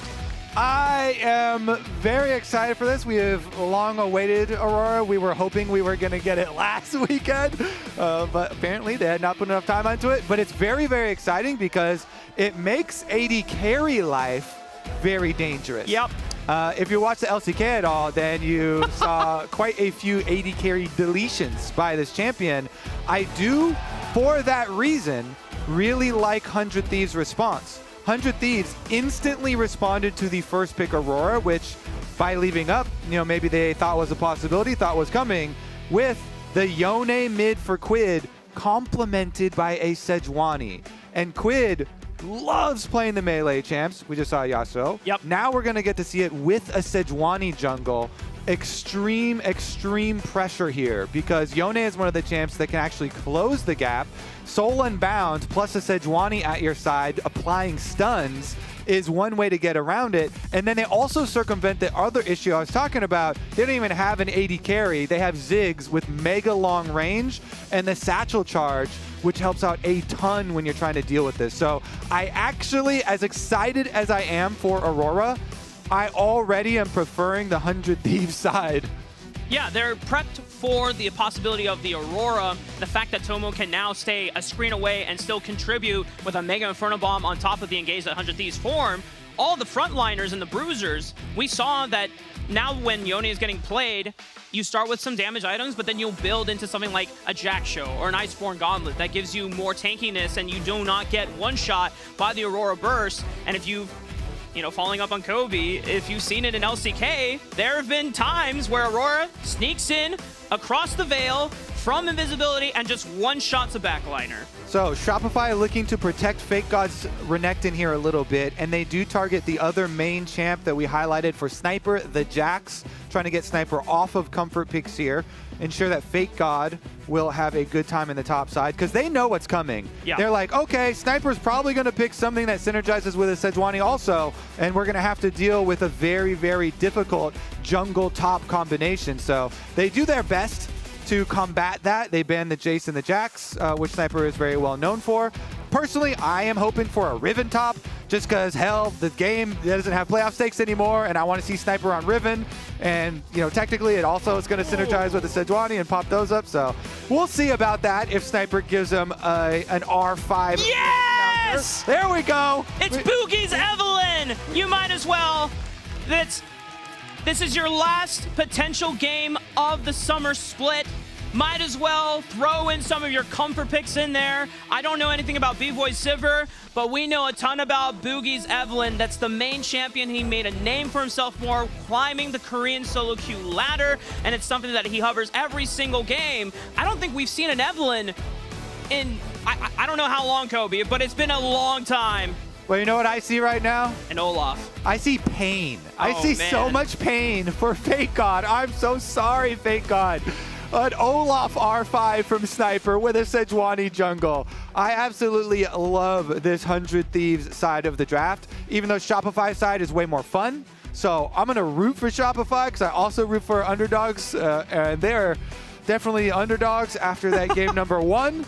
But I think that 100 Thieves here just have so many good answers. But I will say there's a lot of good, well, maybe not a lot of good outs, but there's some good outs. Maybe this Sivir will be able to turbo farm. Maybe you'll get some crazy Aurora, plays here from Insanity. Happy to see it, and happy to see Boogie get his Evelyn. The nice thing about having a Sivir, even though we don't see it prop up as a top marksman pick in any other region, it will give you wave clear. And the rest of the champions that they picked for Shopify, if they just need to stall the game out, and we've seen metas where Sivir has been able to stall until 6 items. Now, I don't know if that is going to be the game that we get here today, but that is always a possibility. Whereas 100 Thieves, I mean, you said it, the fact that this Olaf was locked in into a bunch of champions that have some form of hard crowd control. Ragnarok, boom. You don't care about that anymore. So we're going to see if 100 Thieves can go the distance and look for a clean sweep, or if Shopify can pull out at least one more game win before the end of their summer split. Yeah, as far as the Sivir goes, because I know the Sivir also is being tried out, especially a lot in Challenger in mid lane.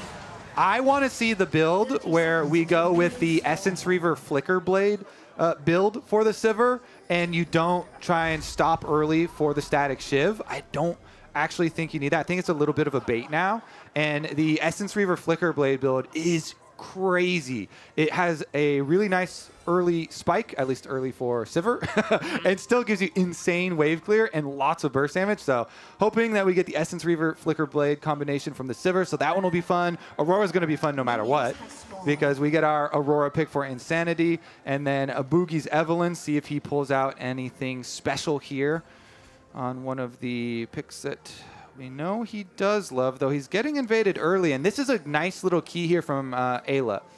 Even though this is super early, and this is before Evelyn is going to have her invisibility, a tip for later, as we see the delayed invade here get rebuffed by Bvoy and Zazel. Tip for later is, you know, post level 6, when the Evelyn is really hard to track, you always want to go ward the camps. Yep. Because Evelyn will still have to go do camps, and those are the points where she'll have to reveal herself, and you'll actually be able to try and play at least a little bit around the positioning of this champion that I know so many late laners find so frustrating. Yeah, in the constant invisibility and always ganking you. So Raptors Brush, where that ward is now, is going to be probably repeat warded a whole bunch, as well as the brush by the blue buff / Gromp is a very popular Evelyn warding brush. Yeah, because later the game goes on. If you try to ward your tri-bushes, you better hope they're control wards, because normal wards aren't going to see anything. What? Now, we're already seeing a lot of trading power from this Aurora. Quid under fire, still has Flash, and River's right behind him, finishing up these Wolves. But the way that these trades have been playing out, Insanity is going to be forcing Quid to back sometime soon. And he's going to recall now while it is a cannon wave. Aurora, Aurora. He's got the pressure. He forces the early teleports. Let's see what kind of buy Yone gets with 6 CS. All right, Damn. that'll refillable. That's austerity measures right there. But, you know, the key part is trying to use your jungle pressure, and Sejuani, you can see now, is going for the invade on the Evelyn. I want to see that jungle skirmish here. River does have Smite. He's going to try to force Boogie off so that he cannot get in range, but it's a little difficult. And the fact that River is getting pushed off by Boogie is crazy, since the wave prio, looks like Boogie was able to secure it, but now he's in trouble.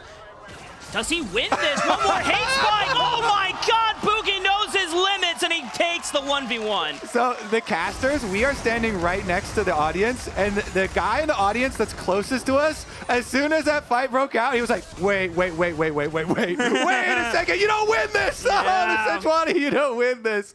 Oh, that was hilarious. Nice little attempt there. Boogie hits what is key. Smite on the blue buff, gets the level 4, gets the extra rank in skill up there.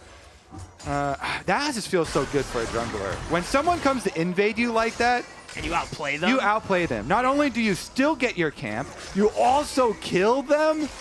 Boogie here. All right, that is he already was our star for Shopify with our super subs story, but in this game, he's set up very, very nicely. And it was the Q coming back here. His Q came back up. Nice little spacing there. It was so close, too. I mean, if you're going for these invades, getting that actual smite on the camp just means so much. I don't know about you, Kobe. If you have chat turned on in solo queue, I normally don't. But if anyone ever invades me, and I not only get my own camp, but I also win, that makes me want to turn all chat on just to talk mad. grab the back to them. Well, what it also enables you to do, even with the increased price on boots, he still went for the rush onto Sork shoes as Fake God. He's in trouble. And the flash from River just to secure that Fake God cannot outplay it once again or wait for cooldowns to come up. River secures the kill. And Shopify, you know, they drop one, but it's okay. Boogie's still on the board with that first blood on the Evelyn. And as you pointed out, Sork boots, it allows him to be faster on the map. Level 2 or 2v2 all in on the bot side. Tomo's getting burned down low, but he's still, or he actually burned Flash. He's able to escape. 100 Thieves bot lane, currently under pressure. Yeah, Boogie now on the offensive because River used his flash in that top play, so he's going to be able to steal away the Raptor camp. And Evelyn getting the early kill really snowballs against you because she farms so nicely here. And once Boogie gets to level 6, then it becomes a very big issue for the 100 Thieves laners. Sniper himself, that Olaf on top side, does not run flash, runs the Ghost here. And we'll see if Boogie's able to get up there and try and punish him, because a Renekton Olaf lane is a fist fight lane. So definitely should be lots of opportunities for an Evelyn up on that side. Meanwhile, checking out the flashes that were blown. Tomo on the bottom side there. The Ziggs also could be a possibility with no flash. Zazel just making a quick trip to mid lane to hover Insanity on the push. Insanity getting some spam. Emo Thompson, River now going to try to pressure for mid lane as well. 3v2. Shopify playing for these grubs. Zazel or Alo wrapping around. Double knock up on Zazel, and he's going to flash away before River can connect with the permafrost stun. And time's out. Boogie got the first grub, but now they're starting to back off. Yeah, they kind of got to get out of there until Renekton arrives. Between worlds, it forces Quid to bail from the Spirit Realm, and now 100 Thieves are on the back foot. Fake God arrives to the fight first. Sniper now trying to get into the backline, pops the Ragnarok, and he's tearing through Fake God, but he gets a heal from the Call of the Meek, and now the fight has broken up, but Sniper still takes out Fake God, and Zazel's could be next. Boogie on the right side dips back into the shadows, but 100 Thieves are wiping the floor with the remaining members of Shopify. One more knock up into the bomb. Tomo gets the last blow, and Ayla even survives. Oh, I thought that Ayla was going to go down there for another one, but he survives as well. Another grub fight here in the end, going the way of the 100 Thieves. But look at the setup. The ultimate into the combination here from Insanity, but then he's out of mana. The Aurora here out of mana, trying to auto. Boogie flashes up to the other side, and it is just a little bit too low on resources, on health bars there. Shopify, they move back in and finish off one, and Boogie's able to get that nice chunk of change as Insanity goes back in and almost got out, since you do reset on Aurora when you get those kills. So he was banking on the reset, went in, got the kill, then flashed and tried to jump away, but chased down in the end. Means one more. I'm still looking at Boogie, though, for Shopify's hopes. Boogie here on the Evelyn was able to snipe another kill, and now he's going to get level 6. And level 6 on Evelyn is usually like halfway guaranteed of a kill, because just when you get it, it does so much damage. There's such a big chunk of someone's HP. So we'll see if Boogie is able to make good on his first ultimate. When you get that first kill with your ultimate, can really start to snowball. Evelyn as an assassin jungler, which is so rare in pro play, is actually one of the few selfish junglers that you see. Usually our junglers in pro play are very unselfish because there are so many carries in other lanes, but Boogie really does need to play for himself. That means you don't go for a lot of early dragons. You go for money, you go for kills. And maybe a setup onto the bot side. Quid is stunned up by that solar flare. Ayla buying as much time as he can, but they found Boogie! And the CC layering doesn't give Boogie a chance to escape with the last caress. As Zazel continues the charge, here comes Insanity. Between worlds, Quid is caught in the Spirit Realm once again. And Ayla, or River should be next. Ayla managing to escape. A double kill for Insanity. All right, friendship with Boogie ended. Aurora is my new best friend. Aurora roam bottom. The ultimate here, locking up the extra kills, and now Fake God's feeling it. Ragnarok popped. Fake God, does he have enough damage? Not quite. It looks like it's just going to be a trade of ultimates between the two top laners.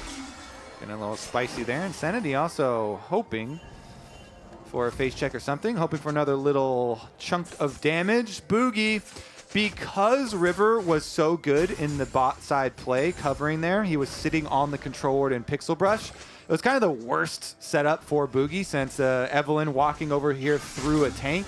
He had no good avenue.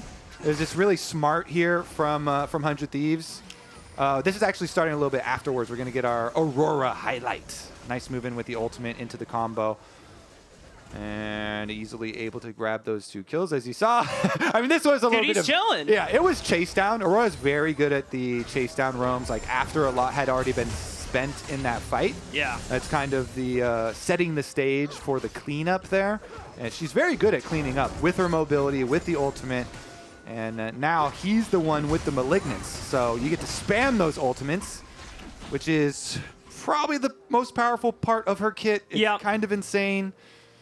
So I want to point out, for 100 Thieves, the Evelyn effect has already taken place, and they've recognized it well.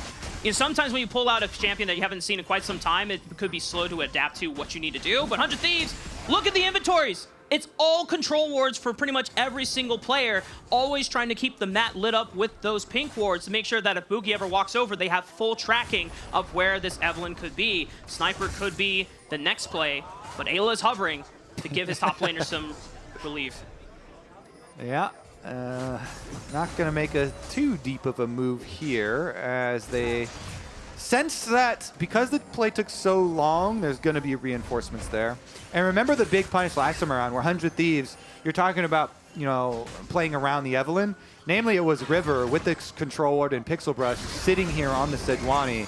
And really blocking the follow-up from Boogie because Boogie wanted to double engage there. He wanted to get in. He could have finished off, you know, 2 of them off of the Zeyzal engage, but he got screened away by River Sejuani and really blocked the Evelyn from gaining money. So now what you're worried about is the Malignance Aurora Insanity there. See if he can actually make use of it. As soon as you get that Malignance, your ultimate cooldown is so low, you just always want to spend it. So they're going to always look for picks, and they call Zeyzal up here into the lane gank to actually look for one on Quid. I like this.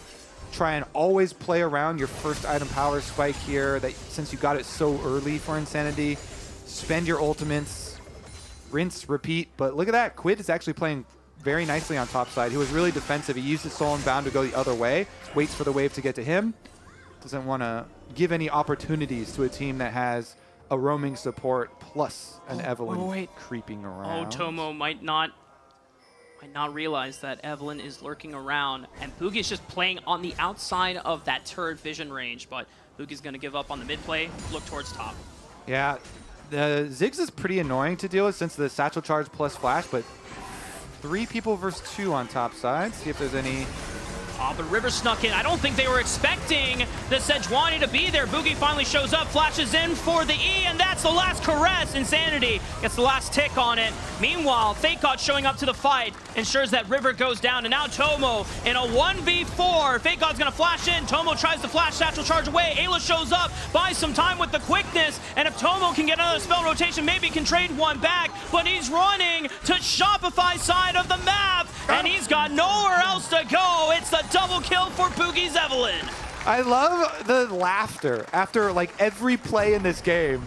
Keep our camera on Boogie here. Boogie is cracking up at these plays. He's having the time of his life. He gets to play his favorite champion. Yeah, if you also see the beginning of that play, it was a nice demonstration of Aurora's ultimate being used for actual mobility there. Insanity was the one he got engaged on, chunked under tower so low. But let's see him. Yeah, we'll see the ultimate here, and then he bounces to the other side. So he gets, you'd think, oh man, he's so screwed, right? But he uses his ultimate and then flashes over to the other side. The range that you get just with casting your ultimate, the little jump there, out of tower range, then flashed, then was able to kite while FakeGod and Zeyzal got the extra cleanups. And Boogie was like, oh great, I can go in, I can get my kills start to roll here on the assassin, Evelyn. Now, Shopify with their kills, with their lead. Unfortunately for them, after they've already been eliminated from playoffs, but having some fun on a couple of these picks here. They are pretty AP heavy in their picks that are ahead at the moment, namely the Evelyn and the Aurora, so 100 Thieves would be wise to index into a bit of magic resist. Yeah, because right now, the fact that Malignance was rushed, hang on, a kill might happen on the Tomo, but he just satchel charges away, takes some damage on the way out. Ayla pops the quickness, trying to cut off Insanity, and now he could be in trouble. That's going to be a big shutdown bounty that goes over to Quid. Meanwhile, in the mid lane, Sniper took one for the team as he traded himself for B-Voy under the dive. I love that. Olaf pop ultimate into the back on 3. I've got one job. I'm taking B-Voy down. And he did. He got his kill. Also opens up space for the rest of the team to kill the opposing diver. Let's take another look at it. Again, the satchel charge that we mentioned from Champ Select, quite nice here for Tomo. Gets himself away, a little bit of damage, kind of shrugged off, and Sniper teleports in. As soon as he hit that axe. He's so fast. He was walking away. As soon as he hits the axe, turn right back around, chases down the Sivir, annihilates him. Everybody's cracking up after these plays. Maybe a little bit less there, just a small smirk, but still going to get right back to it as B-Voy return to the attempts at farming. And I am happy to see the Essence Reaver Flicker Blade build. We shall see here, though, as far as the Evelyn hovering around and getting sussed out. I just realized that Insanity before that fight bought Medjai's, and immediately after purchasing Medjai's, he lost all the stacks. That's tough. Wah, wah. See, guys, this is what happens when you read too much. No, you want to encourage people to play risky and get Medjai's. I want to see more Medjai's purchased. We need more stakes. The analyst desk. I mean, we could get some from the analyst room or the lounge. Let's see about the next possible play here, though, because Shopify, since they do have the Sivir rotated in mid and should be farming away quite nicely here, we will approach that 2-item power spike we've been heavily awaiting for B-Voy. So then we'll get to have some fun with the Sivir as well as the double AP carries from Shopify. Meanwhile, River hovering around yet again, always trying to play around the melee solo laners here. Make sure that Quid is okay in pushing out. And Sniper has to give so much respect because Boogie can approach from any angle. You can even sneak through lane and through that alcove, because if you don't have a control ward, if you're not in the bush already. And now he's in trouble. Pops a Ragnarok so he can dodge the charm damage, but Boogie with the last caress will get out of the turret range, take him down. It's a Glacial Prison from Rimmer trying to make the dive onto B-Voy. They cleared him out. He's not in danger, but they blow up the turret now. Ayla with the second engage, making a front of bomb. Big dunk right on top of B-Voy's head. And the action doesn't stop. On the bottom side, Quid going all in onto Insanity, and it forces him to pop between worlds. But now he's super low. But Quid not healthy enough to continue the dive. I love the action in these games. After the playoff stakes have dropped a little bit, we crank up the kills. 19 kills here, only 17 and a half minutes. As we had fighting all across the map, everybody's just like, you know what? I'll go for a 1v1 also. Under tower, I'll go for it. We see them top side, why not? You know, just have a round, find out. All right, well, now let's refocus on Boogie since the Evelyn rank 2 ultimate and has acquired quite a few more kills since we last were focused on him.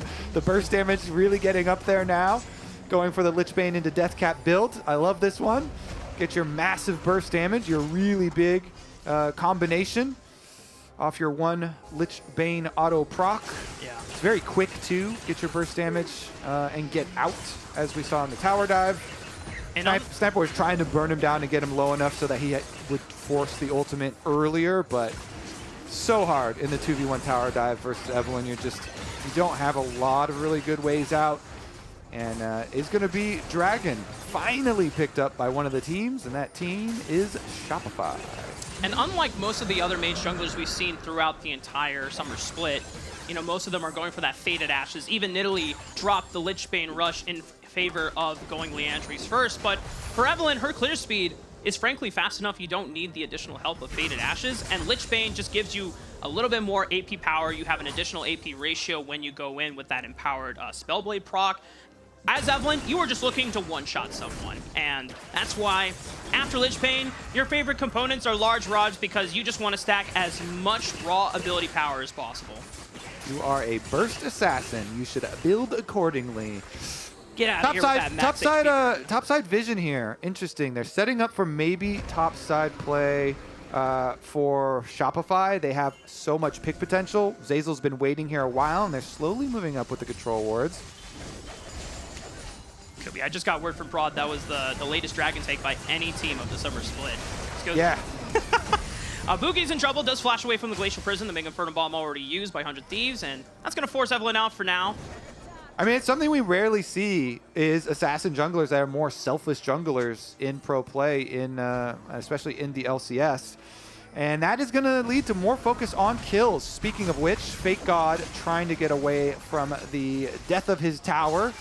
Does escape with his life, but will be a successful push here for 100 Thieves into a Rift Herald. So they're going for number 2. I think it's pretty high value as long as they don't lose out on a Baron rush. Yeah. Shopify will rush the Baron, seeing everyone down here. Between Worlds, popped by Insanity, trying to keep Sniper down, and they burst him. Shopify now turned back to the Baron. Fake God buying as much time as he can with the Dominus. He manages to flash away, saving his life. They lose the tier 2 on the bottom side of the map, but this Baron could be gone by the time 100 Thieves responds. Yeah, I think so.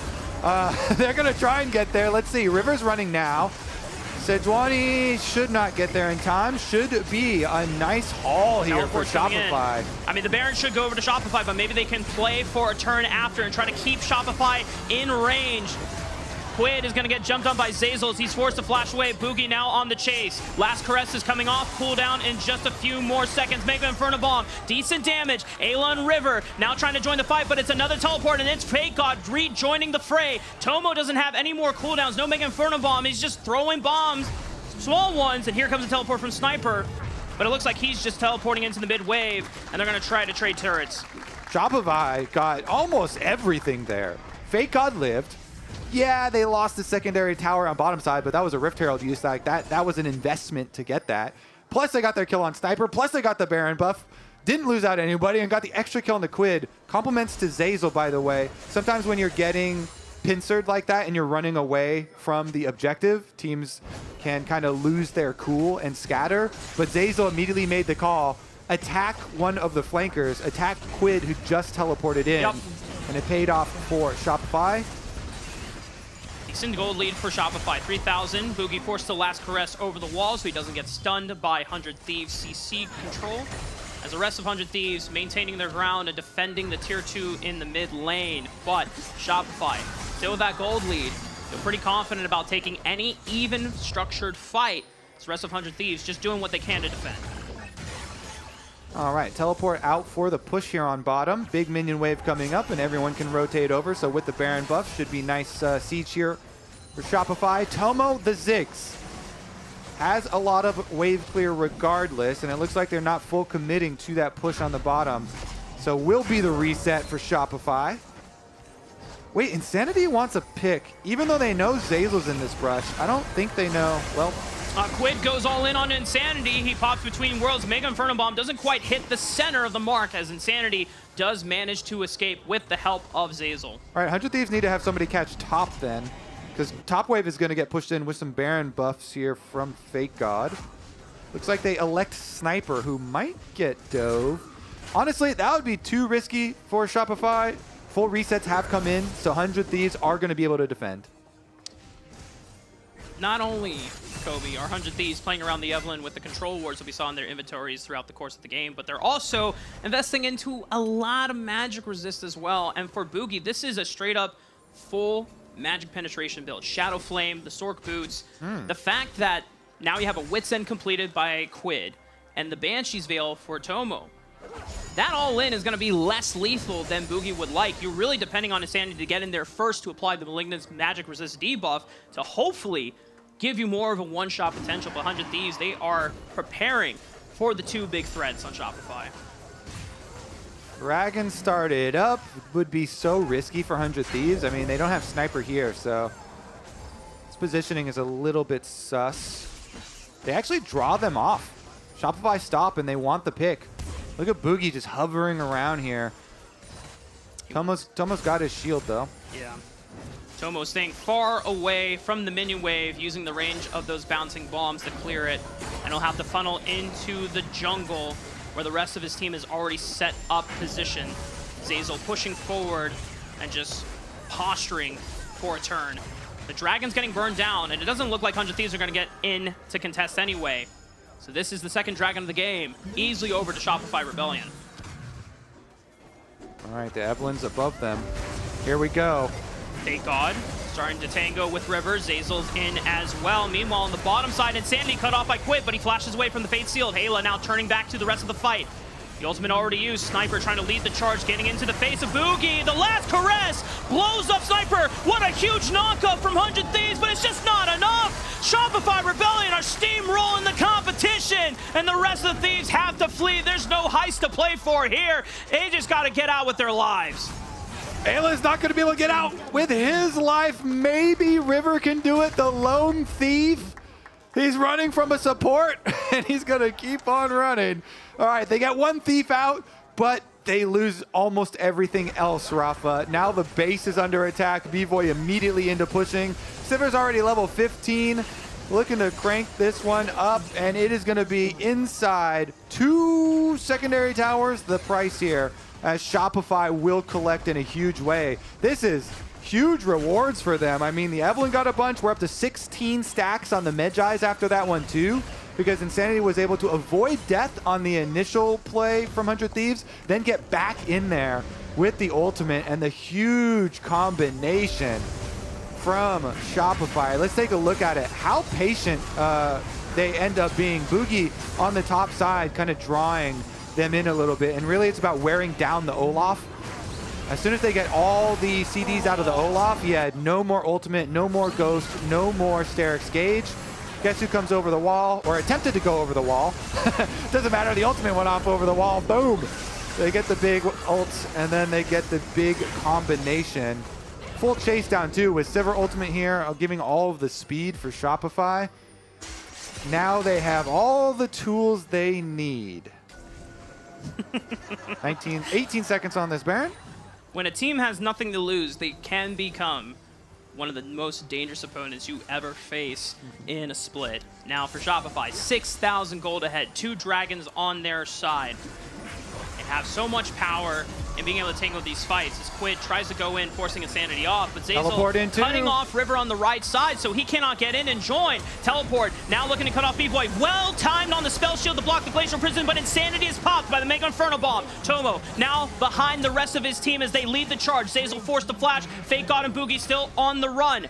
I don't know if Boogie can get in and turn this fight around with the last caress. He walks into the front line. Decent damage, but not enough to take out River or Sniper. Zazel dropping low. Fake God back into the fight. Boogie finds one on a Quid, but Sniper just tears through Zazel with the axes before he gets dropped. Fake God, wait a minute. Turn this fight around. He and Boogie. It's looking like last week against FlyQuest, and now it's Tomo on the run. One more stun with the Ruthless Predator, and Boogie comes in to sink his fangs in. There we go. That Evelyn is getting pretty fed, Rafa. That's a dangerous assassin. River is actually able to finish his red, but he stays away for the control ward. Uh-oh.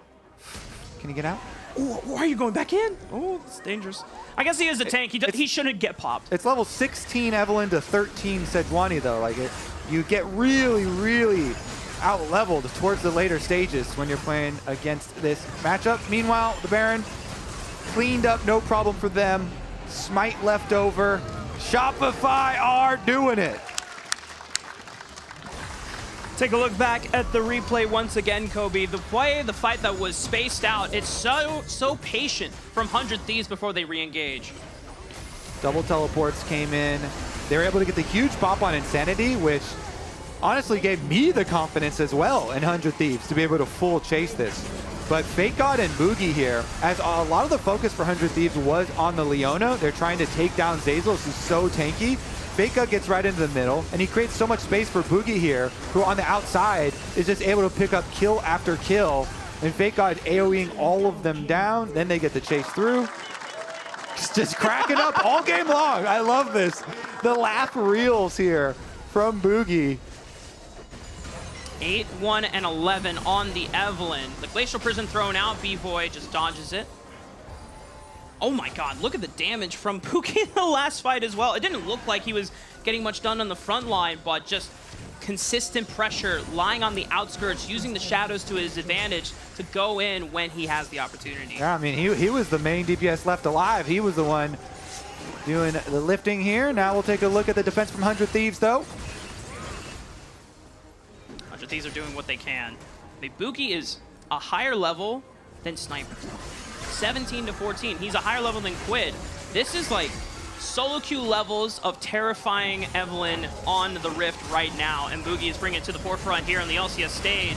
100 Thieves try to go for a pick on Azazel, but they're just going to turn around between Worlds and Solar Flare. 100 Thieves' lives are in danger as Tomo is trying to space everything out from the engage. Insanity stepping up, looking for one more twofold Hex. Maybe can get a rage across the veil, the flash, the weird, and gets the slow, but it's not enough damage unless he burns down from the Leandries. Tomo manages to survive, but the inhibitor is taken down by Shopify, and they'll take their leave.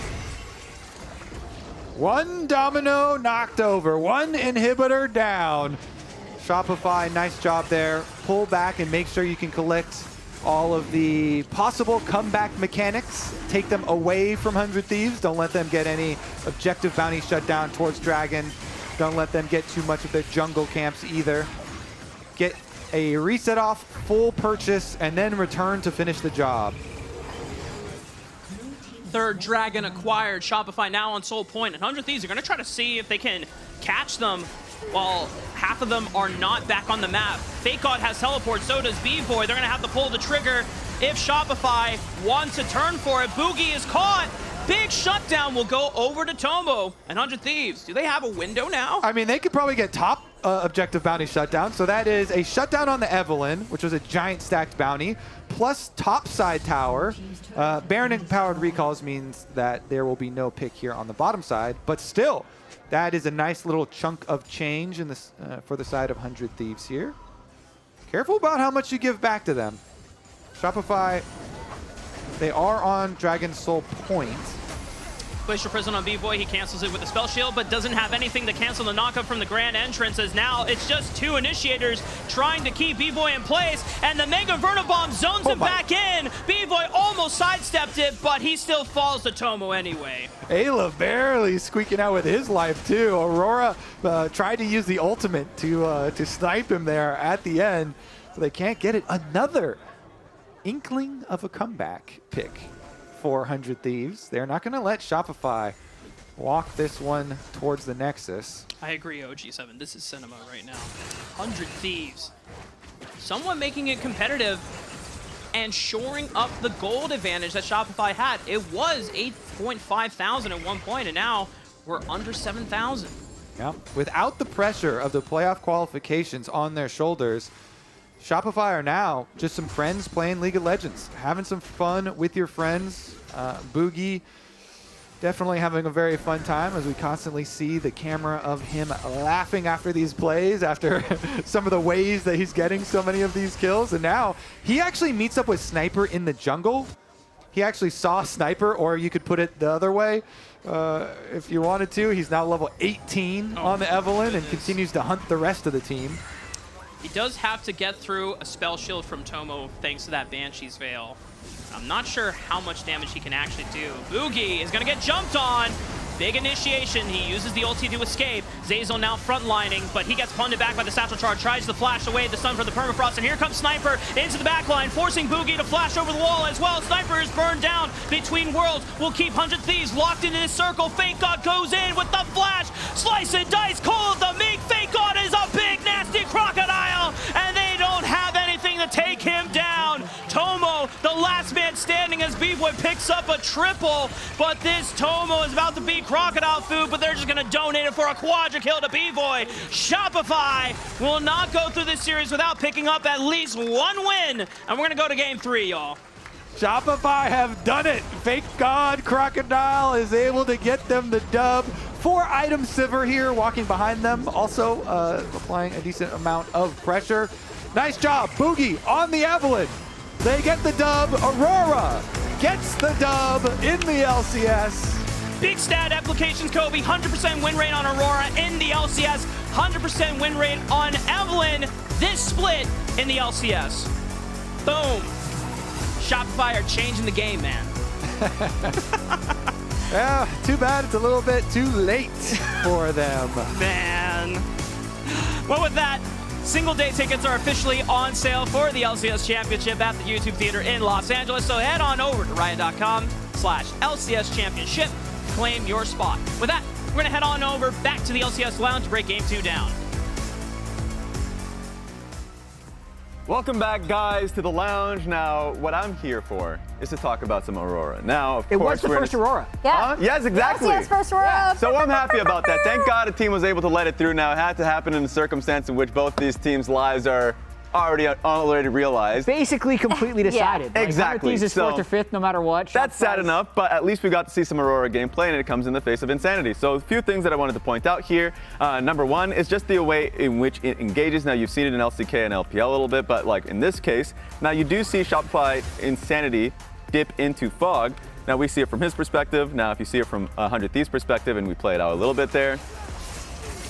Great engage, of course. It forces Quid and River to be able, or Quid and Ayla to find escapes. Now, if this is have a little bit more damage, I think, behind it, then this should result in at least one kill. I think Quid's always going to get out of those fights, but this is a bad fight initially for 100 Thieves. Now, they end up winning it because, as I mentioned, both their targets, Quid and Ayla, are out, and they get completely wiped immediately afterwards. But I thought that at least the engage was a great example of Aurora's strengths.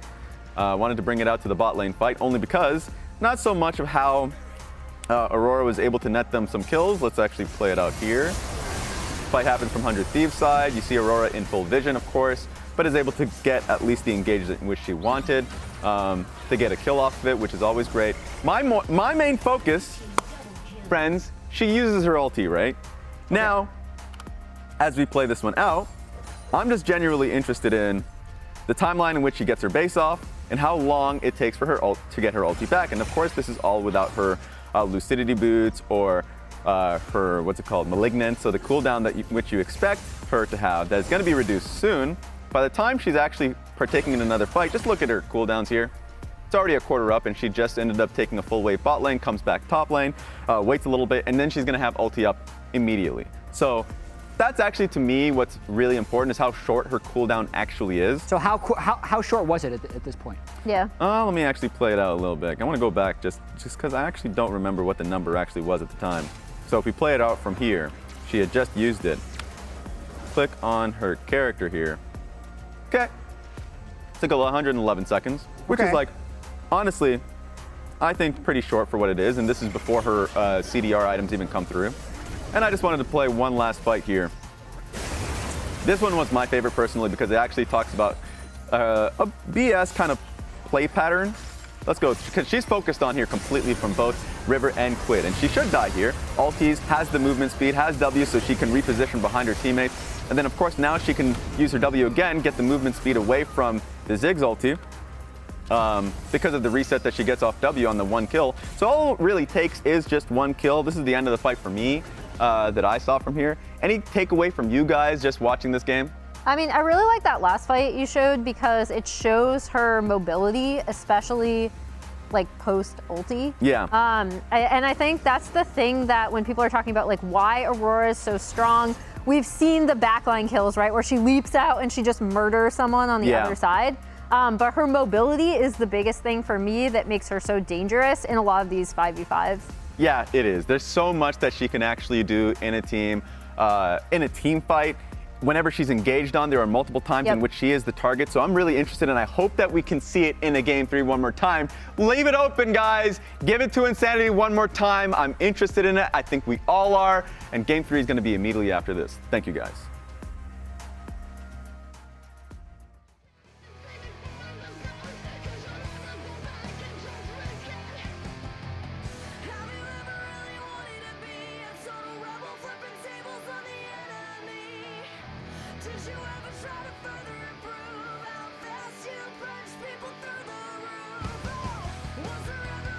That's X. I'm still coming. I have just TP there.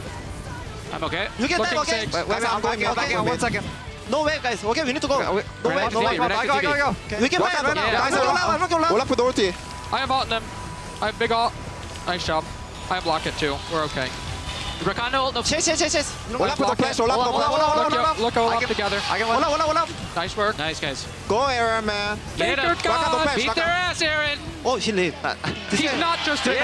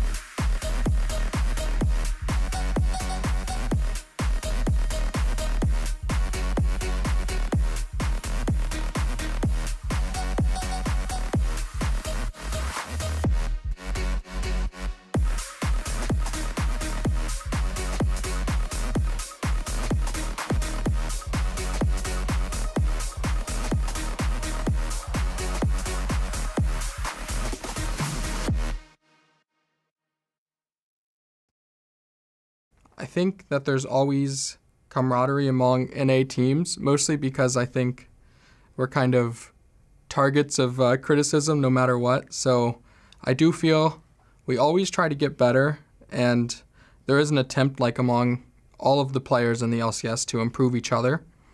And it feels like it's a fairly open thing. Like, you can talk to any other player, and for the most part, they'll give you like actual feedback, and it does feel like there's an attempt to all get better.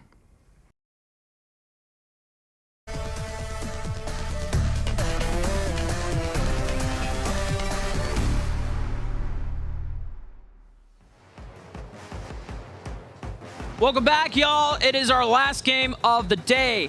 Game 3 between Shopify Rebellion and 100 Thieves. I see something that gave me a nice little chuckle, and it is the Evelyn ban. I saw it very early on. We got the spoiler. Boogie has destroyed them mentally in the game that had no more playoff standings implications. They have been forced to ban out the Evelyn. They don't want to play with that fear. And now 100 Thieves are daring Shopify to leave the Aurora open. It's up for play. Do 100 Thieves just snag it right here and now? Hell yeah. Give me an Aurora. Let's go. All right. Now, who do you think? Let's take some bets. Who do you think has played the most Aurora? Is it going into Sniper's hands or Quid's hands? I think it's Quid. Quid makes the most sense to me. I don't know what the Aurora Renekton matchup looks like, but for Shopify, they are now dancing around a lot of fun junglers that we have yet to see in the LCS this summer split. Embrace the fun. Yeah. Embrace the fun here. Dude, that would be crazy. No, go back to the Briar. There's no way Briar is getting into a serious pro game, so we need to spend. Oh, man. I would have been ready. Yeah, I mean, man, even the flash over Briar, like a champion where you can't control your character anymore, there's no way that thing is getting into like a serious pro game. So this was going to be our one hope. And Briar's actually good right now for solo queue with the Blade of the Rune King rush. As long as people don't still go with, okay. 100 Thieves is having some more fun this time around. The Kayn for River. Kayn for River here. Let's see. Better be a blue Kayn transformation, sir. Have you played against Kayn recently in solo queue? I don't know if they're doing Rost or Shadow form. Not too recently, but blue is always. Wait a second, Zed, lock that sucker in. Dude, that would be crazy. Come on. Shopify are playing too much with our emotions right now.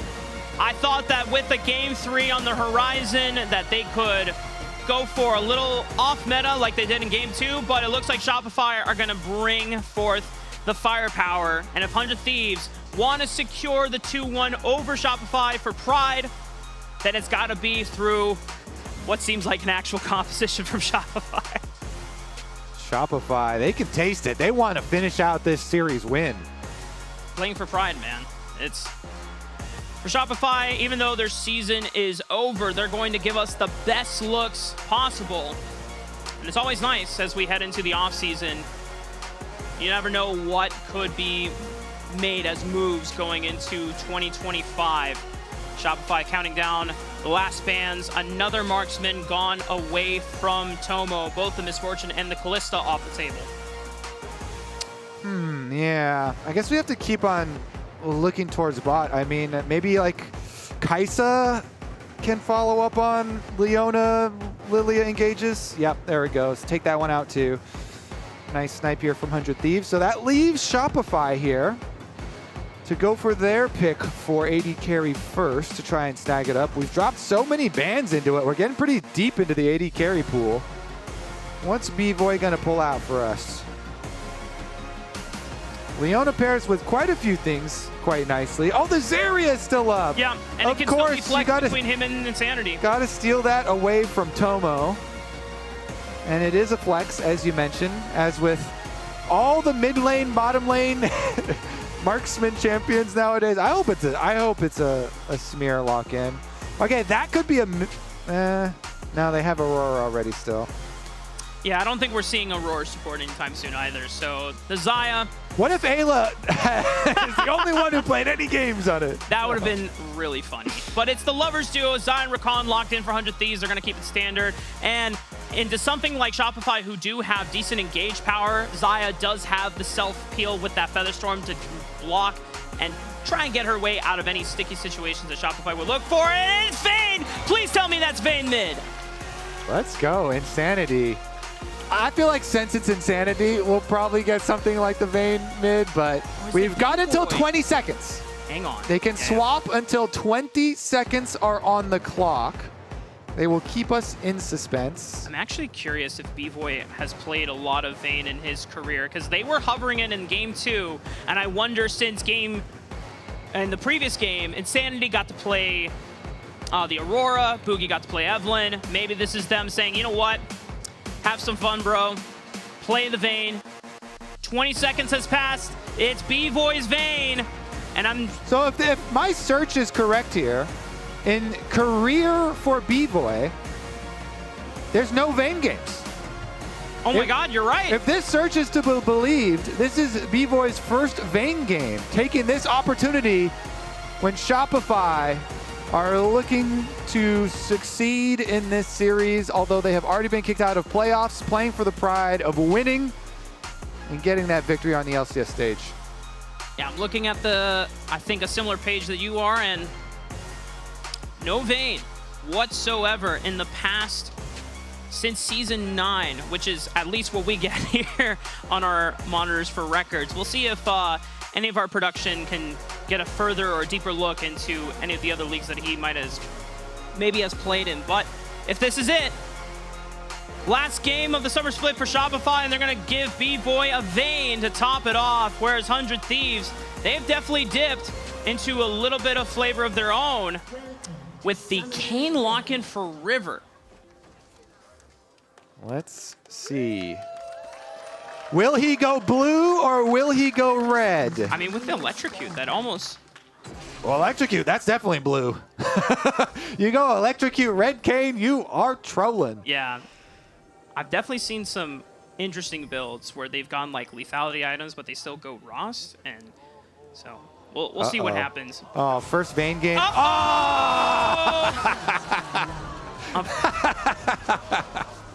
I got some quick first Vayne death for B-Boy! Woo! Of his first Vayne game in his career. Oh boy. Well, 100 Thieves, first blood on their side, and it does go to Quid's Aurora, which is not great for Shopify, but it's awesome for 100 Thieves to get the snowball rolling. And considering that Malignance is a cheaper power spike than the other Lost Chapter items, this will be really nice. Playing it. Oh, come on, guys. This is He's already dead, literally. And as you mentioned, the Aurora now with a Dark Seal. So we'll keep track of those stacks. Yep. And I will encourage another Medjai's purchase in this game. Please, Quid, as soon as possible, upgrade it to a Medjai's. See if you can get some roam kills as well on the champion. Meanwhile, Insanity opting for a much more current meta pick of the Zeri mid, which has become ever so popular. The twofold Hex has been such a nuisance for players experiencing the Aurora laning phase. You get tagged by it, and then you get an auto, and then you recast it for the second proc. Easy electrocute, and it just gets so much trade damage back. You're already getting a taste of it. This time, pairing it with the weirding. Yeah, Quid actually looking pretty good here with just getting the correct spacing there, hitting him with the tip of that weirding, trying to get that damage in, get the extra pull back as well. You're trying to also get it through minions on the Q when you can, but the important part, tagging him for the harassment. And we get like a side view of the Kayn. I like this. Observers are still showing us the mid matchup that we were invested in, but also giving us the sneak peek on River Kayn clear down towards bottom side. Of course, he already cleared the Raptors, as you do on Kayn, since he annihilates those so quickly. Yeah. Q start, always try and get that camp cycling as quickly as possible. Also, always critically important Raptors in the current meta, especially when you're playing against Lilia. who loves stealing them away. And we'll see how quickly he can get into some combat, start getting some souls so he can transform. Ayla with the first gank towards mid. Grand entrance, and it's an immediate trade of flash for Insanity, so Ayla's job has been accomplished. And that was a story of two different support recall resets here, because Zeyzal went back a little bit later, but Zeyzal came out down towards bottom, holding Boogie's hand here. So jungle and support both reset and came back towards bottom, whereas Ayla went straight on mid. And I love that play from Ayla, taking the small opportunity there, while his AD carry, Tomo, had the luxury of the big old wave pushing back to them. So they get off their earlier recall. He gets to go mid lane. Nice little cooldown advantage achieved here by the 100 Thieves bottom lane, even though it does show up as advantage for mid lane yet again. All these things are starting out bottom lane, and Quid is the one that keeps reaping the benefits. He's the one that got the first blood on the invade and the kill onto B-Boy, and he's also the one that gets the flash advantage off of the winning bottom lane pushing in. Now, FakeGod had an all-in window on the sniper, so he immediately popped the Ghost to get some distance before FakeGod could look for a flash kill setup. It's going to be a summoner advantage for FakeGod in the top lane. And as you already pointed out, a lot of the advantages gained for Quid has been at the cost of bot lane making those moves, but Tomo and Ayla, even with pressure from Boogie showing up on the bottom side, they held the wave just fine and are going to get this crash in. Meanwhile, Vayne a little bit far off. So that denial is going to be a real denial. That was nice. I mean, that was not a cannon wave right there, so B-Boy losing out on a few more. Does eventually get right back, though, with his recurve bow plus boots purchase. And the cull stacking for Tomo will continue. A nice little thing about them is, like, hasn't really been at a cost for the bottom lane. It's been just, like, benefits that they've been able to graciously give. We'll see if they are able to compound on this, because now we're going to have Kayn come bottom, Rafa. Look for some souls, look for some combat, perhaps. Yep. Thing with Kayn here is the longer you go without combat, then you get to build up some timing for those as well. So looks like it'll just be the full clear again. Doesn't want to like repeat on bottom, I guess. Yeah. After the death for, well, actually, the Lilia is kind of hovering around too. Maybe they come back down past that control ward. All right, isn't going to be the Lilia, but will be River. Can he get even a little bit of combat for some souls? River lurking around on this tri-bush. He can sneak through the walls. The setup is there from Ayla first, and now the target is B-Boy. Tries to flash away. Good slow from the Blade's reach, but it's not enough to take out B-Boy. Yummy though. For Kayn, you're like, all right, I get some summoner spells and some little procs of souls here for myself. I will take that for an early investment. It is going to be a big cost of Void Grubs, because Lilia just annihilates Void Grubs. Yep. So Boogie should be able to finish up those up quickly, but they're trying to make it worth here on the bottom side, put the extra pressure on Insanity and Zeyzal that have now slipped into the bottom side. Engage under the tower, but because River is here, Zeyzal's going to force the flash away. The slow from the W allows the rest of 100 Thieves to walk on out. Shopify will hold their ground in this tower. Got a honey fruit plant in the river as well, but nobody going to use that one to refill health, and actually just goes for the full reset after their try on bot. I guess no summoner spells left on Shopify's bottom lane now, but it still seems like a pretty big cost to play. Oh. Quid going in for the all-in on Insanity and dodges the turret aggro by touching the bottom left side of the wall, so he dips on over to the top side.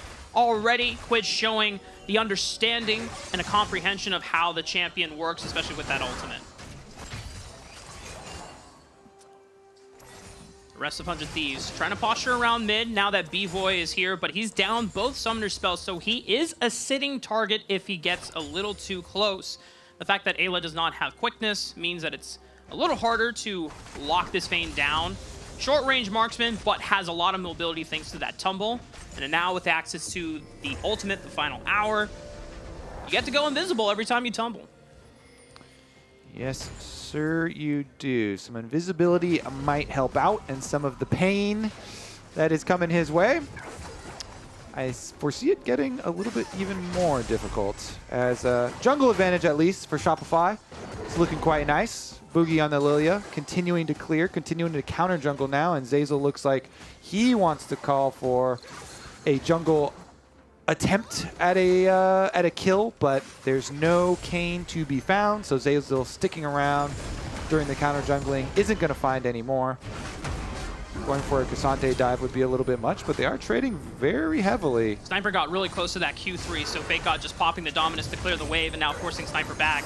Pops the Ghost again.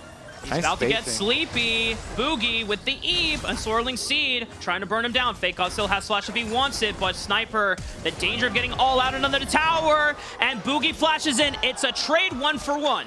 Nice little ultimate here from Sniper. The flash invested for Boogie, just giving you a 1-for-1 is pretty rough for him.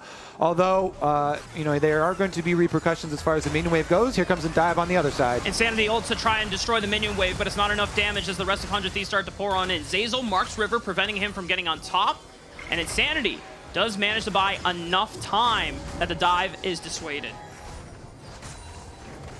Yeah, River was poking around, trying to now get a counter jungle on the blue buff back, but Boogie's going to get here. So the Lilia will arrive from respawning. Lilia also has Smite, so it's a Smite fight. Fair, fair. And Boogie gets it. And Boogie's now 2 levels above River. Massive level advantage. The fact that even though Boogie made that trip to the top side, died for it, it just goes to show that he's been a lot more efficient with the farm, whereas River has been trying to play more around towards his bottom lane and getting them ahead. We're not making a great case for more Kayn games, are we? No, I don't think we are. Just wait till he transforms, okay? Wait till he transforms, then you'll see. For those who don't know how Kayn works, you want to be able to get in combat with a bunch of enemy champions, mostly range if you want to look for Shadow Form, as Quid, going under the tower, drops turret aggro, and as Ayla now commits, gets the flash out of Insanity once again, and will force him off the turret aggro. Yeah, big CS lead on top side too. You know, we had that super long push off of the minion wave, so maybe Fake God Renekton can again get big in this game for Shopify.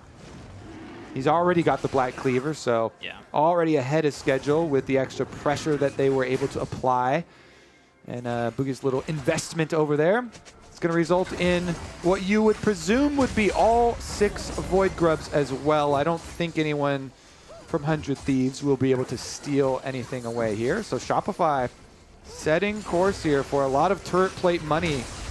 This is a pretty early 6 grub, assuming that they do finish them off, so they can still use the double buff to really whittle down on the rest of the turret plates. And Fake God already trying to chunk down Sniper again. Warm him up for a possible topside play on their lane swap. We still have an untransformed Kayn sitting over here, so probably don't want that full skirmish. And just give River a little bit more time. Yeah, and I think I'm trying to figure out from the Spectate client if you can see where his transform meter is at the moment. But I'm coming up with zeros here, Kobe. You can't see in Spectator. That's unlucky. We'll see if there's maybe a chance for Pro View. It'd be hard to get up, but 100 Thieves still going to continue looking for whatever advantages they can. While untransformed, River on this Kayn is not the most effective, but once he does get Shadow Form, the amount of slipperiness this guy has being able to go through walls on repeat, it's such a short cooldown, the Shadow Step, and allows you to just traverse through so much terrain and get through multiple parts of the map. Is now Shopify gonna go for a dive on a Sniper. He's been able to trade at least one in the previous one, and Ayla is thinking about slow collapsing over if they overcommit. There's 4 members committed on the bottom side of the map. The rest of Shopify is playing towards the top as now River will join the fight. Rest of Shopify have not engaged the dive just yet. They're just playing for turret plates still, about a minute and a half before those plates fall off. And the rest of 100 Thieves, they're just going to slowly push Shopify away. All right, I checked with the observers, and he is about 80% way to transforming. Okay. And he has been able to keep it slightly blue here with his attempts on B-Boy and Insanity, the ranged champions. Fake God here, also attempting on a ranged champ. And he teleported in, but he cannot get back to his tower. So Fake God is most likely dead and there's no way out for the top laner. All right, Sniper and Quid here should be able to push as well. Let's see if the bottom side stays up. Ayla with the setup. It's a two-man sleep from Boogie trying to hold the line. The Umbral Trespass from River. Decent damage, but because he's not transformed, it doesn't do that much damage yet. Insanity takes him out. Another two-man knockup from Ayla, and they're going to be able to trade 2 kills back for Quid. Yeah, that's very, very good trade. 400 Thieves. They win the top side, then they win the bot side, even though they give up their tower. That tower was going down anyway. So 100 Thieves very happy to get all this money, especially into the hands of Quid on this Aurora, who had the early Dark Seal. And there we go. We got our transformation. Wait, what? He went Red Kayn. Yes, sir. Give him the Eclipse start as well. So even with the Electrocute, still go for it. That's team utility here. Much more tanky. Okay. Even though the it's more fun to play the smooth assassin. Red Kayn a bit stronger at the moment, and so here's the setup play. Although they do kill him, it is very much worth as they get the extra 2 kills here for the side of 100 Thieves. And again, the Aurora, extra stacks in the Dark Seal that has been stacking up here.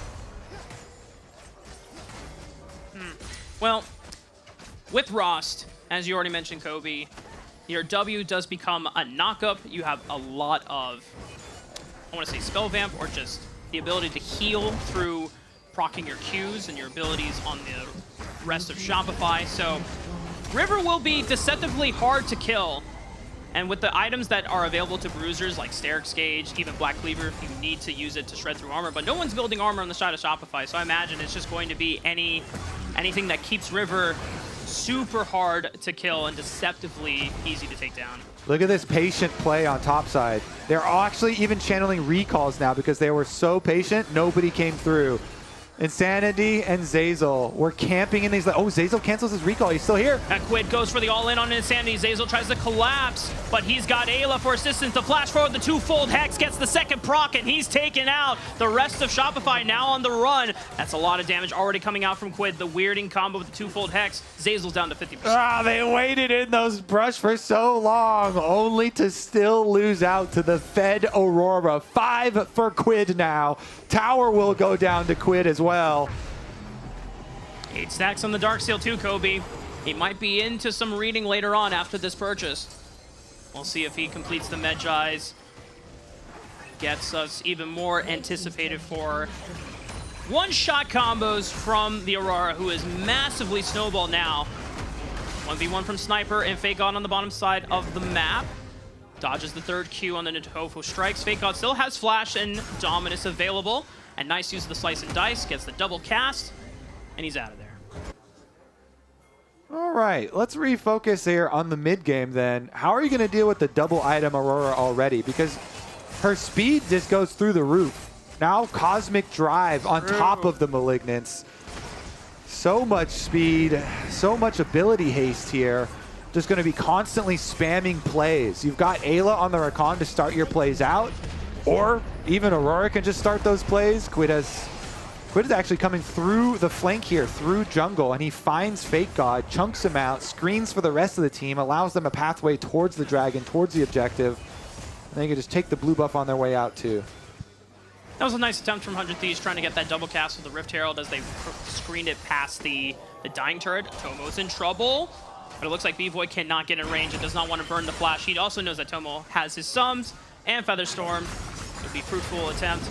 Quid under fire from Fake God, pops it between worlds, dashes back with the walls, and he's able to create enough space. Boogie is going to Q flash forward, look for the Lilting Lullaby. Sniper will do what he can to bail him out. We got another fight in the river as well, where it looks like Tomo is blinking on HP, but he walks back into Boogie. Ayla tries to save him with the Battle Dance, but Boogie does way too much damage to survive that one. The all-out from Fake God, or Sniper I should say, tries to sustain the fight again, but Shopify are now leading the charge because B-Voy has also arrived. Ayla will make it out over the wall. The flash forward for the tumble, and this Vayne is online, y'all. Quid comes back into the fight with a teleport, trying to see if he can pick up any straggler kills, but Boogie is just so damn strong! Boogie, Lilia cannot be oppressed. Shopify Rebellion pick up the ace. In these super long fights, Boogie was stacked up, fully stacked Lilia with fully stacked Conqueror the entire time. Look how early he gets stacked up because of the 2v1 here that they go for on Quid. These two champions fighting themselves is pretty hilarious because both Lilia and Aurora have very similar passes with the move speed stacking up here. But Boogie, you see him there, he's got fully stacked Conqueror and fully stacked Lilia this whole time. And he's just bouncing around, hopping through the forest, whacking down everybody here, healing up the entire time. Fully stacked, continues the chase down through as extra person after extra person keeps on coming to try and challenge for the fight. And then B-Boy also just flashes over to make sure he can finish off Ayla. Make sure his first Vayne game is going to be a little bit more fun than we suspected from the level 1. And allowing Boogie here just so much freedom, hopping around the forest. And the Lilia now has become quite a fake god having a fun time. I mean, chasing Aurora is not that fun, but at least in that chase, in those efforts, even though Fake God went down, Boogie got fully stacked up, and Boogie got to have fun. Yep. For Shopify Rebellion, they were down in gold for a majority of the game, but this is the first time where they are starting to squeak ahead, make that wall of diff really count. 100 Thieves, a lot of their gold was on Quid, who dropped the shutdown. Once he teleported back in, they thought that they would have that advantage, but Shopify being able to outplay them in the skirmish. And now they're setting up for Baron, which will be spawning in the next 20 seconds. Air Drake is still alive for the taking, but 100 Thieves showing no interest so far, just bullying Shopify off the mid wave before they can look to reassess what objectives they want to play for. And Fake God with his teleport does mean Shopify have an easier time of playing the map here. 100 Thieves down the extra global here with no teleports, are going to get their full reset off as the Dragon's coming up. Snipers has a few more seconds to come off a cooldown, so you are an interesting choice where it looks about like 30 seconds for Sniper's teleport, depending on how much Shopify actually want to force going towards the objective. It looks like they do not want to force. And with the amount of 100 Thieves wards through that blue quadrant of the jungle, they know this. So they're actually content here to just wait for that cooldown on the teleport from Sniper. They know that Shopify aren't like pressing that discrepancy at all. There's no numbers disadvantage fight coming their way, so they can just go push the mid wave and then easily retreat into their Dragon. And River is starting that one up. Wait, is this the first Dragon of the game again? It's so late. I think in the second game we had our latest Dragon of the game start, but we'll have to get confirmation from Prod. Yeah, that game was the latest Dragon in this split of the LCS. Yeah. The latest Dragon was taken. And I think this is the new record too, because we're 21 minutes into the game. Gotta go for kills, Rafa. We're on stage playing for kills. Want the bloodbath. Oh, and so Prod is confirming not only this new first Dragon is the latest, not just from this split, but the entire year. As you said, Kobe, they want blood between both teams. No time for Dragons that take too long to...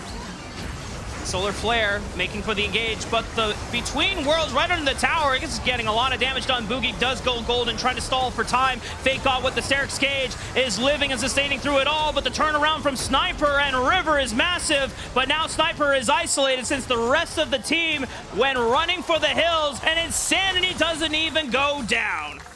All right, what can they get after this? Tower for sure here. Mid lane tower.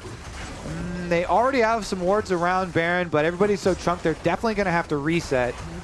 About the death timers too, that was an investment of teleport from Sniper, so they won't have the split possibility there. Honestly, getting kind of scary now that Shopify's AD carries are both really getting that extra money. Let's take a look at how it started out though, because the Solar Flare was good. Oh, the Solar Flare stunned as Quid was going in with the ultimate. So Quid got stunned, but the ultimate still took him in under tower. And so they are able to just burst down the Aurora. The Aurora got to pull off zero trickiness in that tower dive. That was a really good Solar Flare from Zeyzal, grabbing both of them. And Aurora still traveled right under the tower. And then so even after ult went off, basically didn't get to do anything in the rest of that fight.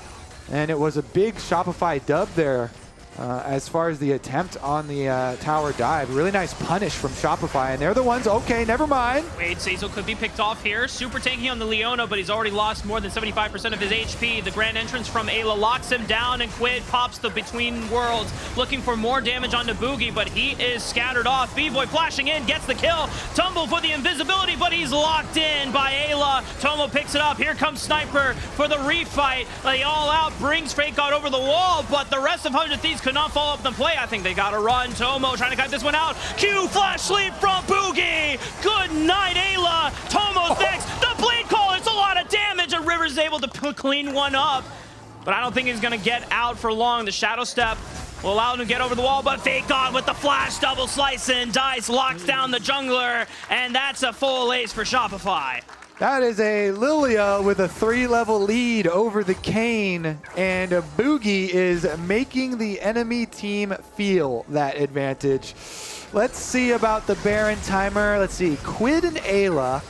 Quid and Ayla coming from base. Do you believe in a Rakan plus Aurora stop to this Baron, Rafa? You know what? Why not? Their Vayne is also coming a little bit later. The damage is not high on this Baron. This damage is definitely very low. Maybe not be a Baron take, but the Solar Flare right on top of Ayla pushes him out of the river, but the Baron does reset. Oh, here comes Between the Worlds. How much can Quid get done? He's trying to bounce between the walls, but the Spirit Realm goes bye-bye, and Shopify send Quid back to the fountain. And the Baron at least is stopped for now, since the rest of 100 Thieves are back on the map. Yeah, that was some decent burst damage, but he couldn't take down Fake God, so Quid, in the end, gets taken out, and it will be just the stop to the Baron, but it's still going to be a push here out as we reset. I mean, this pivotal game in our series that was kind of decided as far as the stakes go in game number 1 of the series. This one, it looks like it's going back the other way now, but started out with a nice little pick there onto Zazel. So much damage. River actually got a good knock-up with the W from Kayn over the wall into the Xayah combination. Then Quid tried to follow up on the ultimate, but B-Boy full sent with the two procs there already on him, flashed for the last one. And the little section off from Sniper just separates yourself, and that actually is kind of bad for them since Insanity is on Zeri and you get the full chase. Very hard to get away from a team fight in the aftermath if you're playing against a Lilia and a Zeri. Two champions extremely good at chasing after the skirmish has already been won. So let's take a look at Shopify's reset attempt here. Yeah. River's still definitely heavily down here in the jungle matchup. But Tomo's doing quite well for himself on the Xayah from the side of 100 Thieves, and that's definitely something they have come to rely on. So Tomo carry potential here on the Xayah. Level 15, double summoner spells available, 3 item power spike. Protect the Xayah, I would say. We're going to see Shopify have cut off 100 Thieves deep in their jungle. Between Worlds on Quid tries to look for the kill on the B-Boy, and they get it. Boogie trying to buy time with this stasis as Tomo is dancing on the right side of the fight. Good flash blade caller! Tomo pulls it over. Insanity! What a massive outplay! Wait a minute, Kobe! 100 Thieves! They just took out 4 members! This could be the end of the game! Tomo, that was pretty clean. I mean, we were setting it up like, ooh, Tomo's got the potential here. He's 3 out of power spike, double summons, but that was even more than I was looking for. And 100 Thieves, they will win the game. That was an advantage of about 2,500 gold pre-team fight, but 100 Thieves just wiped the floor with Shopify in that one. And Zazel's going to give his life to defend and buy as much time as they can. But for 100 Thieves, a valiant attempt from Shopify. They gave one last good look for the fans at home before the end of their summer split. But 100 Thieves, their season continues as they ramp up for playoffs.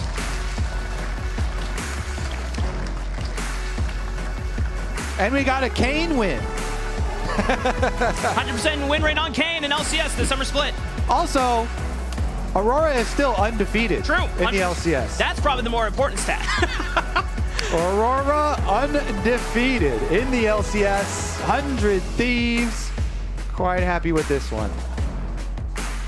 It's a good way for the Thieves to end the summer regular season.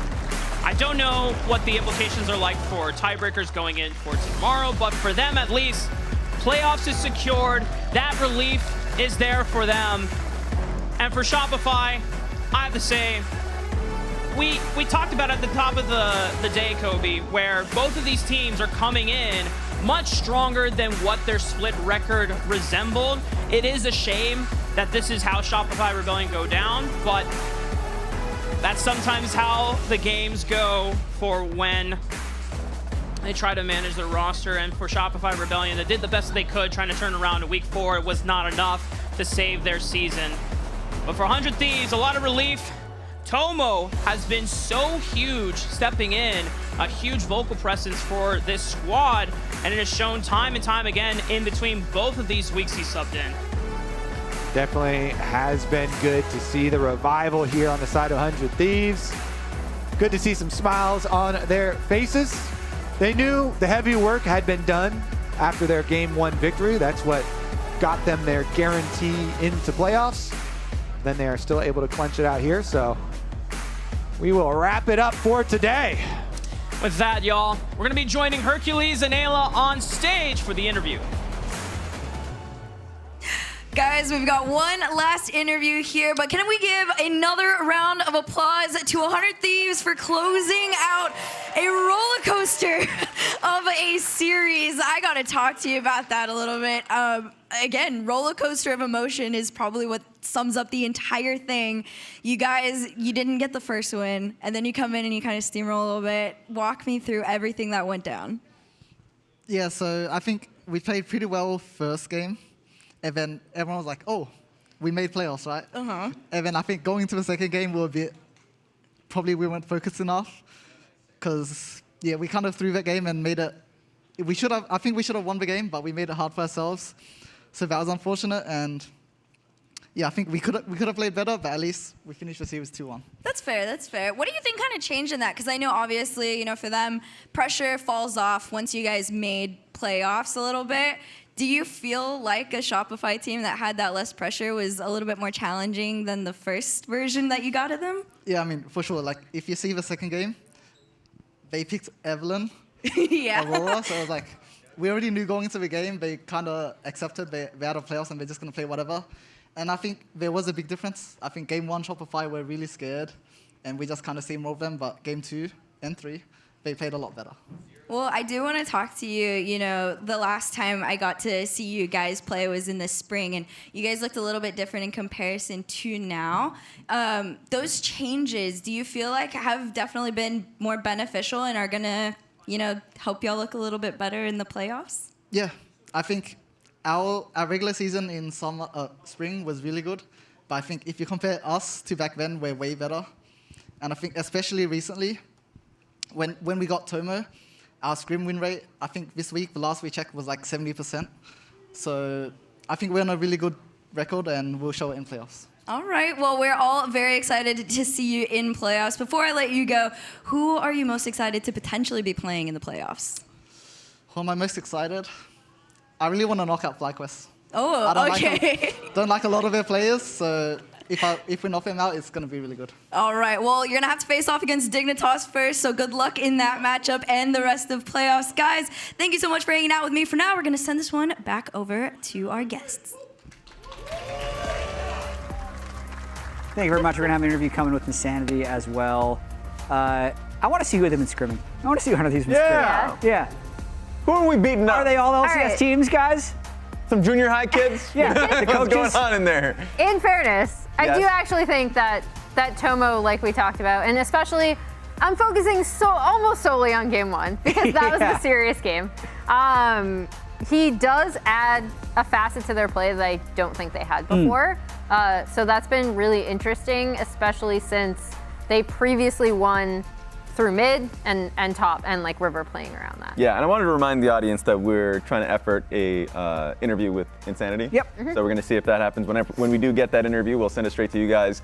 But yeah, just overall, really excited to see 100 Thieves level up more as a team. I think that's something we desperately need. I think the narrative around the LCS so far has been like, top 3, juggernauts, Right. And then the rest. And then everybody else. Exactly. Yeah. And I think we've been waiting for a team to start leveling up to make at least that playoff run, quote unquote, interesting. And I'm interested for it. And we got that interview with Insanity ready right now. Let's go take a look. Guys, we got one more interview with a interesting win here, to say the least, but still a win nonetheless. We've got Insanity here with me, and Insanity, same thing goes to you, man. That was a roller coaster of emotions for you guys. I'm sure, it's a little bit rough, but the potential that we all got from you at the end was very, very exciting to watch. Talk to me a little bit about that. I think overall this split has been pretty much a roller coaster, to say the least. I think we showed a lot of progress and hope towards the end. I think that the first game, obviously we lost, but going into the next few sets, we kind of had less pressure, and it kind of showed how we would play. Even if we were kind of inting a little bit here and there and just playing with nothing on our shoulders, I feel like we would have played like that if we didn't have any stress at all or nerves. And I'm really proud of everyone on the team, and I'm glad I got to work with them overall. I think a lot of people are very proud of you too. I don't think you should, hang your head down low by any means whatsoever. I did want to ask though, that the second game, it felt like you said, with the pressure off, you guys kind of steamrolled a little bit. And of course, I'm sure 100 Thieves expected it to be that way. But the third one felt a little bit more serious. Do you want to talk about that? That little change in there? I don't think there was actually much of a difference, but I don't know. It just went back to sort of a normal metagame, and yeah, I don't know. I felt like there was just 3 people in my lane. Quid was scared. I'm not sure. Not too bad, not too bad. Not too fair. And honestly, the whole series, it was just a lot for everybody the entire way through. But before I let you go, do you want to give any shout-outs to everybody that's been following with you guys all season? I just want to shout out everybody that's supported us. I know it wasn't the best ending, but I also want to shout out my teammates, everyone on the team, Tristan, or Zazal, Fake God, Boogie, Tomio even, and B-Boy. They're all great players and great people, and I'm glad I got to work with them. Well, we are all very glad to have had you with us. Again, congratulations on the season as a whole. We can't wait to watch y'all play again. For now, guys, we're going to send this one back over to you. Thanks to Insanity for that interview. I think the finality of it all probably hit him right at the end. It kind of hit it for me as well. That's the last we're going to be seeing from them this summer split. A lot of changes always happen in the offseason as well, so all these players could be moving in different directions. I do really hope we see Insanity again, and I think all these players did show certain flashes of brilliance, so I'm glad he got to have that moment on stage. Yeah, even with the league-wide changes that'll be coming next split, there's so much up in the air that at least for these players, you're right, it did hit me as well. Yeah. Just knowing that you never know what's going to happen in off-season. So definitely show them support, guys. Get out there. If you own any social media account, that's love. Send love to these guys because they had a hell of a split. Yeah, and they ended.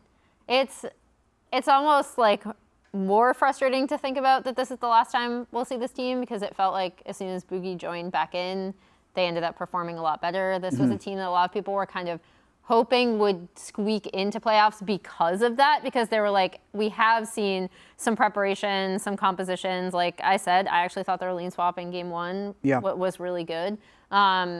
That they might be able to make some noise in playoffs, so it's sad to see it end here.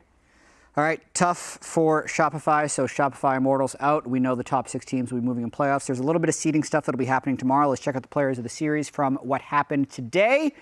I'm curious who won game 1, because we had some split votes. Impact! It is Impact. Hey, all right. Oh my God, he's just stacking them up. He's stacking them up. He has 5 awards. No one is even close to him in terms 7. of hogs. Yeah, well, first off, no other team currently has more than 5 series wins. Yeah. Because C9 and FlyQuest are both tied at 5-1. Oh my God, you're right. So even if someone from those teams won every single series, the reason I gave him the vote is this team is lane swapping every game. Yes. Everyone talks about how Impact always knows how to be in the right place in any lane swap, and then he's also just, in part because of lane swapping, gapping all these other top laners. Yeah. And it's this unique advantage that Team Liquid's been able to pull out. The knowledge gap, guys. Yeah. 5. Yeah. It's an age gap. Him and Core knowing about lane swaps from forever ago. I also made the joke, Impact has probably seen every single iteration of a lane swap in existence. He's had to follow his jungler around the entire jungle. Yeah. From like season 4. He's seen it all, so like it makes sense that he can deal with whatever teams end up throwing at him. And I have really liked what he has been playing for this TL team. They have a very defined style. And yeah, I mean, he's had like an amazing career resurgence. He has. It's incredible. Like the idea to the point that you'd made, 5 Player of the Series awards, more than teams have even had wins. And if you look at this team, you'd expect, oh, maybe it's going to be APA winning Player of the Series, or Yan, like how strong their ball lane is. But because they are such a, I think, well-rounded team, that any one of these guys can have a pop-off performance and come out as the reason for their team's success. I still think the series that comes out of my mind that showcases Impact success was literally the Dignitas series, where it's like, you're in a lane swap, you literally play as well as you possibly can, a little bit in from Dignitas side, you get a double kill, go top lane smash. And then you go to the next game, you're in a standard lane, Poppy versus Renekton, that should be Poppy favored, Renekton smashes that one. Like, Impact is playing well under all of these circumstances. And I mean, he's an MVP frontrunner for me. He might win it. Let's check out the standings after today's games. Only 2 matches remaining to be played. Can we get a salute in the chat for Shopify and Immortals? Yeah. Can we? We can, yeah. Shopify won 5 games, man. They did. Tragedy. 1 more extra loss than NRG, which eliminates them from playoffs. That is actually we're not playing a tiebreaker, but their game record is lower. That's a heartbreaker. That is a heartbreaker. They were actually close on the tail end of things. Okay, those are the standings. Let's check out the schedule for tomorrow. Bang! Oh. Battle for 2nd place right there. And then Dig Immortals. We're going to get to that in a second. Very no, we're going to get to that in a second. Let's check out the NACL schedule as well. Their finals upcoming pretty soon. That'll be on September 8th. Currently, we are on August 10th, so they are in week 9, right before playoffs. 1 more week of play. And Raz. Yeah? Is that a potato in your pocket? That is a Salisbury steak, thank you very much. Okay, just wanted to check. That's it for us. You want a bite? This was in your mouth earlier, man. We're done. We're going to be on tomorrow at 4 p.m. Eastern, 1 Pacific. It's the battle for the bye between C9 and FlyQuest. Now let's send it over to the NACL. I'm not. It's an indirect kiss. Oh, you hit it. Kind of. It's an indirect kiss. Take it easy, guys. 세전이 watch one. Hitting 세전이. Watch any 세전이. Yeah. 연예인 세전이. 연예인. I lie. Small the flex. Nice job. Push ball. I'm getting in red. Slowly. Hey, 5 minutes. Come. Yeah. I'm going forward. Yeah. Personals. Yeah. 세전이 no team. Nice job. I'm behind them. I'm looking run. Yeah. Impact. I'm looking side. Yeah. I'm up. Going left side. Guys, go up. 안 이겼어. 위로 가. Go up. Come in. Rumble flash. Nice job. Come. Just hit for 5. Look at Sante, maybe. Flash. It's 45, guys. Look at Sante, guys. He has ult though. Sante dead. Corky dead. Got kill. Nice. Go. Look, Bill. All you guys. King Gap. Cassante. I can help Poke. I can help Poke. W1. That was ult to flash. Q1. I can Q. Take a god. Holy crap. He's side. Okay. Reverse Smurfin. We can fight right now. Guys, Olaf with ulti. I have ult in them. I have big ult. Nice job. I have block it too. We're okay. Olaf with the flash. Look Olaf together. I can Olaf. Nice work. Nice, guys. Go, Aaron, man. Beat their ass, Aaron. They're all 1. Holy Aaron's going in. Kill everyone, man. You guys can end if you kill him. I'm looking, Jax. Just Zig. Stop his recon. You guys can end. Give me. Oh my god. Faker got top. I can match. Look, Rakan, no flash. He's done. Careful. We're on Cassante. Yeah, stay on him. We win. Slow fight. Tonight. I'm fine. Kill Cassante. Reset fight. Nice work. ulti no. Okay. I actually hit Zaya, so Zaya should have all. Yeah. Don't flash on him. No cleanse, Aaron. Don't die. What flash blade caller? Tomo pulls it over. Insanity. What a massive outplay. Wait a minute, Kobe. 100 Thieves. They just took out 4 members. This could be the end of the game. Tomo, that was pretty clean. I mean, we were setting it up like, ooh, Tomo's got the potential here. He's 3 out of power spike, double somethings, but that was even more than I was looking for. And 100 Thieves, they will win the game.